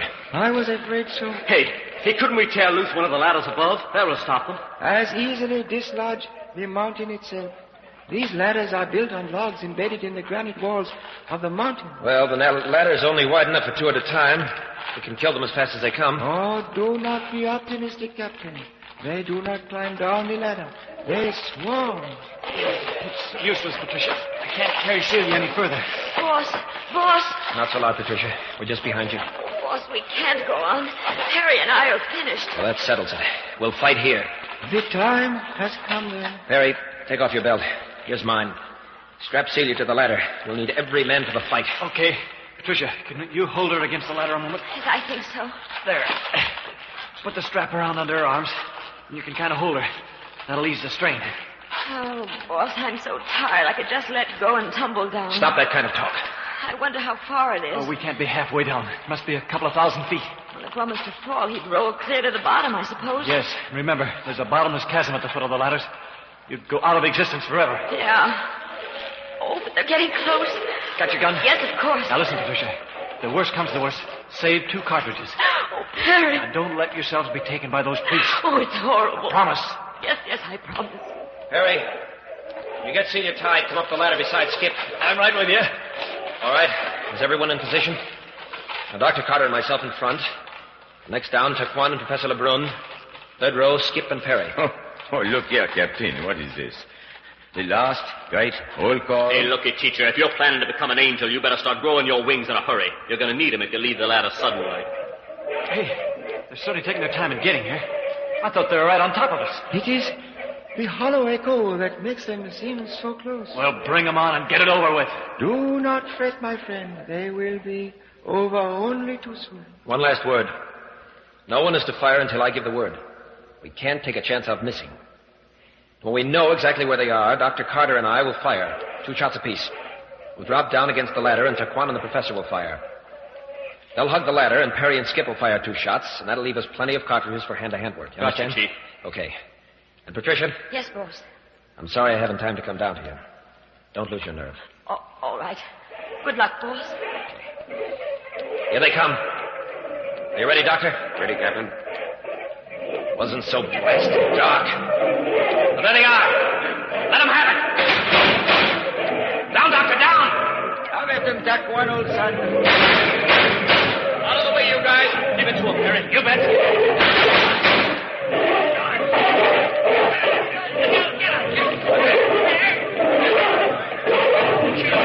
Oh, I see you wanted to know.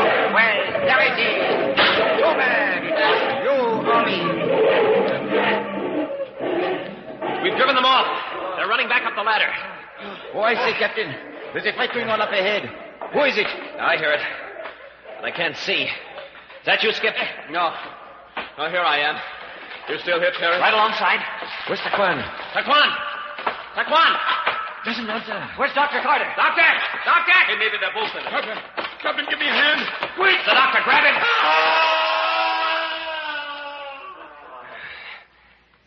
It's too late. Hey, you mean Taquan and Dr. Carter was thrown off that ladder? Yes. They're both gone. I dived 1,000 feet into that black hole.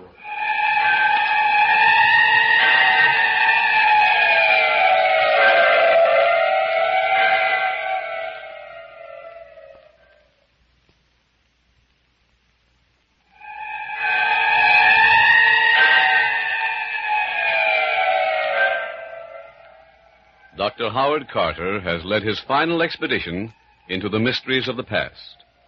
He came into Cambodia in defiance of a fate that overwhelmed and destroyed 30 million citizens of the ancient Khmer Kingdom. But he was not strong enough. And like the 30 millions, he too passes into oblivion. And with him went the only honorable priest of the Cambodian jungle, Taquan. You have just heard the 9th episode of The Cobra King Strikes Back, the 10th and final episode entitled The Amazing End of an Expedition comes to you next week at the same time. You are listening to Adventures by Morse.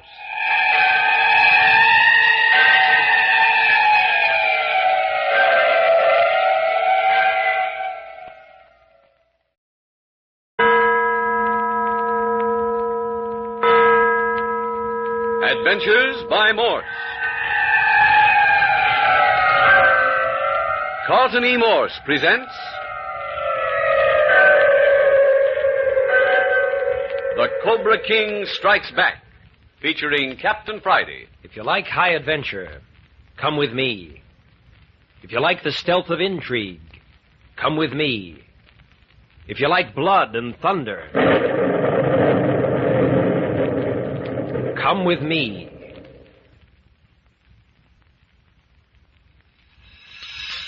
The ancient Khmer priesthood, upon which the people of Cambodia depended to guide them toward new prosperity and a new kingdom of their own, had failed them.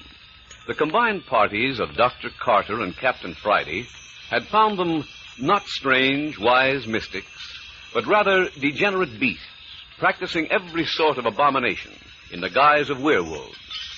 Taquan, the young Cambodian guide, was the only clean, idealistic priest among them.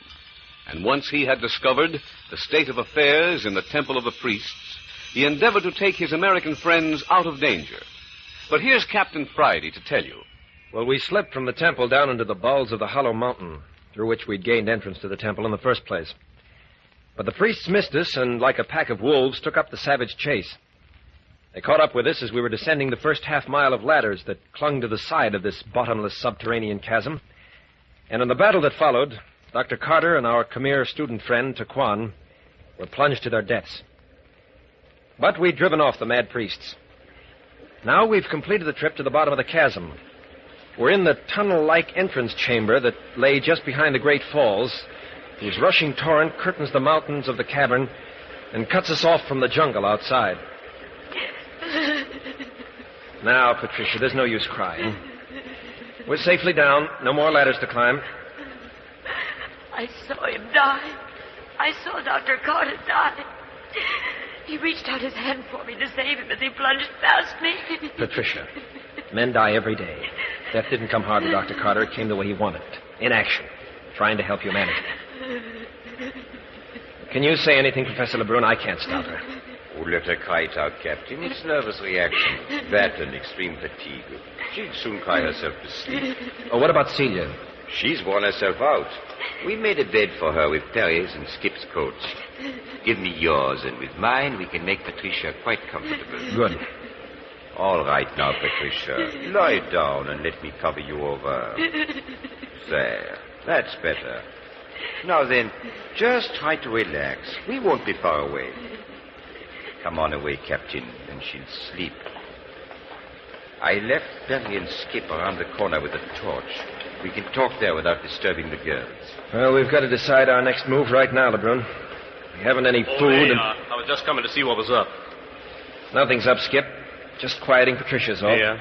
Oh, poor kids. Oh, Perry just went to look at Celia. Oh, here it comes now. Hello, Captain. Celia's sleeping like she was drugged. Yeah, she kept groaning in her sleep. Probably dreaming about her father's death. You know, it doesn't seem that Dr. Carter's gone. He's such a grand old fellow. Stop it, Perry. You'll have yourself in a fine state if you begin that. Who'd ever thought Taquan had it in him? Golly, he must have climbed right up into the middle of the werewolves. He was only half a man, bit and clawed the way he was. But up he went, right into the middle of the fight to help Dr. Carter. Plunged half a mile down the face of the cliff to his death for his bravery. But what's worrying me is how we're going to get out of this jungle now that we're this far. Taquan said the horseman that brought us would still be waiting out there. Yeah, but he said we'd be taken prisoners again without him along to give the password or whatever it is. Well, the first thing for us all to do is to get some rest. None of us is any shape for traveling. You know? Hey, you mean sleep? Exactly. I should judge it's somewhere about 1 a.m. Everyone lie down and get 7 or 8 hours of rest. What about food? Those 7 or 8 hours will put us just that much nearer starvation. I think we should get underway immediately. I don't agree, Professor. Right now, we need the rest much more than food. By daylight, we'll be ready to meet the situation. Why, sure, teacher. What can we do in the dark? Besides, we'd have to carry the girls. They're completely exhausted. Very well, Captain. We're in your hands. Good. Now then, let's stretch out here on the floor. It's perfectly dry and plenty warm. The dust 6 inches thick. Should be a soft bed. Some bed. Well, good night. And don't kick the covers off. Night, Skip. Professor, what do you suppose these things we've seen mean to the future of Cambodia? You mean the degeneration of the Khmer priesthood? Yes. Oh, that's easily surmised, Captain. It means the uprising that the French government feared will not take place. There is no one to lead a revolution now that the priesthood has reduced itself to mere animals. I imagined as much. But I don't like to trust my judgment in this sort of thing. I still have a heavy responsibility to the French government. Feel a lot better if that 7-headed cobra were out of the way. You needn't worry about that any longer, Captain. No? But what do you mean? Simply that the 7-headed emerald cobra has again vanished. Vanished? You know that? Absolutely. I had it from Taquan not an hour before he was killed. Well, tell me about it. Taquan himself hid the 7-headed idol when he discovered how the priesthood had fallen to pieces. His idea had been to keep the Cobra secreted until he could reorganize and build up a new group of faithful priests. What about the Emerald Idol?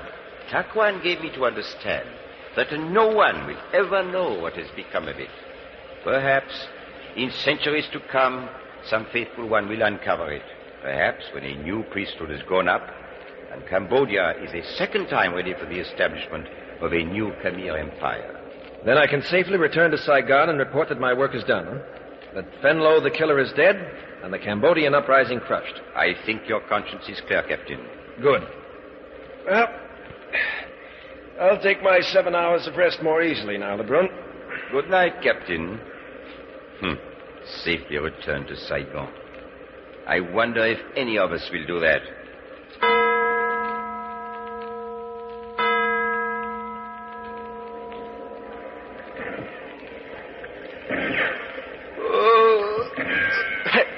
Hey, what's that?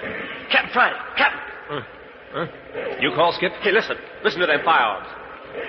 Guns, all right. I didn't know these Cambodian hillmen used army rifles. You awake, Perry? Say, that doesn't sound like native gunfire. Yeah, well, native or civilized. It means there's folks out there we don't care to meet up with. The girls are still sleeping quietly. Oh, you up, Professor Lebrun? Yes, I've been awake for half an hour. I went back to see how the girls were getting along. Have those guns been firing all that time? What guns? Well, listen. That's strange.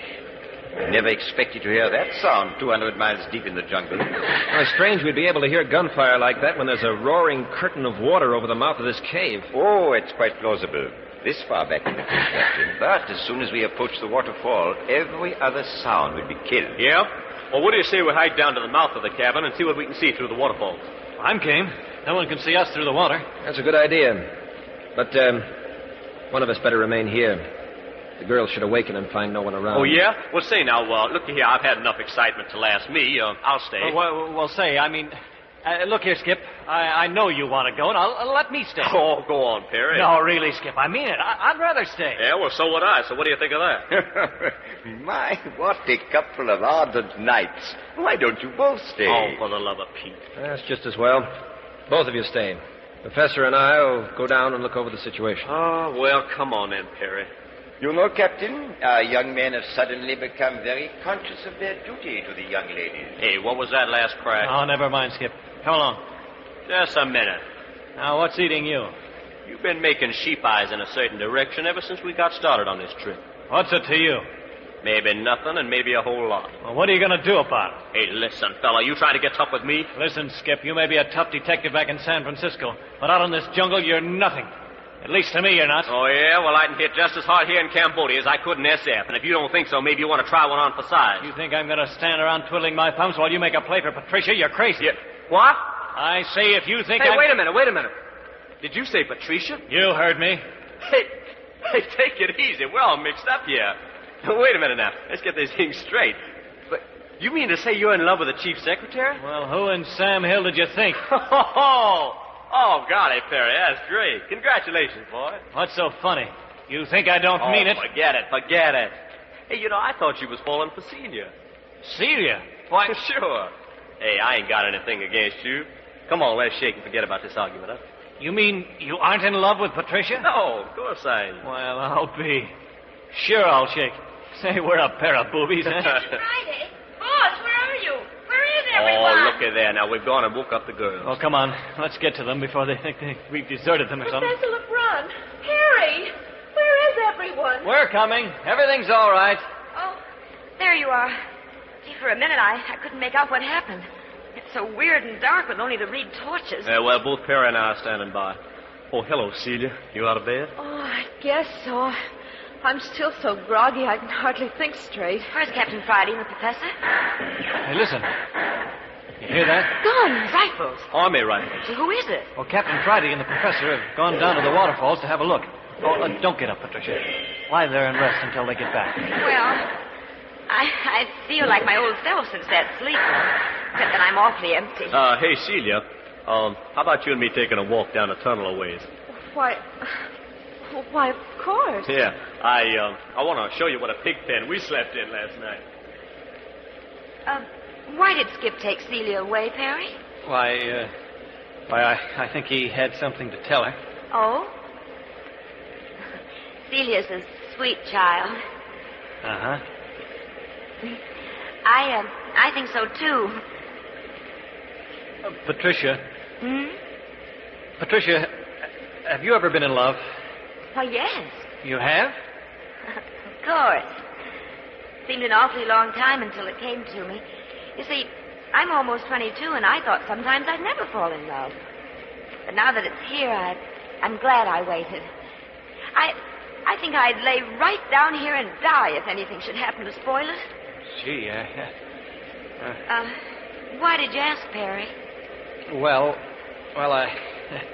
as a matter of fact, that's exactly how I felt, only I've had to wait 27 years for it. Oh. You're in love then, Perry? Yes. Oh, that's wonderful.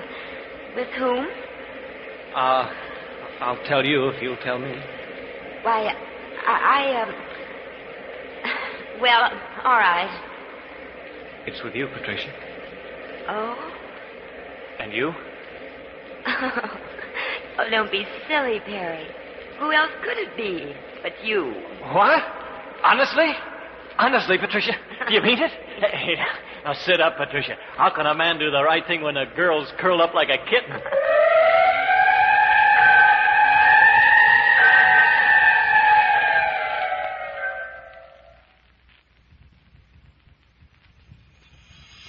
No hardship or adventure can prevent the entrance of the little fat god of love with his bow and arrow. Deep in the great cavern under the hollow mountain and behind a curtain of waterfall, Perry Mills has just laid his heart at Patricia's feet and has been accepted. A little further down the cavern, Skip Turner and Celia Carter are standing in the shadow of a smoky reed torch. Skip also has a glowing heart, but a very reluctant tongue. And I brought you down here to ask you sort of a question, Celia. What sort of question, Skip? Oh, it wasn't anything, I reckon. But you said you had a question. Yeah? Oh, aren't you funny, Skip? Yeah. Golly, I like to hear you say my name. You do? What? Nothing. I was just thinking out loud. Oh. Hey, did you ever think about getting married? What? Oh, I guess every girl thinks about marriage. Uh-huh. I guess they do, all right. Yes, I guess they do. Yep, guess they do. Personally, I never thought much of dames. Oh? I mean, until now. Oh. Yeah. You see, I've been kind of chasing around all my life, I guess. Being a detective, you don't know what you're going to be doing next. And then I guess a dame don't care much about a guy that has to maybe be messing around in the seamy side of life, even if it is in a good cause. Uh-huh. And, so I never had nothing to do with dames. I see. But, well, now things are different, see? And, since we've been on this trip together and had a lot of time to loaf and think about things, and we got to know each other, and, things are just different, that's all. I guess I ain't making myself very plain, am I, Celia? See, when a guy feels like I do, and, oh, for Pete's sake, look here, Celia, what do you say if you and me up and gets married, huh? What? Skip! Oh, gosh, I didn't mean to surprise you. I've been trying to lead up to it. I guess I made a mess of it, huh? Oh, I knew you were going to say it. I knew it. And I wanted to stop you, but I couldn't find anything to say. Stop me? You mean you don't want to? Oh, Skip, I'm so sorry. I didn't know until we started to talk that you felt like this. Honestly, I didn't. You mean you don't think you ever could learn to like me? Oh, I do like you. I like you tremendously. Honestly, I do. Well, then, what's the rub? Oh, Skip, how could you be so blind? Haven't you seen the engagement ring on my finger? It's been there all the time. Hey, you mean you're engaged to someone else? Uh-huh. I have been for almost a year. He's a university professor. Oh, but how could you have missed the ring? Oh, I saw it okay, but... Well, I guess I ain't much up on this sort of thing. Well, I never heard you mention anybody else. Oh, I am sorry. Oh, that's okay. It was a nutty idea. I think it was wonderful of you. Yeah? Really, I do. I'm awfully proud you asked me. Golly. And you don't think I'm one of them dumb clucks that... No, really. I'd love awfully to be friends. Okay, sister. You and me are friends. Hey, what's this you're talking about? Did you say friend? Hey, looky here, Perry. What'd you have to come popping up here like this for? But you've been so long, we were afraid something was the matter. Besides, we've got some news that won't keep. Tell him, Patricia. Oh, you tell him. Well, it's like this. Patricia and I are going to be married the minute we hit Saigon. The trip home will be our honeymoon. Well, Perry! doggone. Oh, Patricia, I'm so glad. Well, Perry, I guess you're the best man after all. You win, I lose. Oh, Skip, you make me feel miserable. Oh, forget it. What's an egg like me want to get married for anyway? Hey, don't it seem like the Chief and Professor LeBrun's been away a long spell? Hey, I'd forgotten all about them. You don't suppose anything's happened? Hey, listen. Hey, the guns have stopped. Shouldn't we go down to the waterfall? Maybe they're looking for us. Of course, we should have gone sooner. Hey, how about me going ahead and having a look, huh?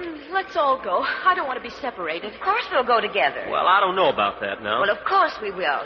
Do you think for one moment that I let Perry walk into danger alone now that Of course. We'll all go. It's strange they haven't returned.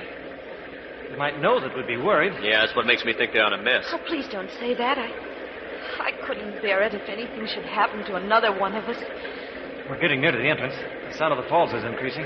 Yes, it's just around that next corner. Yeah, well, I ain't sticking my nose around that corner till I have a peek. Captain Friday and the professor run into a trap. It won't help us none to do the same thing. That's a good idea. There's enough light filtering in through the water to give us a good view of that last stretch of cave. Now, Patricia, you and Celia stay here a moment while Skip and I sneak up and have a look. Oh, Perry, All right, I won't be foolish. Ah, that's a sweetheart. I won't be long. Come on, Skip. Hey, Celia, as long as we ain't kissing, how about shaking on it? Sure, Skip. Hat on, baby. You coming, Skip? Yeah, sure. Right with you. Keep your shirt on, will you? Say, why'd you shake hands with Celia? Well, me and her are friends. Oh, sure, but do you have to shake hands with your friends every time you go around a corner? Oh, go lay down, will you? Yeah, we're coming to the turn. Yeah? Well, nobody can hear us on account of the noise of the water. Just as well to be careful, anyway. Here, let me stick my head around the corner. Well, be careful. Sure. See anything? Nope. Captain Friday and the professor not there? Nope. And nobody else. He's... Strange. Think it's safe to bring the girls down? Well, I can't see anything out of the ordinary. Sure, let's wave to them to come along. Wave your torch. Well, they got the signal. They're coming. Oh, a swell mess. Hey, are you half as hungry as I am? Oh, don't even mention it. I'm telling you, it's indecent to treat a guy's insides like this.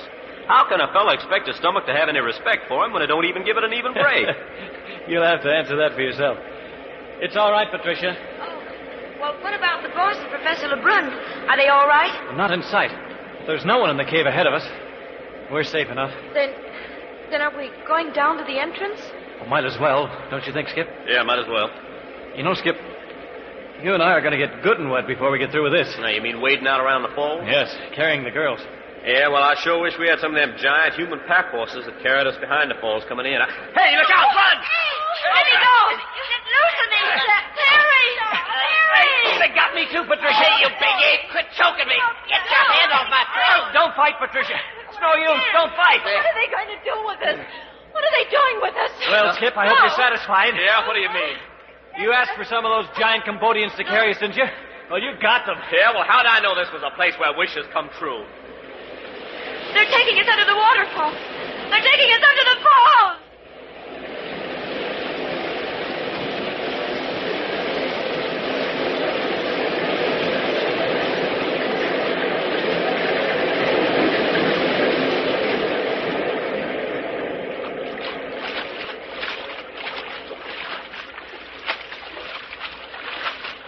Well, they carried us through that all right. Yeah, I'm beginning to think they run a free ferry service between the bank of this river and the cave behind the falls. Oh, here we go up on the sand.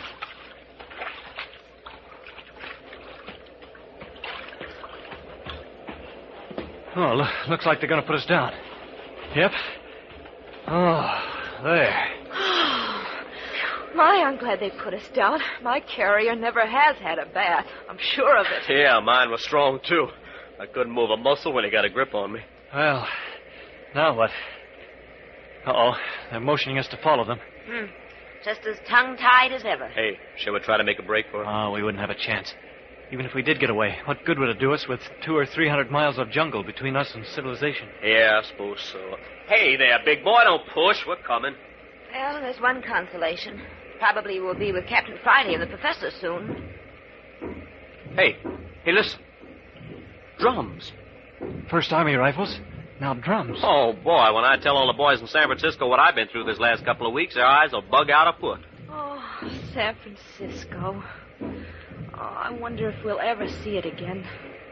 When I close my eyes and think of the San Francisco skyline, I think it's the most beautiful picture in the world. It's sort of like thinking about heaven, isn't it? Here, you folks, stop it. You can't get sentimental and keep up your nerve. Hey, we're coming to a break in the jungle. Look. Oh, look there. Oh, yes.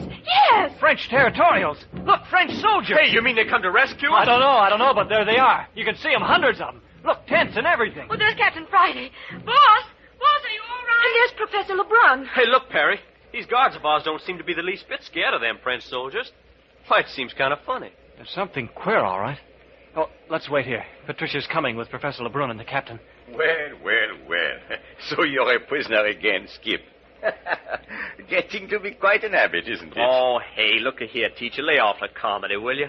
Hey, what's the lowdown? Well, the lowdown, Skip, is that we're rescued at last. Hey, that's right. One of the French military spies saw us being taken to the Temple of Priests aboard the ponies in this neighborhood. He reported at Ankar that we were prisoners, and the French government immediately sent troops into the jungle. Fast work. Troops got this far and were stuck. Our captors seemed to have vanished at this point. It wasn't until this morning that their native guides ran out of the cave behind the falls. Well, as luck would have it, they were still in the cave when Professor LeBrun here and I went down to the falls, and they fell on us and carried us outside. And what a drubbing I received. I'm sore in every muscle. So when the French commander heard our story, he sent the natives back in for you. Yeah, well, you'd have thought we was being taken prisoners instead of being rescued. Well, then we're going back home now. That's right, Patricia. Oh, Perry, did you hear that? Here, what's this? Oh, boss, I forgot to tell you. You're going to have to find a new secretary. What? Say, would you mind telling me just what went on in that cave while the professor and I were gone? Sure. I'll tell you, Chief.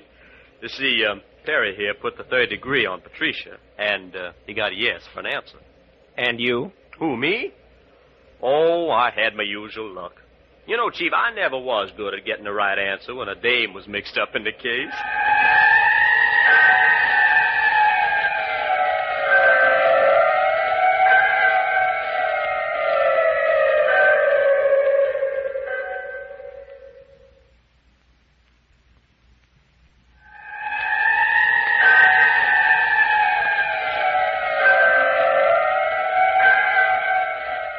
And that is how the remainder of the Carter expedition into the jungles of Cambodia were finally brought safely back to civilization. But how did Captain Friday and Skip Turner and the others return safely to San Francisco? Well, for one thing, the French government gave them an airplane to fly to Australia, an airplane that had a breakdown in a most unfortunate place, right out over the Indian Ocean.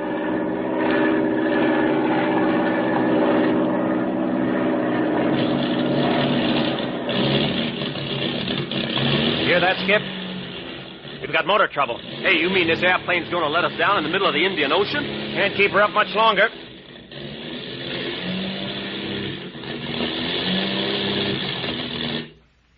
She's dead. We're going down. Hey, Chief, there's an island. Head her into the wind. There's an island. Do the best I can. Ain't no bigger than a pocket handkerchief, but any island's better than no island. Amen, brother. Amen. And that's just a taste of the newest Adventures by Morse, which will come to you next week at this same hour. Listen to The Girl on Shipwreck Island, the latest and most exciting thriller yet brought to you by Adventures by Morse.